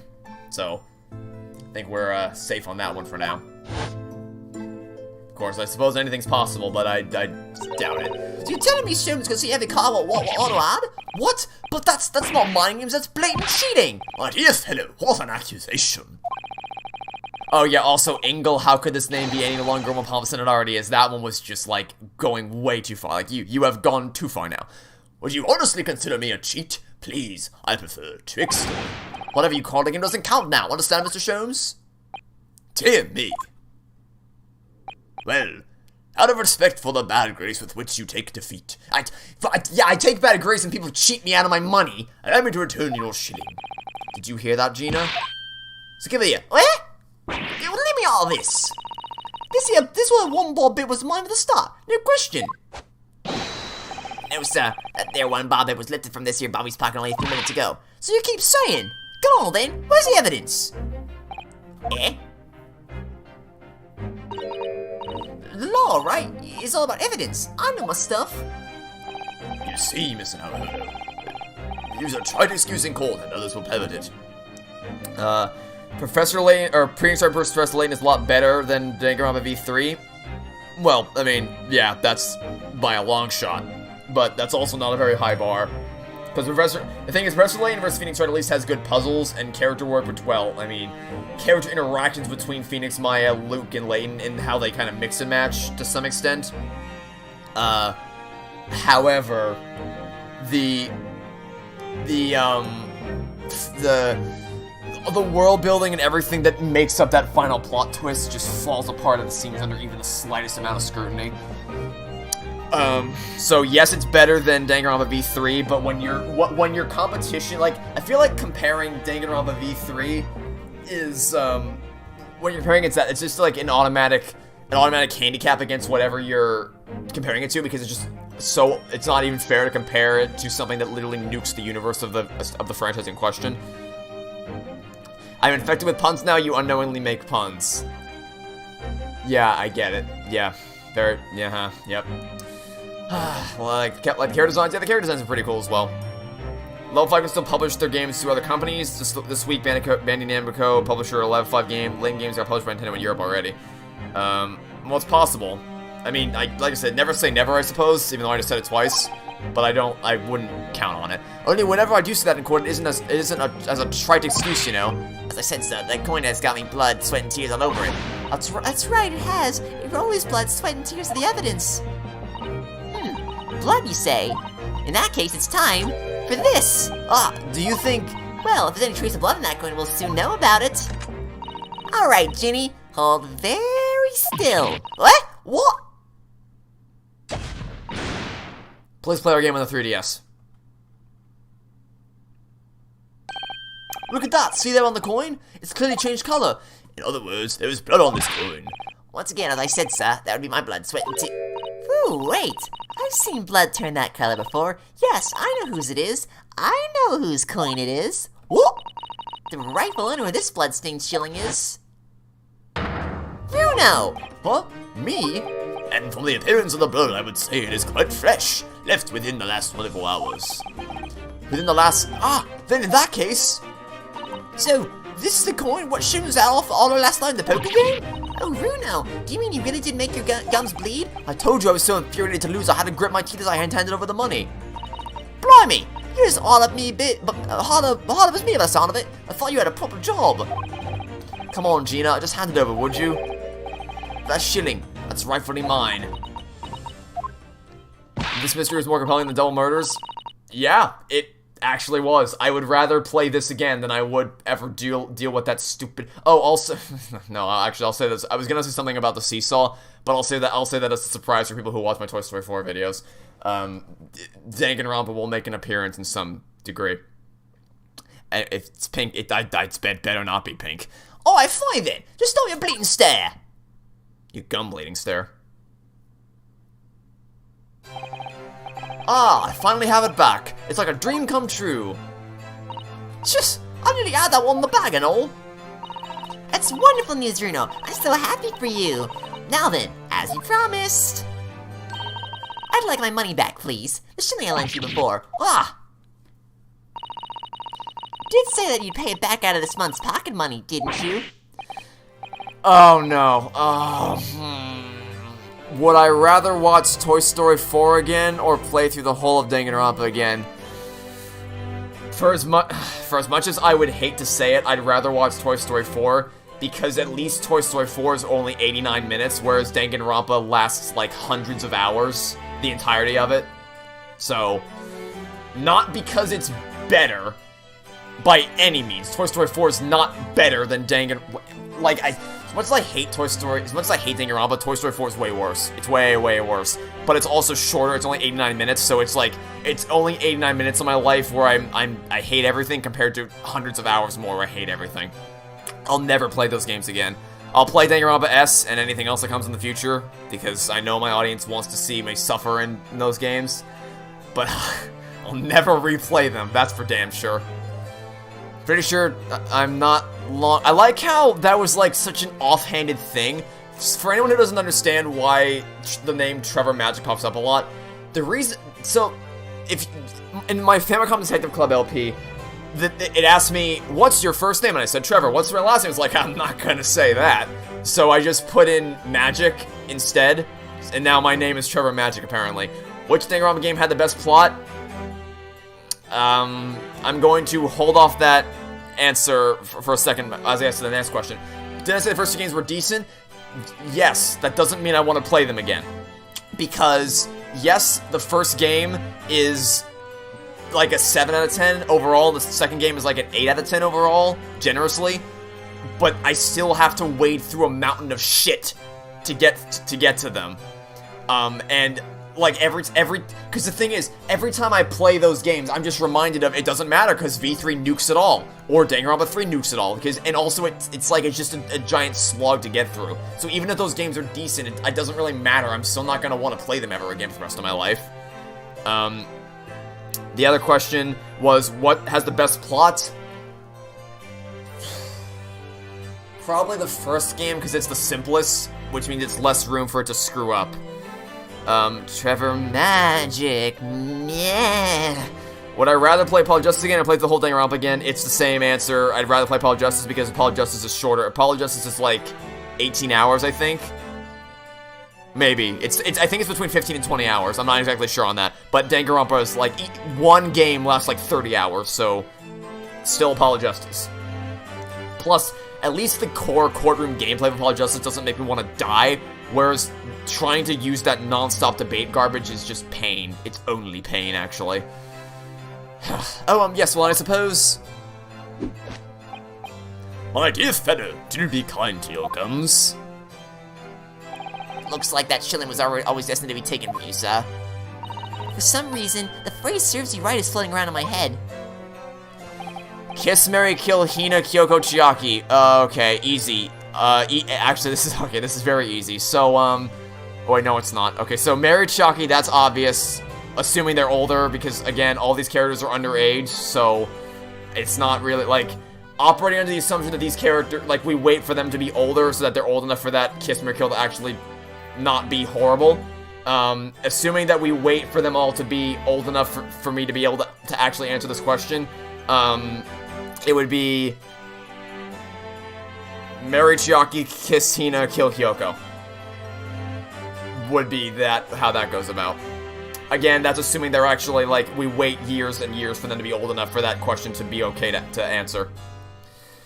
I think every Danganronpa game except the first one contradicts at least one that came before it. Yep. That's how badly those games are written. First, from I've yet to enter first last name as well. It would be funny if you Trevor Magic there too. I mean, that's the thing. It's so ingrained at this point that I may as well just fully own it and be like, yep, that's me, Trevor Magic. It's gonna be my thing forever now. Would I rather watch Apollo Justice Concentrated 50 times or play Turnabout Big Top? Play Turnabout Big Top, because at least there's some things... Because That would just be boring as sin to freaking play that. Are you kidding me? Watching that stupid concert video over and over again constantly versus laughing at the insanity of Big Top and listening to the endearing character interactions between Phoenix and Maya and Edgeworth and Francisca. That'd be, like, I'll take Big Top any day of the week. What if Old Bag gets killed in Ace 27? Oh, they damn well better not do that. They damn well better not do that. Prediction, Nagito wrote to no Big Top. It would not surprise me. So, Iris, as promised, here is the shilling I owe you. Oh, you're repaying me already? Well, thank you. Next month would have been fine, though. What's it all about anyway? What are you lending all the money for? Ah, yes. Well, actually, it's because I went to the Lime Street Market yesterday to buy herbs. For Runo. Herbs? For Ono? Yes, the team Mr. Salto left behind its top quality Gyokuro tea, but it's just so bitter. So when Iris suggested mixing it with some herbs to make it more palatable, I asked her to buy me some.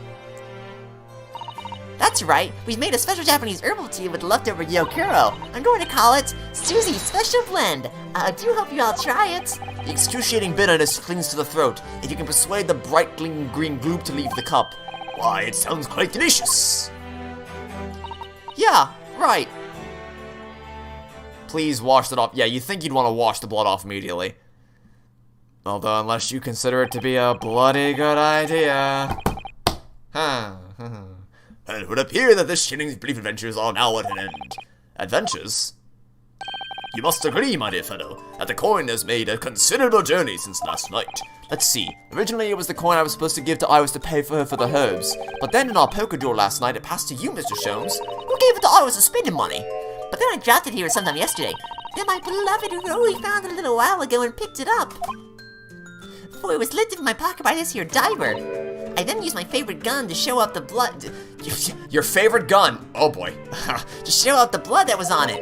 And let's sleep about Sholmes' little scum in his card game last night. The annulment of which resulted in the coin returning to the ownership of Mr. Naruhodo. Allow me to pay Iris the money I owed her after all.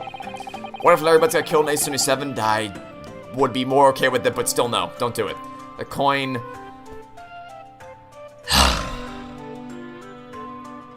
Changed hands a lot. I think can we just get like a sitcom laugh track in here? Iris listening to Pumped Up Kicks. For the herbs she brought in order to make Susie's special blend tea. And now, after all that, the coin's resting safely in my pocket. That joke was right on the money. You think a police officer would recoil upon seeing a 10-year-old girl holding a gun? Well, I mean, to be fair, that it looks more like a hairdryer than an actual gun, so...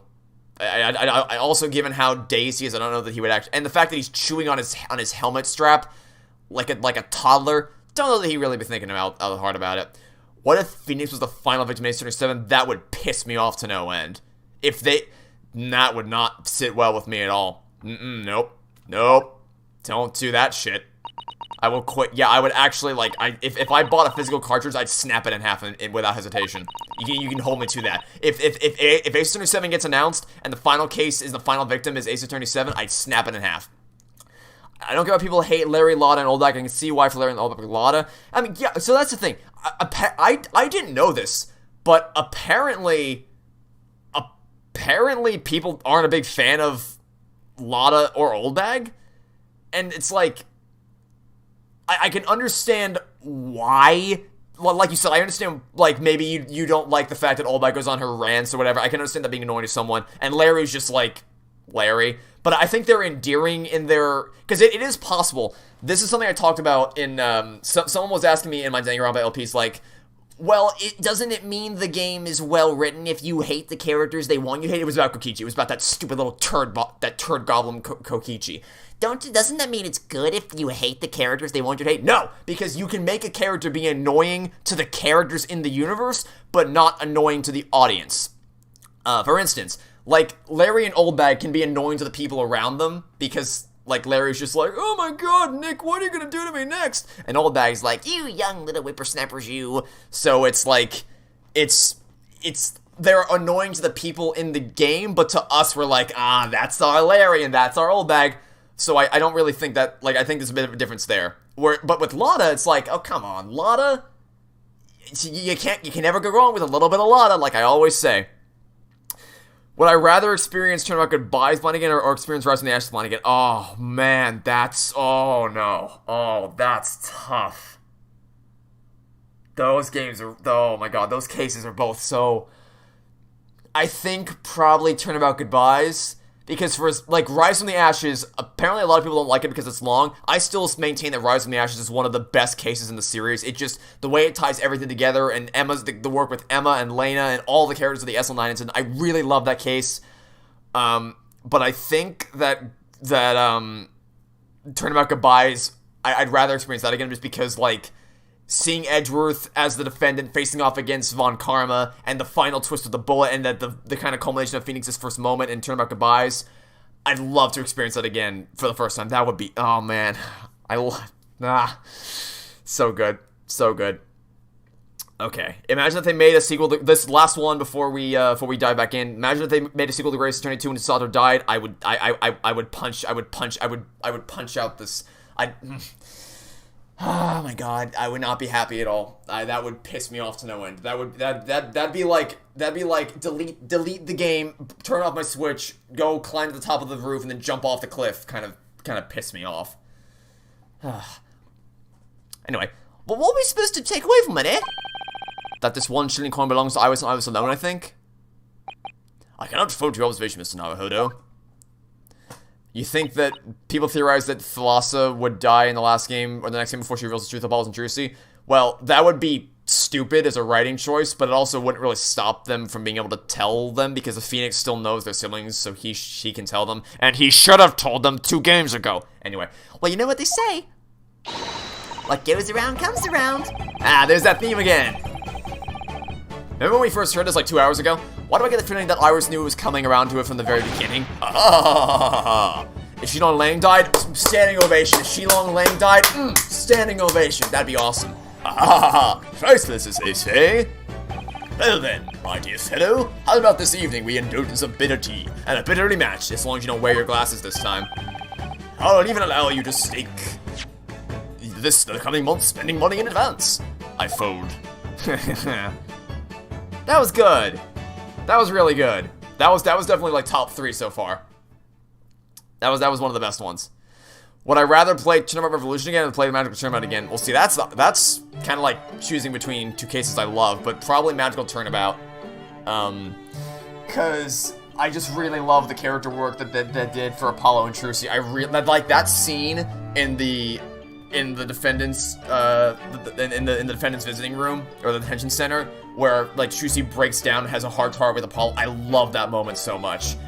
And also the scenes where Apollo calls Phoenix calls Apollo and he's like, I know you're ready for this, Apollo. I've watched you grow over the past few years. I know you can do this. When his daughter's life is on the line, it's like that moment. And yes, also that I should know this is what she meant. That final payoff, just oh my god, I love that case so much. It's so good. Why do I hate Agent Lang so much? Because he actively decries the existence of logic in his opening introduction. It's like, there's no room for such impractical fluff out here. It's like, I hate you so much. I hate that character so much. Do I hate more when Shakespeare, Clavier, Gavin? Shamspeare, because Dual Destinies fixed Clavier a little bit, but there's no saving Shamspeare. If Edgeworth was preaching about goodbye personality for no reason at all, that would be like what they did to Phoenix and Emma in Apollo Justice, and I would hate it. First half Revolution is, man, I don't know. I like the first half of Revolution, kind of like the Indiana Jones style treasure hunt, trying to find the urn. Oh, also the scene in the cave with Apollo and his dad. That was awesome. Oh, you mean a civil trial? Okay, the civil trial. Oh, the civil. I am that. Yep, that's your. Yeah, I'll give it that. I'll give that one to you. But the thing is, I'll go further than you. I wouldn't call that meh. I'd call that bad because you had a perfect opportunity to have a civil trial for the first time in the series, and then you're like, nah. Actually, it turns out that all along it was also a murder. But worse. It gets worse than that. You have Maya get kidnapped again and blackmailed for Phoenix again. Really? I hate that. I hate it. Like I said before, I hate what they do with Maya in that game. She's intact as a character, but the way they use her character, I hate it. I absolutely hate how they use her character in Spirit of Justice. I don't like what they did with her at all. The last Escapade is a little long in the other, by the way. Oh, joy, because we're already at 4.5 hours, so can't wait to see how long this one's gonna take.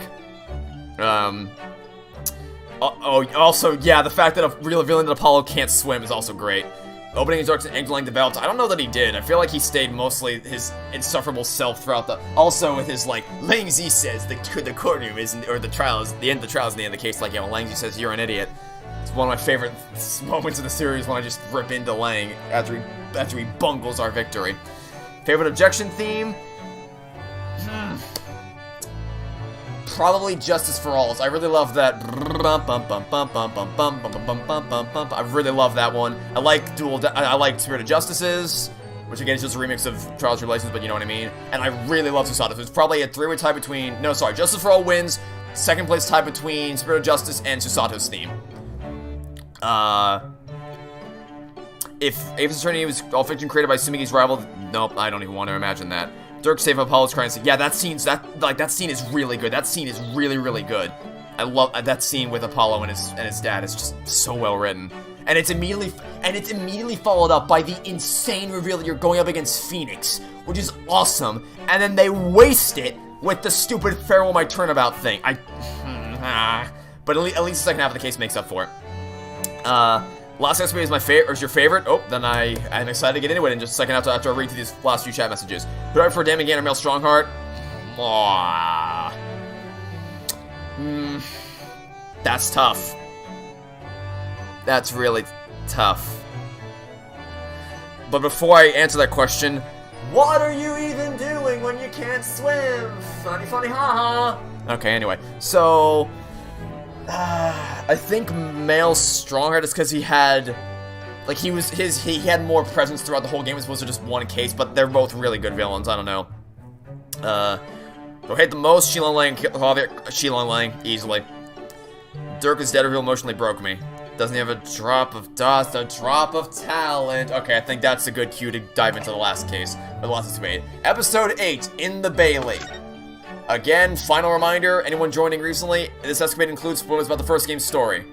Now then, they really dropped the ball, let's just go. Let's get in. Here we go. Date, unknown. The old, though, that's odd. Okay, Sholmes, Gregson, Grinosuke, Van Zeeks. This court is now in session for the trial of Mr. The what? Huh? The what? Wait, we just started! What do you mean? The trial of Mr. Airlock Sholmes? Huh? We just started! Well, I mean, we obviously know nothing happens to him because it has to take place between now and his death, but this... What if Mia came back and said, if you mean like as a spirit channeling, then absolutely, because she said that she'd see him again one day, but don't revive her, please. But really, Airlock Sholmes is the okay. That's how you want to start the Escapade. What are the writers doing? Just string me up by my pull string already. Imagine if it's tax evasion. Could you imagine if it's actually that? If all that setup actually had a payoff? So I prefer the all-powerful villain type, or with Lana's side, or the normal citizen mastermind type. I don't know that I have an intrinsic, like an inherent presence, because I guess it's just like it's down to the execution. Conceptually I'm fine with either. I don't really have a this is non-canon. That's less exciting then. I thought it was actually gonna be a thing, but I guess not. Okay, so I guess I don't intrinsically have a preference one way or the other between them. I guess it's just down to execution, because I've liked both all those ones. Wait, have you done Asinine Attorney? No, I have not, but I know what it is. I don't. Someone mentioned at the beginning of the stream. I've never played it, but I do know what it is, so I know that it's like non-canon. This is what if, basically. Yeah, it's basically what it is. So, less exciting. I would have preferred if it was like actually, if it was a canon thing that happened, but it's fine. We'll see. We'll see what happens, I guess. Favorite trial lobby theme? I mean, the original's classic, so I guess I might be leaning toward that one intrinsically, but I really like Justice for All's music with the dun dun dun dun dun dun. I feel like that has some really impactful. It really feels very dramatic and intense. But I also really like Greatest Attorneys, the dun dun dun dun dun. So I guess it's just sure this one actually can't. Well, it can't be both. It's either non-canon or it is. So one of you is misinformed on this. Favorite Reminiscence theme? Godot's theme. Godot's final Reminiscence theme of the Interstellar Tribulations. Okay, let's get into this. Let's see what insanity awaits us.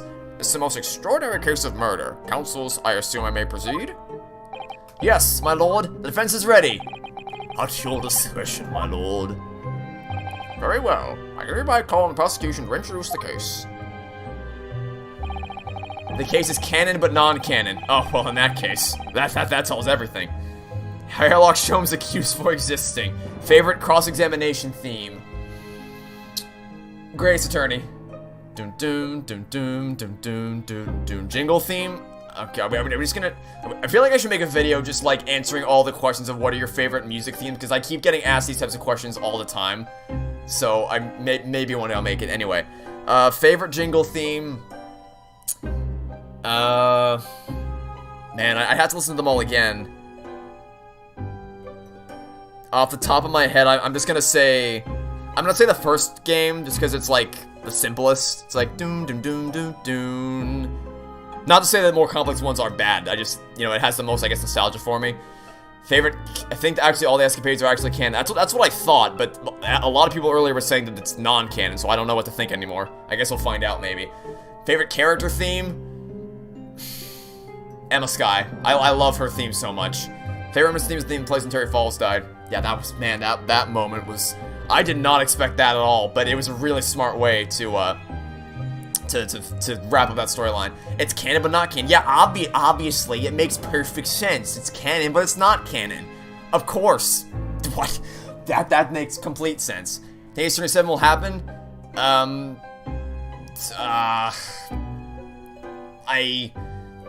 don't necessarily want to answer that, because I guess if I say yes, then it kind of builds hype. It's like, oh, maybe it will happen, because there was the leak, where it was like, hey, this Ace Attorney Chronicles is going to be a thing, also Ace Attorney 7 is going to be a thing, so it's like, if P then Q kind of thing, maybe if this is real, then so will Ace Attorney 7, but I don't know for sure. I hope it's going to be a real thing, but I'm going to...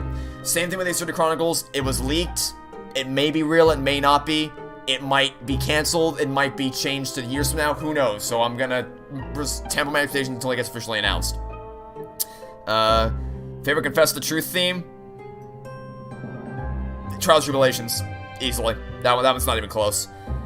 Do I think Greatest Attorney Chronicles should get a third game? If you want to do a spin-off, like maybe a Gina/Tobias game in between some of the events of the Chronicles, maybe an Airlock spin-off game, something like that would be cool, but a direct sequel to this, I don't think you should do that at all. I think it should leave, unless you want to, you can do like a flashback in a future game, but another game dedicated solely to this timeline, unless it's a spin-off, I don't think so. How would you feel if Phoenix got into Smash?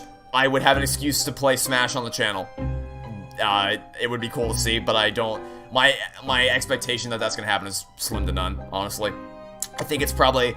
And yes, oh, also, if they ever make a Susato spin-off, I'll buy it immediately. I might even do a giveaway of that game. That's how much I would love it, because just to support it as much as possible. You would legally have to play Smash, yeah, basically. It's the law, it's the law. You gotta play Smash if Phoenix gets added. I would definitely do a playthrough of his classic mode if he gets added to Smash. There has been some evidence of Phoenix coming to Smash. Well, I mean, if it happens, I'll play through his classic mode. But, you know, again, I'll temper my expectations. You like how Renosuke's theme used leitmotif from the first games. I did notice it does have that same kind of leitmotif kind of thing going on for it. Okay, I think that's enough for now. Let's keep going. What if Susato have ruin a character? I would be furious. I would hate it with a fiery passion. The location of the incident was the residence of the accused, Mr. Sherlock Sholmes. Indeed. The now famous address of number 22 1B Baker Street, was it? The address may have enjoyed fame once, my lord, but will henceforth endure infamy for this grim crime. Whereas in Toy Story 4, I wouldn't say that, because, like, Woody's a character that I love, like, from when I was super young. Like, I remember when I was I had to go to a pretty serious surgery when I was a kid. Like, life-threatening surgery that I was kind of lucky to survive kind of thing, from what my parents had told me. So, and I remember that when I was in the hospital, I had a Woody doll with me to kind of, like, comfort me when I was going through all that. So, Woody is a character that means a lot to me, both through the movies and just things that happen in my personal life. So to see him get destroyed in Toy Story 4 was, like, ripping my heart out of my chest. So even... Nothing I don't think can ever piss me off more than what they did to Woody in Toy Story 4, but I would still be furious if they destroyed Susato's character. Experience the resolve Renosuke Naruhodo again, or play... don't you dare. That would be... so... I don't know that I mean, I guess I have to answer Bridge to the Turnabout just because it's like... Just because it's ranked above Resolve Renosuke Naruhodo in my rankings list, but it's like by a slim hair. Really shouldn't have doxed it. Yeah, he really shouldn't have put his address in the damn newspaper so everyone can know where he lives. That was not a big brain play from Sholmes. Yes, sir, well put. The victim, a certain Madame Rosie, was found asphyxiated on the accused sofa. My word. Objection! But it's unclear as to whether the victim was actually killed in the defendant's suite or not. After all, when Mr. Sholmes left the room for only a brief moment, Madame Rosie somehow vanished herself out of his room completely. Vanished herself, Counselor? The victim? Quite true, my lord. There is but one adjoining door between my drawing room and kitchen. Yet having brewed some tea in the kitchen, I returned to find the room completely empty. What are those investigation game about future Iris? That could be cool, like an adult grown-up Iris gets her own investigation game. That could be cool to see. Like I said, there are cool spin-offs that you could do in this time period. I'd love to explore this time period more, but if, like, continuing the story of Renosuke and Susato and their journey to kind of take down the Reaper of the Bailey, you gotta leave that alone. Memoirs, Cloud of Kokoro, Turnabout Trump, what would you rather play? Turnabout Trump is shorter, I'll play that one again. He was in a fighting game before. Yeah, there is precedent, it could happen. I'm just doubtful that it will, so, you know, we'll see what happens, I guess. Ordinarily, my fellow daughter Iris would have been at home. However, on the date in question, she had been invited to a meeting of a scientific society in the city. I'm afraid you have a propensity for exaggeration, sir. You claim the victim vanished herself, but really, it seems to me entirely plausible that she chose to leave via the main entrance to your suite. If he gets in this match to be late as day lays down the law. Yeah, I mean, I feel like there's a lot of cool kind of catchphrases you could give him for when they have his reveal trailer. As it happens, my lord, the door to the accused room was locked at the time from the inside. Very true, Inspector. As such, I can say with considerable surety that the victim did not leave via my front door. But what about... yes! She could have snuck out through a window! Objection! Yeah, that's the one I've seen a lot of people say. Is Phoenix right? Cracks the case. The windows in the room were not locked. It's true it would be a smashing character choice. And the victim had opportunity, however. However, there was snow all around the building outside, and not a patch of it had been disturbed. Kiss, marry, kill, airlock, Iris, Gina. Okay, so kill airlock, obviously. Marry Gina, kiss Iris. I honestly did not expect to like Gina as a character as much as I ended up liking her. Would my learned friend care to explain how the victim could have left without leaving a trail? So the victim, Madame Rosie, somehow vanished from the scene before she was killed. Airlock should airlock the door to his house. Naturally, I was alarmed by the sudden disappearance of my guest. So I summoned this gentleman, who resides in the attic room of my own, and we took a cab to Scotland Yard. I can confirm that the defendant called for me as I saw his suite on my way downstairs. And yes, I'm quite sure it was empty, just as Mr. Sholmes has said. When he reached the yard, this very detective happened to be there. Well, yes, you see, I've used my office for a while, haven't got back for some, important business. I wonder what that might be all about. And then, having explained the situation to the inspector, we traveled back to the Baker Street together. You know why the raid and show an escapade still has a large force presence despite, well, that's just because these escapades, from what I understand, are supposed to take place, or like they were released as DLC for the first game, so they couldn't really include Ray. But you're right about one thing. Ray deserved to have a way bigger presence in the game than she did, especially since she's like right next to Susato on the poster in terms of like her importance. It's insane how, like, I really thought when I first saw the cover art that she would be able to, that she'd have a much more important presence than she did. You thought you missed Livestream? Hi. Hello, Gugana2001, welcome to the stream. Yeah, we're still going. I thought that this would take 2 hours, but no. We're still going. We're still going. It's almost 5 hours in, just because I've been pausing a lot through the Escapades to talk to chat for a lot, so it's been taking longer than I thought, but it's been fun. They really dropped the ball, that one. Also, there's been like a million puns today, so yeah, I just want to die. There were DLCs the second game, and they weren't localized. Yeah, I've heard that there were DLCs that they wouldn't get localized. Franziska Francomer wasn't developed enough. Yeah, that's what I was talking about earlier. Like, she's a really cool prosecutor. I really like her a lot. It just sucks that she got wasted in Justice for All because they gave her one good case, one crap case in Justice for All, and then they didn't do much with her after that. And then in Trials and Tribulations, they had her face off against Edgeworth, which is really, like, it's a really cool moment for her and Edgeworth to have together. And I think she did well in that case. I just wish that they did more with her outside of that. They just whipped up a character. Do I take it then, Counsel, that you personally witnessed the scene where the incident took place? Yeah, we didn't get to see more of her in the investigation scenes, but I mean in terms of, like, standing, like, in the courtroom as a prosecutor, we didn't get to see a whole lot of her, sadly. No, my lord, I went straight up to bed in my own room in the attic. And that's actually my one major criticism about Investigations 2, is that the story is so focused on the story of the mastermind and all the stuff regarding the incident and everyone there, that there wasn't really a whole lot of time for Gumshoe or Franziska to shine. Like, they appeared occasionally, but they weren't really the focus of the narrative. They were, unlike in the first Investigation game, where they were much more intrinsically linked to the story that was going on. So I wish they had a larger role to play, but other than that's like my biggest problem with that game. What's my opinion of Van Cee's prosecutor? He's very intimidating and very competent, and I definitely respect him as an opponent. Disappointing to give that's another thing about Trials and Tribulations. I wish they paid off the drawing by giving it to Phoenix. I wish they did something with that, but sadly they kind of missed the mark on that one. But that's one thing in Trials and Tribulations that they missed the mark on. But they nailed the mark on everything else, so I don't really hold it against the game all that much. Inspector Gregson, however, was met with a most blood-curdling sight. On Mr. Sholmes' sofa, the vanished Madame Rosie, motionless. So the victim was already dead when you discovered her, Inspector? No, my lord, not dead, but not far from it. She mustered all her remaining strength to say these dying words.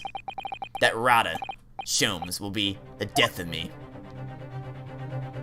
Ah, yes, I overheard that remark at the time, too. Delivered in a rasping voice full of malice. No!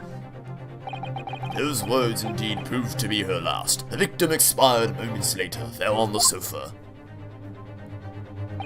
The cause of death was identified as damage to the respiratory tract as a result of strangulation. Would have been cool to have a scene where Godot was like, "My no respect for you anyways," showing the drawing. Yeah, like I said, I wish they did it in the game, but because that Trials and Tribulations nails everything else about its story, I can't really hold it against it. Kiss, marry, kill, Makoto, Hajime, Shuichi. Can I kill all of them? Is that an acceptable option? I feel like okay, fine. Kill Shuichi, obviously. Kiss Makoto, marry Hajime. Pray, does the accused dare to contest the inspector's account? Certainly not. In fact, the inspector has done an unusually fine job of summarizing the salient points. Sholmes will be the death of me. Damning departing words. Again, that's also assuming that all the characters I just said are actually, like, we wait years so that they're old enough for me to be able to answer that question. Making that disclaimer clear. Damning departing words, indeed. In her final moments, the victim named her killer. You, Mr. Airlock Sholmes. But the defendant had no reason to take the victim's life. Perhaps you could tell the court, Mr. Sholmes, who exactly this Madame Rosie was. Ah, yes, of course. Did I never mention her to you? Best judge, the first judge, it's not even close. He's the original. You got it. Obviously, it's him. I'd extended an invitation to her that evening, though she is loquacious in the extreme. The most trivial of matters quickly became a quarrel. I was only too pleased to leave her presence to make tea. Great. It It will appear then that the accused did in fact have a motive for silencing his illicit guest. Objection! Putting that tenuous motive— man, Ryunosuke's getting taxed out the ass this escapade. Putting that tenuous motive aside, what about the other mystery surrounding the case? I'm inclined to agree with the defense. There remains a number of inscrutable details. Worst judge? The one from the crossover, if he counts. If he doesn't count, then... I don't really dislike any of them. I like the Karayan judge, I like this judge. Oh, wait, I mean, does Judge Jikogu count? Because if so, him. Obviously. I kind of forgot he was, because he became a character and not just a judge. Because judges aren't characters in these games, so when he became a character, he kind of ceased to be a judge in my mind. So, yeah. Victim's alleged disappearance and subsequent reappearance, leaving no trail of footprints, for example. That's right, the crime described by the prosecution could never have happened. Yes, the victim named the accused in her dying breath. It seems to me that my learned friend has overlooked a significant detail here. Nonsense! What have I overlooked? Then the man in the dock, the so-called elite detective, all too frequently makes the following bold claim. There is no crime beyond the realms of possibility, no mystery beyond my powers of reasoning. Kiss Mary Kill again? Jeez. Oh, what have you done to me? Oh, God. Shilong, Lang, Nayuta, Reifa, Kiss Mary Kill. Can't I just kill all of them?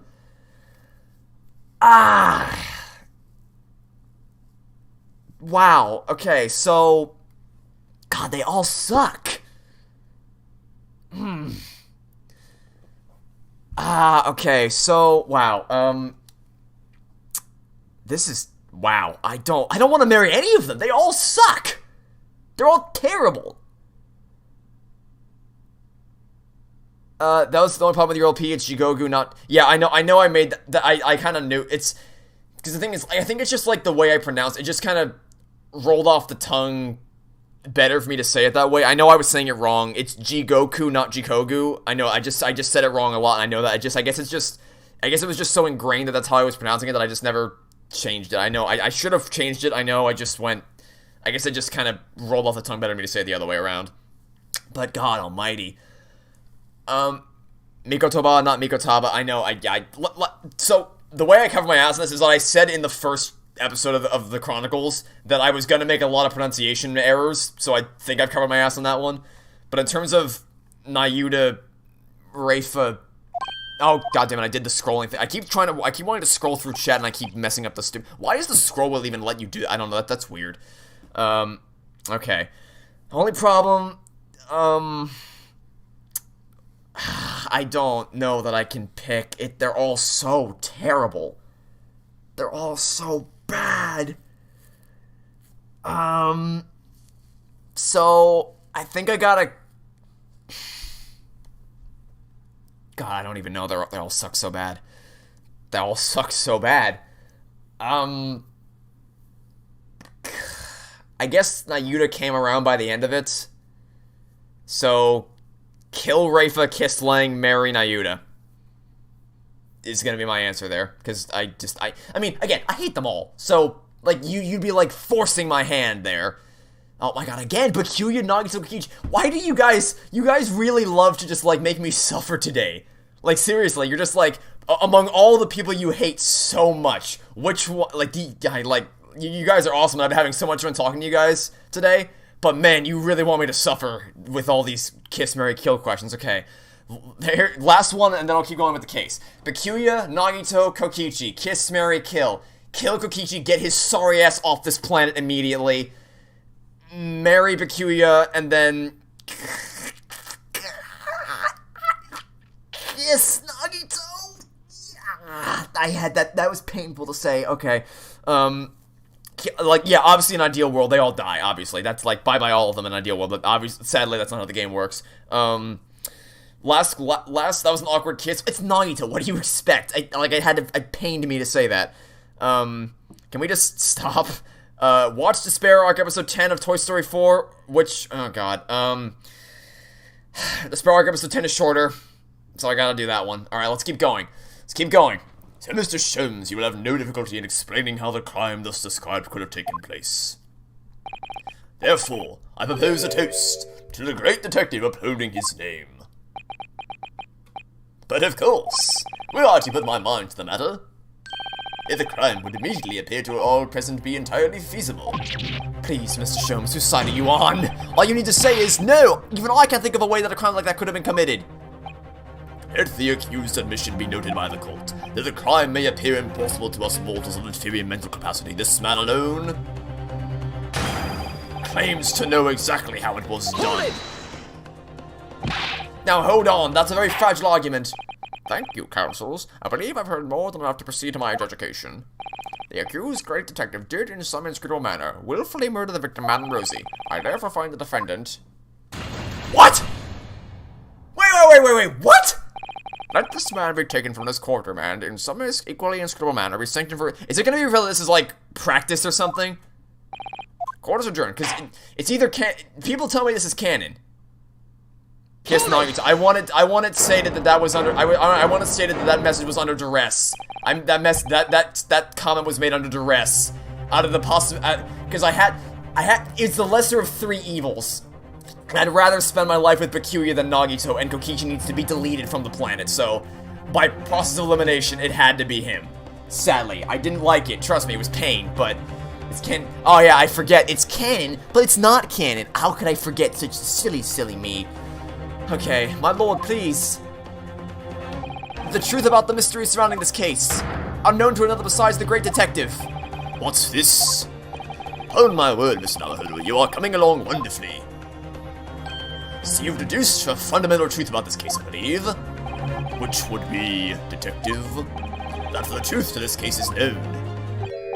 Only to the true culprit, obviously. Imagine Genocide Jack murdering you after the wedding. Oh yeah, that's oof. Oof, that I didn't think about that one, but I'd still, what little life I would have left until Genocide Jack kills me would be more enjoyable than any second I spent with either Kokichi or Nagito. Kokichi was way worse than Nagito. Kokichi was way worse. Kokichi was awful. Only to the true culprit, obviously. Is that not so, Gregson? Yeah, I suppose, yes, You don't mean, are you suggesting, Mr. Sholmes, that you have an idea as to what actually happened that night? An idea? My dear fellow. I could explain the entire incident from start to finish with not a single detail omitted. Have I already? Oh, here's that music! Haha. The dance introduction music is so good.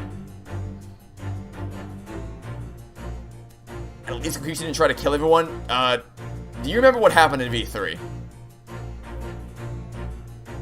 He condemned me, you, and yeah, I was about to say, wait a minute. Okay, so to answer the question, have I already started recording the next big LP? Assuming that by those quotations you know exactly what the game's gonna be, but don't want to spoil it for other people, in which case, no, I haven't.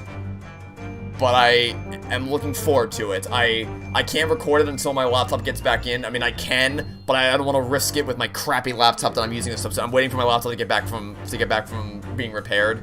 So then I'll record it. But I'm excited to see how it is.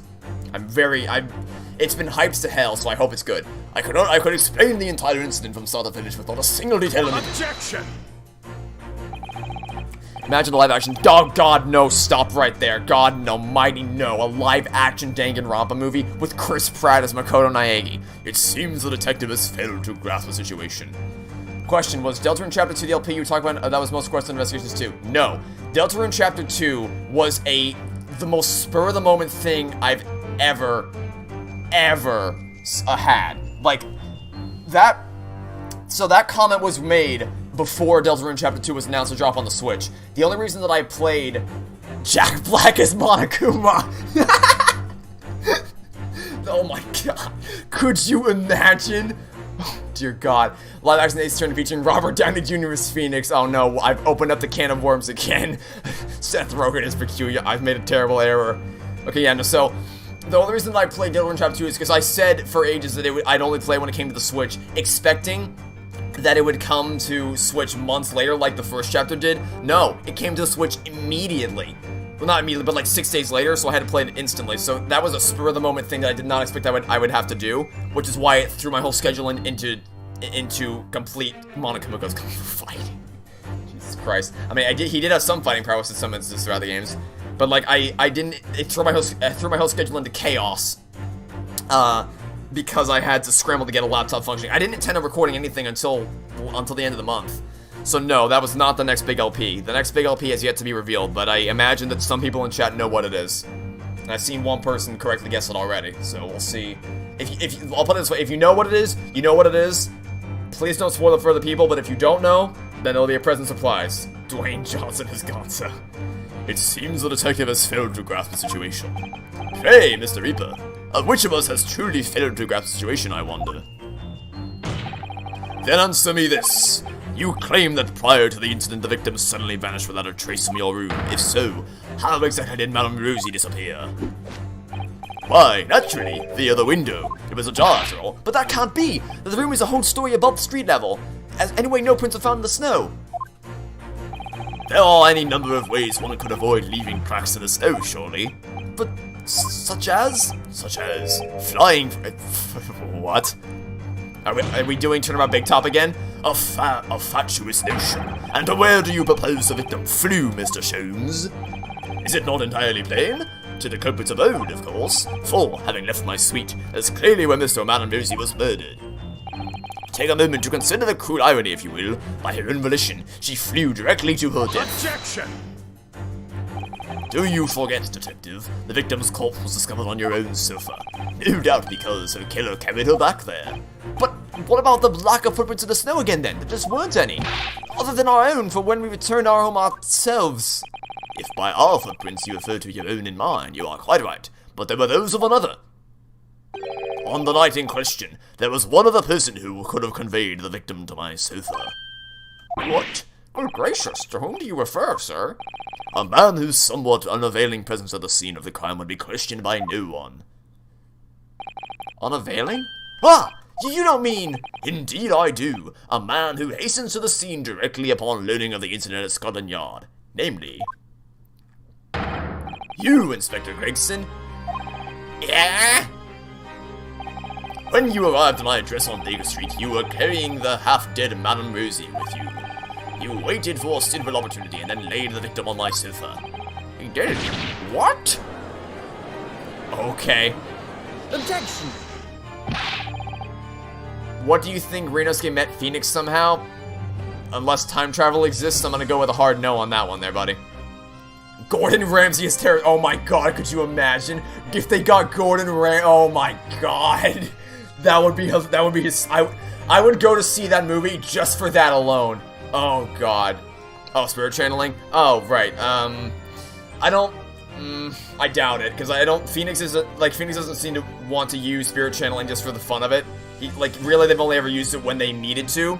Not just for funsies, right? Like, it's not like, hey, I want to see my grandpa. Can you channel a spirit real quick? So I don't think that would, I don't think he'd be willing to do that. But we were with the inspector when he arrived. How could he possibly have been carrying the victim? My dear fellow, it must always have to present itself, does it not? Tom Holland as Chihiro, Joaquin Phoenix as Nagito. The inspector is rarely, if ever, without his overcoat. The victim was simply conveyed in one of its many pockets. Vin Diesel as Nekomaru, Jack Black as Mel Strongheart. We're assembling the Avengers of Danganronpa actors here. It's a sub-movie in Chronicles and about... Yeah, I've heard that there's something, I think it was called A Special Trial. I might check it out. I mean, I kind of want to eat soon, so I might watch it quickly and then go grab myself some food. But I don't want to linger around too long after we finish up this escapade because I am getting kind of hungry. So I'll probably do that. I might browse around the extras for a bit, but I don't want to linger too long here. Eat while streaming. I was gonna say something about a different streamer, but I'm not gonna do that. That would be mean. Anyway, I fail to see what makes this detective great. Also, I find it it's voiced. Oh, that makes it easier. The boss baby's for Yuriko. That would be. Oh my god, it's 15 minutes long. Oh dear God Almighty. Oh, that's okay. Alrighty then. A human body. I'm not gonna comment on what was just said in chat, but you're onto something there with that reference. A human body cannot fit into the pocket of an overcoat. I believe you may have all fallen foul of a rather significant misapprehension. What? Madame Rosie was not a human. I beg your pardon? Mr. Sholmes. Yes, Mr. Naruhodo. Something troubles you, perhaps? Robert Downey Jr. is Airlock Sholmes. You're right, he did play Sherlock. That, oh my god. Now I'm just thinking about, oh, could you imagine? Oh, I feel like he could do it, because, like, he's actually a really good actor. He could, oh, Rosie is Jerry. Jerry, get Jerry in here. I'm on to something? Oh, I was referring to someone else's comment, with referencing something that you probably would mean nothing unless you know exactly who I'm talking about, but, yeah, I don't want to ruffle any feathers here today, but I'm making a deliberate reference with that. Good old Airlock Sholmes. Potential video in the movies of the sections in the games. Reno's Gaming's Phoenix, not canon, so cool. I don't know if that's what people are talking about, but I do kind of want to check it out after we're done here. Jerry Seinfeld as Raymond Shields. What's the deal with all these people getting accused of murder all the time? Is it not apparent already? A parakeet, of course. What? Huh? A most self-conceited specimen, in fact. George Costanza as Ifumi Yamada. That would actually work pretty well. That would work nicely. A parakeet? She was an incessant talker, I must say. The manner was quite intolerable at times. Kramer as Kazuichi. Want to turn every conversation to a quarrel. I fought to strangle the creature on more than one occasion. You had a quarrel with a parakeet. But of course, why else would she have chosen to fly from my window so uncordially that evening? To the abode of the inspector here beside me, no less. To Inspector Gregson's abode. But why? Probably for right assuming you wait a minute. That's just a theory. New theory confirmed. Because that was the parakeet's home, naturally. What do you... The inspector was called away from town for some days, so it was arranged that I would look after the bird. How far am I into Deltarune Chapter 2? I finished it. And, some people are going to... Because I get the sense that there's two kind of groups of people. There's some people who watch my LP and are like, ah, man, I really don't... I really wish he liked the game. And then some people are like, man, I hope he plays the game a certain way. So I'll say this. My enjoyment of Deltarune Chapter 2 spikes dramatically when I reach a certain point. But I have a feeling that some people are not going to be happy with choices I make. So, brace yourselves for those who are watching my Deltarune Chapter 2 LP. It's going to be a doozy. It's going to be quite the doozy. So yeah, I'll leave that little teaser for now. But, you know, yeah, you can probably take a guess as to what I did after I said that. But, it's quite something, alright? Okay, one of my thoughts on Mappa becoming the Jeopardy hoax. Here's a little something. There's actually going to be a line in my script for Toy Story 4 Episode 2, where I say to everyone, hey, go sign a petition. Now, I'm not going to say why MatPat has relevance to Toy Story 4, my series yet, but I think you'll know when it's about to become relevant. Yeah, I imagine you probably know what I did based on what I said. Better than Chapter 1? Easily. Not even close. Absolutely. Easily. To check out the Overworld game, I have not checked it out, but I did mark it down. It's in my list of suggestions, and I'm going to check it out in the future. It's on my list of games to play, because I think it will be interesting to see how I do. Curious to know how I was able to do what I did. I think you'll find it interesting when it comes out later this week. But for now, the inspector was called away from town for some days, so it was arranged that I would look after the bird. Oh, I think I need to click back into the game. But it would appear that she was overcome with a sudden yearning for her keeper, thus prompting her flight from my comfortable suite to the inspector's office at Scotland Yard. Beyonce or Sayaka? Well, Gregson, I believe it's high time you explained. Give us your account of what happened that night, sparing no details, of course. Inspector Gregson? It was an accident. What? I got back from being away that evening, you see. I just walked to the office through my office. I never imagined Madame Rosie would be on her way back to the yacht as well. I slammed the door shut behind me just as she was trying to fly through it. So Madame Rosie, She got sandwiched between the door and the frame when it fell to the floor. Never to move again. Because of me. Well, I never. I had to do something, and just when I was trying to think of a plan, you fellas arrived talking about some instant Baker Street. Ah! I had to hide Madame Rosie in a hurry, so I stuffed her in my coat pocket and got into the cab with the pair of you.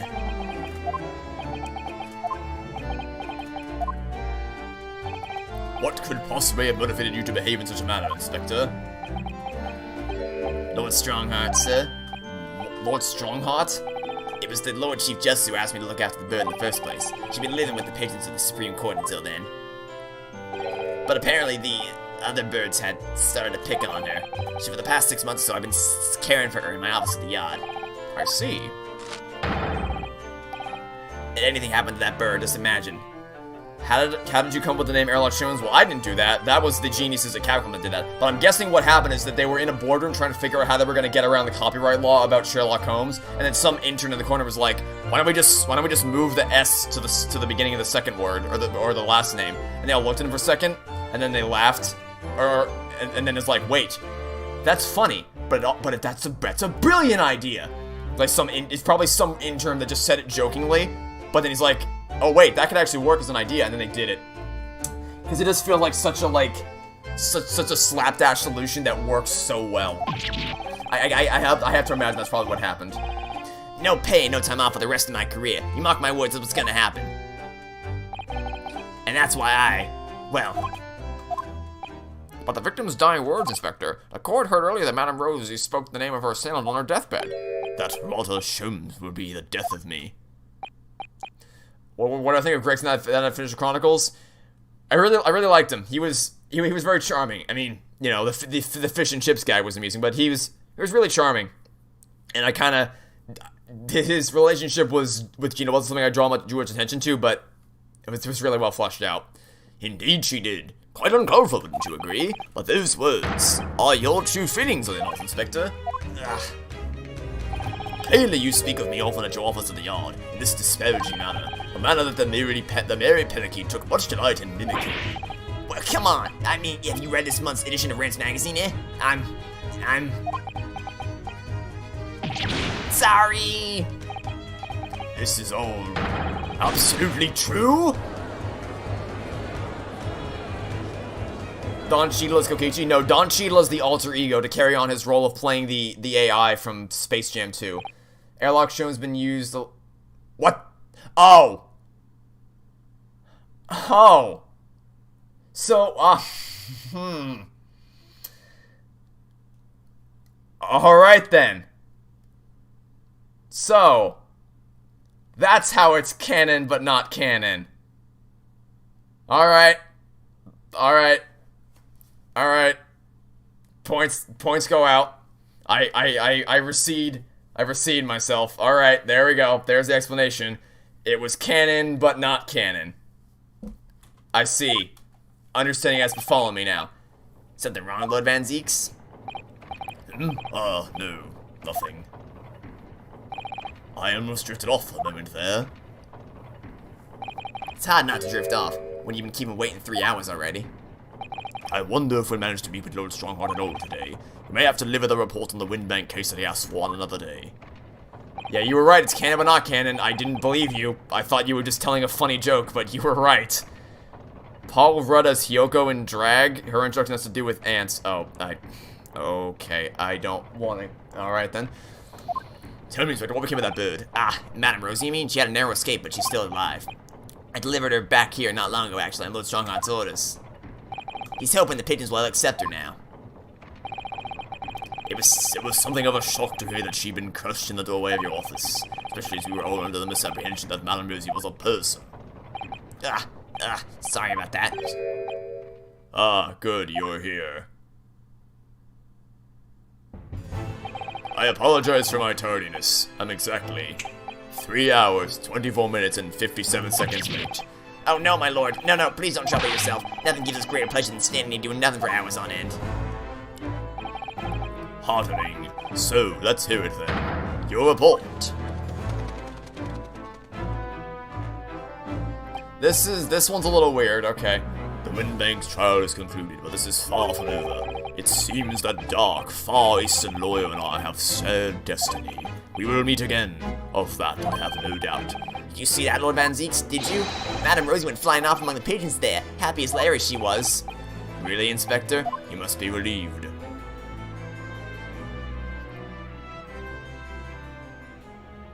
Is that the whole thing? Oh.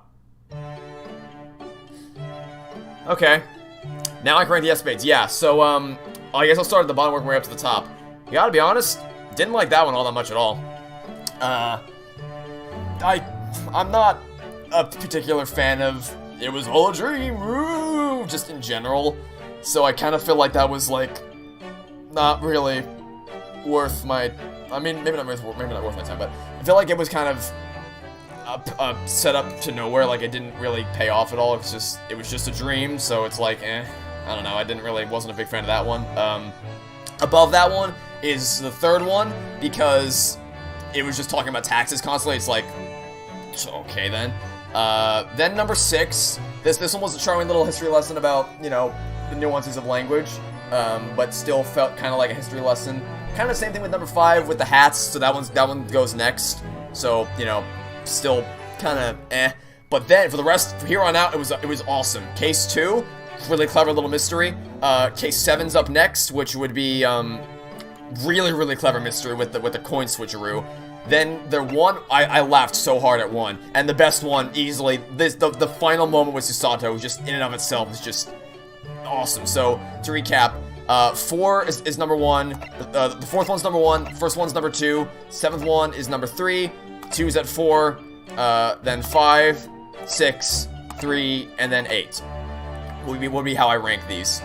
So there's my rankings of all the Escapades. Would I rather play as Mia play as Ryutaro Naruhodo? You know the answer to that already, Ryutaro. It's not even close. Susato's my favorite character in the entire series. Okay, this is the last one I'm doing today. Kiyosamari Kill, Monica, Junko, Tsumigi. Why do you hate me so much?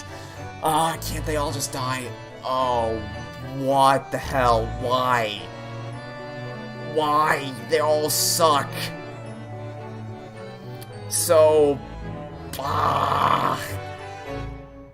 Kill Monica, kiss Junko, marry Tsumigi, again by process of elimination, but good god, that is just, ugh.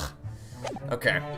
So, that's all the Escapades, and it took 5 hours. I thought it would take 2, but it took 5. So, you know, that happened, I guess. Some people wanted me to check out the stuff in the gallery with, so the portraits is just, like, concept art for all the characters. It's kind of cool to browse. Like, apparently he was originally going to have more Phoenix-style hair. So, you know, it's kind of cool to see how this all develops between all the characters. But, you know, I mean, I don't think there's point in me showing off, because you can just, like, check this out for yourself. It's cool to see, like, the development behind the scenes. But, you know, if you, wait, there's some interesting facts of the character designs if you click them. You know, if I click this, oh dear. Hello, I'm Kazuyu Nuri, art and director, character designer for the game. Let me show you some of the character designs and scene-setting artwork produced during the development of Grace Journey Adventures. That's cool.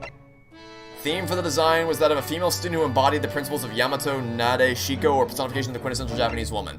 I designed Susato's wrap to complement Yurino's traveling clothes, and knowing it would only appear as an anime cutscene. I decided to keep the design overwhelmingly simple with the exception of the clasp. I wanted Susato's hair to be styled appropriately for the period, whilst at the same time being a little out of the ordinary. I ended up with something that would look relatively simple and silhouette, but actually quite complicated. Yeah, I don't really think we draw attention to it, but her hair is immensely complicated to look at. Like, it's insane how much work would go into that in terms of preparation. It's an early proposal sketch when it wasn't yet clear how folksy to make Susato. Later in parallel with Mr. Takumi's scenario development, I got a better feel for her character and softened her into a refined young lady. I'm gonna be honest, she kind of looks like a Layton character in this image right here. This character design kind of looks like it belongs in a Layton game, to be honest with you. There are multiple text boxes for each picture. Use the D-pad buttons. Oh, really?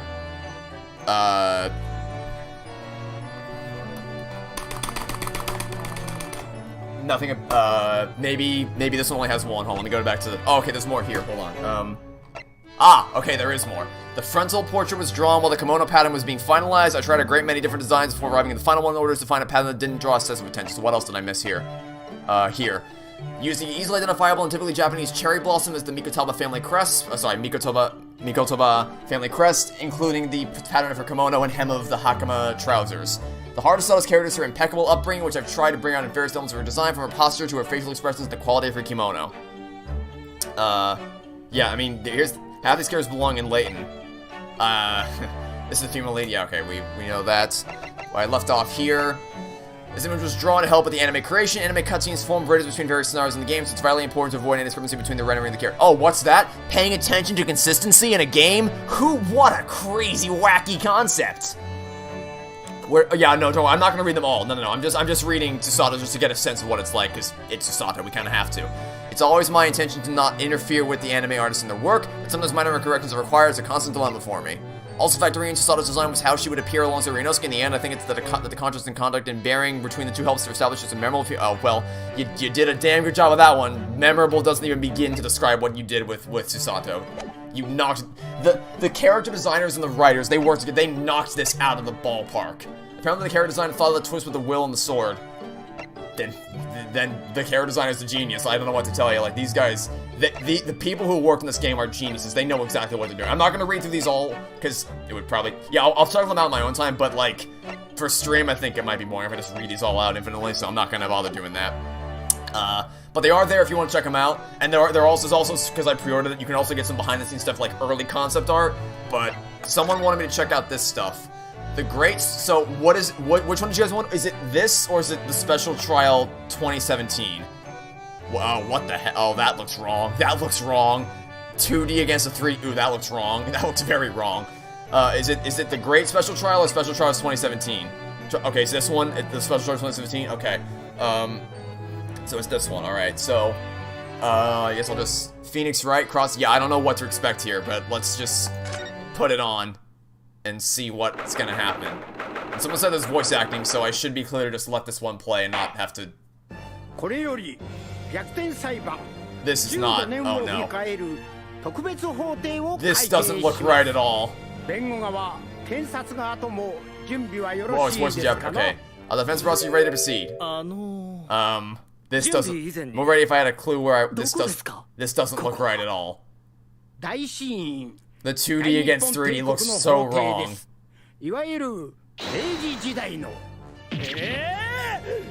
That's like a long time ago. They didn't let me say it's voice acting, yeah, but they were... Maya's here? Okay, they're just encouraging people to speculate.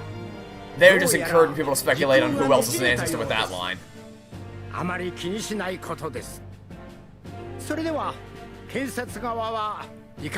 What? Edgeworth, I'm guessing? What? What? What? What is this?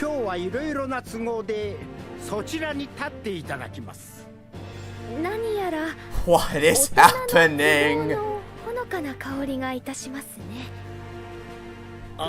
失礼ですけど、ケンジさん。あなたはどなたですか？妙に親近感があるような。確かに僕も同じことを考えていました。Good God Almighty. なんというか。 It's almost if I know you as well as I know myself. What? That's way to resolve this is to both have you... Ted, the fastest way to resolve this.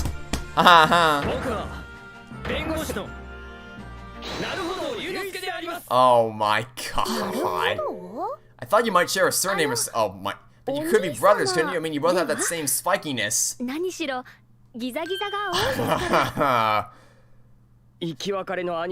Oh my god.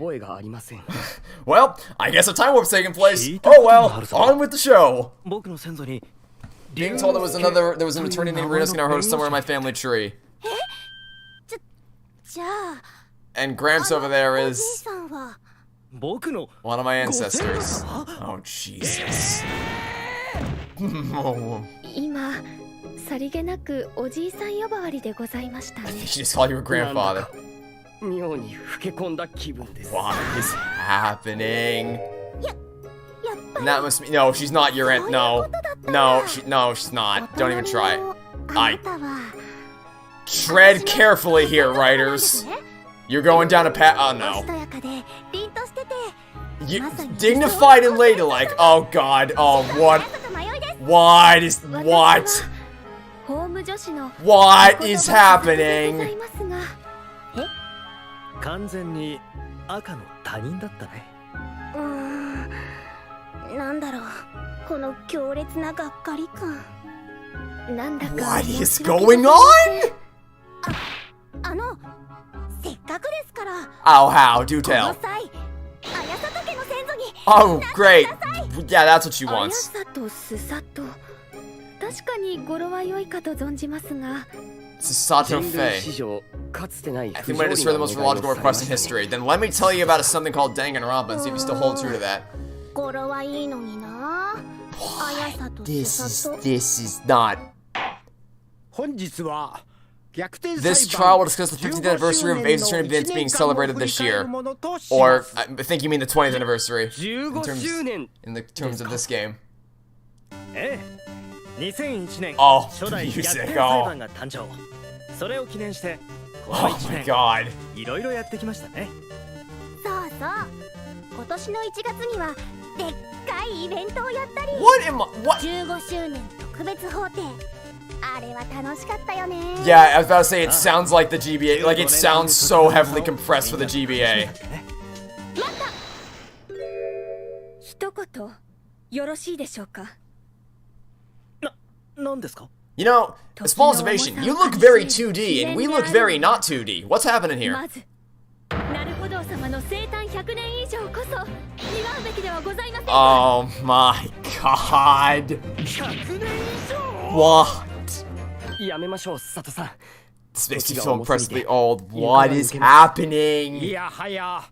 The court bows down before your ancient wisdom. They literally time traveled to do an advertisement. Yeah, you're right. 気軽に明治を振り回すのは控えた方が良さそうです。それに去年は舞台をやったり。 Ah, yes, you took to the stage, which I'm never gonna watch because I feel like I'd cringe into a different dimension if I did that. A new story every week. That was really ace, right? No, it wasn't. You didn't watch that show if you think that was. Oh. No. 一体何のこと? Oh God Almighty. から説明してもらおうじゃありませんか. Having to explain. 100年の壁は分厚い。100 years is a terrifying chasm to bridge. It really is. あと今年はあれもありまし I た feel ね。 like if you plucked. オーケストラコンサート。 I feel like if you plucked Rinosuke and Susato out of this time period and like channel their spirits in the future, they'd just be like overwhelmed. 私泣いちゃったもん。待った。 What am I watching? So Larry was right when he said time travel was real. Oh no. 交響楽団の演奏会ですか。それなら先祖でもわかりますね。 Oh my god. ベートーベン様、モーツァルト様、バッハ様。ああ、素敵でございます。全く読めないけど納得してくれたみたいだ。 This can't. Did I? How long have I been asleep? What year is this? Did I fall asleep and wake up in just like in a different dimension? Did you were clicking on it? A little bit. I'm not. Wow. This is the insanity you wanted me to watch, huh? こっちも老け込んだ気分になるよ。そしてつい先日8月3日のことでしたね。大日本帝国国民待望の大逆転裁判2ついに発売。 Okay then. You don't regret a thing. I'm glad that you don't. I'm glad that you find this amusing. Hey Phoenix, your mentor's boyfriend is quoted airlock Sholmes.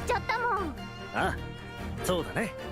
何しろ全ての謎が今解き明かされましたからね。 Yeah, so if I played the first game back in 2015 and I had to wait 2 years for the sequel, I'd have been fuming. I'd been like, also that I just realized, look down here, this cat is staring into my soul and I don't like it. 強烈な重圧だったもので。ご先祖様の方にもいろいろあったのでございます。 This is 何しろ全てはご先祖から。 So is it actually implied that Maya is Susato's Maya's ancestor or no? ありがたやありがたや。 I don't know what to make of お this. 言葉ですが、裁判長のただいまの発言は完全に無視し Oh ています。 no, now what? なんですと？どういうことですか？実はさっきからずっと気になっていたんですけど、ご先祖様、ある種やけに滑らかに動いてますよね。 Oh. They're actually doing it. They're actually calling out the 2D versus 3D. What is this? 確かに What is happening right now? 机を叩くのにパカパカと絵が2コマしかないの。Ah. ちなみに意義ありはどんな感じですか？ Wow. 意義あり、意義あり。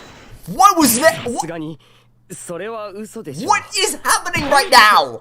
このパカパカっぷり、僕としてはこっちこそ You need to 先祖 stop. であり This 元 needs 祖 to の気分 stop. です。 What is this? 反論できない。つまりお互いが先祖であり、そして元祖であると。 Oh my それは god. 時空がねじれるのも無理はございませんね。 What is going on? Your guess is as good as mine. そろそろ閉廷の時間です。それで Oh, you broke me, alright. どうやって帰ればいいのですか？21 What is 世紀。 this? 明治の街をブラブラして時間を潰すというのはいかがでしょう。大帝と東京は華やかですから100年なんて Even the great, even the ace detective. Yeah, I got nothing. I can't explain. I got nothing. どうやら何としてもあの一言を Oh 僕に言わせ no, る流れみ here た we いですね。 go. おお、先祖と元祖、夢の共演だね。それでは逆転裁 For the 判のさら continued なる success 発 of 展を Ace 祈って Attorney. Now that's something we can all toast to. せーの。迷いちゃ止めて。 What is happening? What is 時 this? 代は回る。きっとそういうことですね。 What is happening? それではまたどこかでお会いいたしましょう。 What the fuck? What did I just watch? What was that?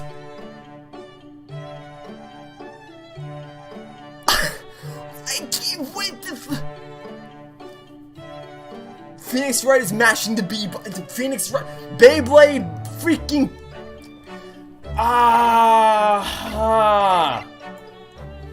Okay. So that was a thing that we just watched. What? I don't know that what can't. I don't. Usually I have something, like, usually I got some kind of insightful commentary to have. No, I got nothing this time. What did I just watch? I mean, I should have known from the first image on screen that this was gonna be insane. But I didn't think it was gonna be. Did I enjoy it? Oh, are you kidding me? That was amazing. That was amazing. But I'm still, like, in a state of just stunned. I don't. Ah, my god, okay. Yeah, I think my silence says enough.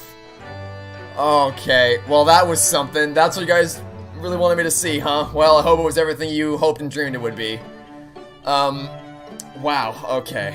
Silence? I mean, silence is in the first few seconds after the thing ended. I was just like, I couldn't figure what the hell I wanted to say. I imagine. Well, I think that's everything. I guess there's also some music tracks that we can, and then some voice recitals, like if you just want to hear Ryunosuke say. Objection. Like, this is actually where I got the bass sound clips for my curtain call videos. I just played that, and then I played.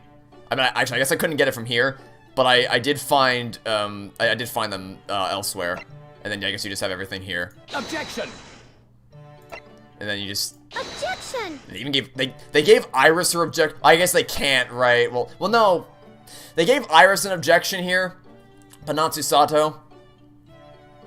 Okay, I mean, because, like, my first thought was they don't want to spoil that she's going to be the defense attorney. But no, because you could say the same thing for these two.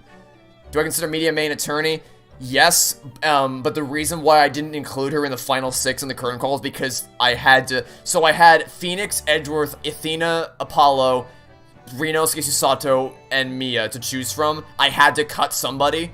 And I love Susato as a character too much for me to cut her over Mia, so... But yes, I still consider her to be one of the main attorneys. So yeah, that's my stance on that. Yeah, there's also some unused music, like, scrap version of Rinosuke's personal theme.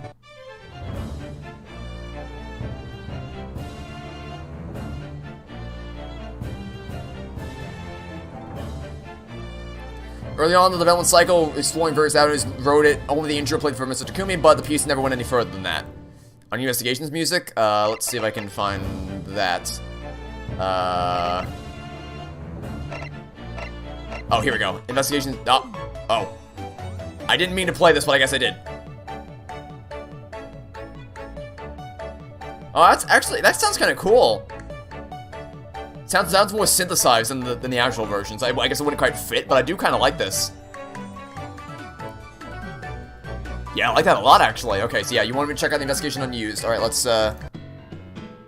Whoa. Whoa! Whoa, that sounds cool. I mean, it doesn't fit at all with the rest of the soundtrack. Like, it says, okay, yeah, new idea from feel the rest of the soundtrack. It doesn't reject it immediately. Yeah, it doesn't fit at all, but it sounds cool. That sounds really cool. Okay. Wow, so I think there's too many unused tracks for me to play them all here. But I think I played some of them. Oh, I'll play this one.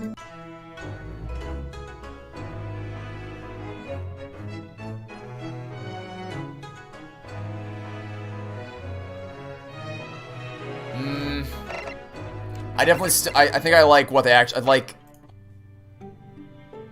yeah, I like this. Oh my god.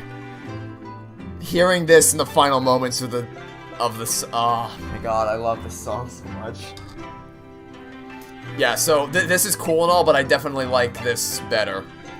Yeah, so I'm not gonna go through this all today. But I might do something in the future. I'm not sure. I might check some of this out in the future, but I think I am gonna wrap up the stream here. I checked out the main stuff. I browsed the gallery recently, the auditorium. Sorry, recently, briefly.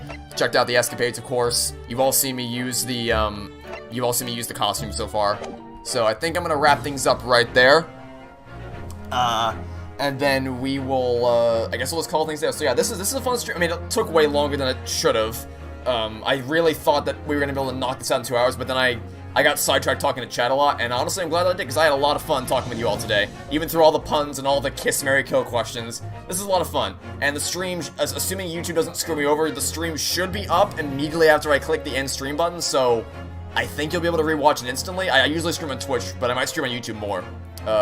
So hopefully it'll be available to watch immediately afterwards. But yeah, thank you all for tuning in. Hopefully you enjoyed this. You're able to rewatch it anytime you want after it goes up on YouTube, which should be hopefully immediately. As for future plans, I'll give a brief update here. Deltarune Chapter 2, I'm gonna wait till tomorrow because we're coming up at the end of the day, so I'll wait till tomorrow to upload the next episode, and I should be able to get through the rest of Deltarune Chapter 2 until before September ends. The next big LP, which I'm not gonna spoil, those two will start up October 1st. My Arcade Deluxe will end by the end of September. In terms of video essays, Toy Story 4, that's the big thing. My Toy Story 4 series is coming very, very soon. October 8th, it's coming. The first part where I rip that movie to shreds mercilessly. It's coming October 8th, and you can expect it. And I'm so excited to finally get that out to the world because I hate that movie so much. The other thing, I have something in mind for October 12th. Not anything on the scale of the curtain call that I made. It's much more simple, shorter than that, but or not shorter than that, but it's not on the scale of the part 1 of the blender. Yeah, it's not going to be on the scale of my curtain call in terms of like production value, but it is something a bit personal and close to my heart that I think would be important for the anniversary, the 20-year anniversary of Ace Attorney. That'll be up on October 12th. Also have my Battle for Bikini Bottom comparison video that'll all going up on Halloween because I love that game and I want to compare it to the remastered one. A critique of Apollo Justice Ace Attorney is coming, but it's going to be my largest video project ever, and I want to do that game justice in like respectfully explaining why it is so bad. The Toy Story lawnmower. That's basically what it's going to be. So yeah, Toy Story 4 very soon. Ace Attorney video on October 12th soon. Battle for Bikini Bottom video, end of the month, a critique of Apologize to Ace Attorney, hopefully by the end of the year, but it's going to take a long time to do it, so I'm hopefully, yeah, haha, Justice, ha ha ha ha, very funny. I'm hoping that it's going to be out by the end of the year, but I'll keep you guys updated on that. So that's it for the future. Deltarune's covered, the next few LPs are covered, the video essays are covered. I might stream more of what's in the vault later, but for now, I'm going to wrap this up, and I'm going to go get back to work on... Actually, I need to record more commentary for the Toy Story Void video right after I'm done here, after I go eat some food, obviously, because I'm actually starving. So, thank you all for tuning in. I had a blast talking to all of you, and I hope to see you all soon for whatever video of mine you decide to watch next. See you later, everybody.